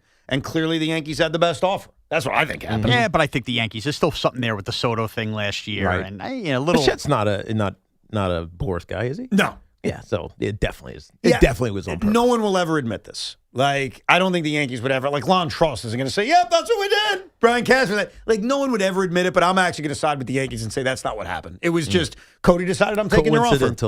Coincidental. Yeah, I mean, there's no way it could have broke at 210 well after this. All right, I'm just fine. All right, you want me to just not give even, in? just at 130. That's serious. So you guys think the Yankees they care that much about the stupid Mets right now? No, I think the agent cared that much. Okay. That could be, Boris is just like, all right, Because fine. we don't know the Yankees are like this. That's true. But Boris is also a Robert representative. So Yeah, but they're not doing a press conference for at least Robert. Nah, they'll do a Zoom probably in a couple days. Yeah. That'd be my guess. Let's get to some of your reactions. Sophia is in Union. What's going on, Sophia? Hey, Sophia. Hi, I watch you guys every single day, and I just wanted to tell you guys that you guys definitely should be back on TV. I agree. But we kind of like YouTube. We got a lot of views on YouTube. And the fact that you found it, Sophia, that's amazing. That's Yes. right. Well, thank you, Sophia. Appreciate you, Sophia. Appreciate You're very welcome. Sean, I know you are a Devils fan, and Just go with it, Sean. Okay, Yes. Sophia. and I am going to be dancing at the Devils game on March 16th. Ah. Okay. How about Have that? fun. You know what? I just got asked by Tom and Lindsay Fitzpatrick, our friends, do I want to go to some Devils games? I might have to go to that game, Sophia. Tiki is going to go in one. We'll Watch watch it. it. That'll be cool. Very cool. And they sit right on the glass. So That's awesome. Why does this feel like a ruse, Sophia? She's laughing at you, Sean. Huh, okay. Because she knows you're really a Rangers fan. Yeah, all right. Well, she's saying you Oh, should. you are? See, she didn't know. Yeah. She wants you to root for a real team. You know, Yes. that's a real hockey team player. every once in a Sophia, while. Sean is a big Rangers fan. I am the de facto Okay. Devils fan because I live in New Jersey. I haven't been a hockey fan, but I do like the Devils. When I go watch hockey, I go watch the Devils. And they're hot. They've won a few games in a row. Right. They are. Good luck Yeah. dancing, Sophia. Yes. Good luck to you. Good luck, Thank Sophia. you so much for taking my call. You're welcome. Thank you very much. Yes. I thought she was trolling you too. I know you're a Devil fan. You know, they could make the playoffs. Does she think I'm Frank the Tank? They're not far out of it now, right? No, I think they're only 4 points out of a playoff spot. Yeah, the East is tight for everybody but the Rangers now. Rangers are in dead last in the East. I think there's Yeah. only one team, Vancouver, who's got fewer And points than the Rangers. sinking. Yeah, they suck, I've been man. asking for teams to tank for a long time. I'm finally getting my wish. Here's the best part. So, for those that are not aware, about a year plus ago, Boomer said to Sean, I'm going to take you to a Ranger game because Sean did the morning show a favor. He did something at their awesome live event. So, very nice. Boomer's like, I'll take you to a Ranger game. Boomer forgot about it, never brought it up to Sean again. And so now we see Boomer a lot. And Boomer is very friendly in the morning. Like, he's everything he makes fun of me about. Like, oh, look at Evan, just talking sports. Talks Rangers with me. How many breaks? Yeah, he talks Rangers with you. He comes in, he talks sports with me, talks football with Tiki. Right. Boomer's everything he makes fun of, but I love it. I love Boomer, and it's all great. I say to Sean as Boomer's leaving the office we all share, dude, ask Boomer about the Ranger game. He's right here. I'll do it for you. And Sean's like, let's wait till next year. It's true. I'm like, that's a damn good point. I'll be having to go to that garden in March for what? The popcorn? Neither does he. No doubt. Let's go to John and Maspeth. John, how you feeling with Cody coming home? What up, John? I'm feeling pretty damn good. I don't know about you guys, but, I kind of was pretty confident he was going to want to be a Yankee because the only way the Mets can get people is if they overpay them and, they give them little press conferences, even though they're going to be a Met for a year. Pretty sad they give him a press conference. He's going to be gone in a year. Whether or not he has a good season or just sees the clubhouse is just disarray when they traded all the fan favorites away to appeal to Lindor and his wife. Yeah, but John, John, he'll get to reshape that clubhouse. Yeah, won't he? Yeah, it's a different rock. Isn't it now kind of on Yeah, him I'll get to reshape it. All right, sure, yeah. It's all good. Alonso did to McNeil and Nimmo. The locker room is fun as long as they all hate Trump and they love Mandani. Then we're all good. I'm kidding. I don't know if that's the issue. Transition committee. I think that the press conference question is a good one. I'll never forget Sal about a year ago. No, it's 2 years ago now. Sal made a big deal out of Soto getting only a Zoom with the Yankees. And I remember, I don't know if I said it to him or we talked about it on the air because it was interesting. I said, I think the reason they did it is because he's only on a 1-year deal. Like, do you take out the carving board for someone who could possibly only be here for a short period of time? Yeah. And so I kind of agreed with it, and I was like, I think that's the way it should go. So I was surprised that the Mets gave Bo Bichette a press conference. Maybe it's because Bo is just, it's easy for him to get here. I don't know where Juan Soto spends his off seasons, but he was previously in San Diego, so he's on the other side of the country. Maybe it was just logistically hard, or he was on vacation. I don't know. Maybe. Like, I think we'd have to go back and watch that and just figure out where Juan Soto actually was. Yeah. Was he in the country? So you think it was more of a convenience thing than the idea of, hey, Right. we're not giving you that because it's only a short-term deal? Well, for Soto, it might have been a logistic thing. For Bichette, he's probably here. Why? We're supposed to get 50 feet of snow this weekend. Why is he here? I don't know. Maybe he's Why trying is he to in New acclimate himself to the conditions that he's going to have to play in come April when it's still snowing. Or he just wants to see the town. Like, hey, I signed with the Mets. Let me explore New York. Let me look for an apartment. Right. I don't think he's buying anything. No, not on a 1-year deal. It's a 3-year deal, but he has an opt-out, so that's Right. why we assume, especially at his age. He's opting out. Well, it's good if he opts out. And he's getting $5 million in 2036, only at $1 million a year for 5 years. Yeah, to opt out. It's a great deal. Nice. If Bo Bichette doesn't opt out, it's probably a bad thing. It probably means he can't. Well, unless he's worried about the labor condition. Yeah. But that's speculation. Let's go to Mike in Hoboken. What's up, Mike? Hey, Mike. Hey, guys. I was calling about the Harbaugh sounding like Joe Biden. Yes. And correct me if I'm wrong, but aren't the Harbaughs and the Bidens from Delaware? I think you're right. Yeah. It's a That's Delaware why they thing. sound alike. Well, because I'm from Hoboken, and if you're from Brooklyn, we all sound alike, right? Well, hold on. I gotta look this up because I thought he was from Ohio, which was why the Cleveland. Didn't they live in Ohio? Maybe that. All right, I'm looking at it now. John Harbaugh was born in Toledo, Ohio, to Jackie and Jack Harbaugh. He attended, went to the University of Michigan. So no, he's not really from Delaware. He's from Ohio. But he's talking about the parents. But that's Jack. We're talking about John. Yeah, but don't you kind of talk like your parents? All right, hold on. I mean, that's your biggest influence. Right. Those are the first words you're hearing are from your parents. Right. I'm looking up Jack Harbaugh. Jack Harbaugh was born. I can't even say. Harbaugh was born in Crestline, Ohio. No, he's from Ohio. So he's as well. an Ohio guy. Wow. They're Midwestern, so it's not Delaware. Maybe it's a Midwestern sound. Well, Delaware is not Midwestern. That's true. That's true. Delaware's basically us with flair. Yeah, it's just right on the other side of the turnpike. Do you have more Joe Biden sound, or are you done? No, I've shut down everything. It's like closing up early. Yes. The sound is done. He's not looking for Joe Biden sound because the last time he looked for Joe Biden sound, Cody Bellinger signed with the Yankees. I had sat here staring at Twitter for 3.5 hours waiting for this news. I'm staring, what is not going to offend people playing Biden? And the news breaks. So we're done. I went through 15 things and I saw the phone calls happen. By the way, to everybody out there, just because we think they sound alike doesn't mean their policies are the same. Right. No, it was more like, find Joe Biden. And it was like the first 15 things were, gotcha, you changed, you flip-flopped on something. I was like, I'm not doing that. Oh, who cares about that? Because you know the way calls happen after. Yeah, whatever. And then I got to deal with it now. The point is they sound alike. Like, this doesn't have to be political. Yeah. Just like it doesn't have to be political that Donald Trump went on his Truth Social thing and said, hire John Harbaugh. He's just saying it. But the bottom line is this. He's saying it because his mom and dad likes him. As long as I'm in charge of sound, I'm going back to when I used to work at Subway. We close 10 minutes early. The soundboard's been shut off. But the show's over at 2. What do you mean we close early? Wait, what happens if someone walked in? What do you mean? So you say they're closing at, 8 o'clock. I don't know. Honestly, what I did, they'd pull on the door and I'd hide behind the counter as I swept. Tiki? Nobody's here. The door's open, but they would nobody's slam here. on the door and I would hide and leave all the lights off. This is so freaking personal to me, and I'm going to go specific. White Oak, Maryland, okay? I used to live in Maryland. I did a radio show on XM Satellite Radio that was over at 9 o'clock. Subway would close at 10 o'clock in White Oak, Maryland at the old White Oak Shopping Center. I think I looked this near up Silver one time when Spring. you told me this story. Because it's not a Subway anymore. It's not a Subway anymore. You're right.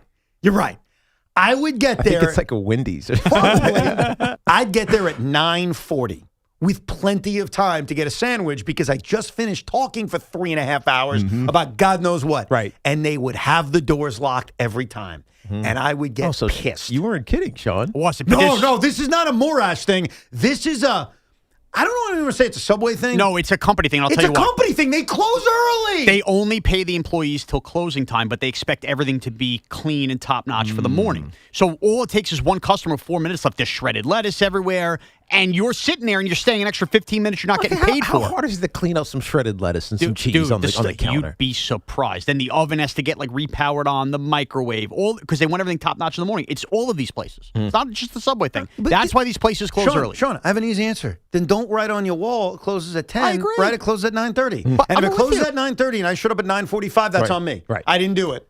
Sorry, I missed it. Or put on the wall, no more sandwiches. You can get some chips and the fountain drink, but you can't get any sandwiches. I like you. Could you imagine the fight there, though?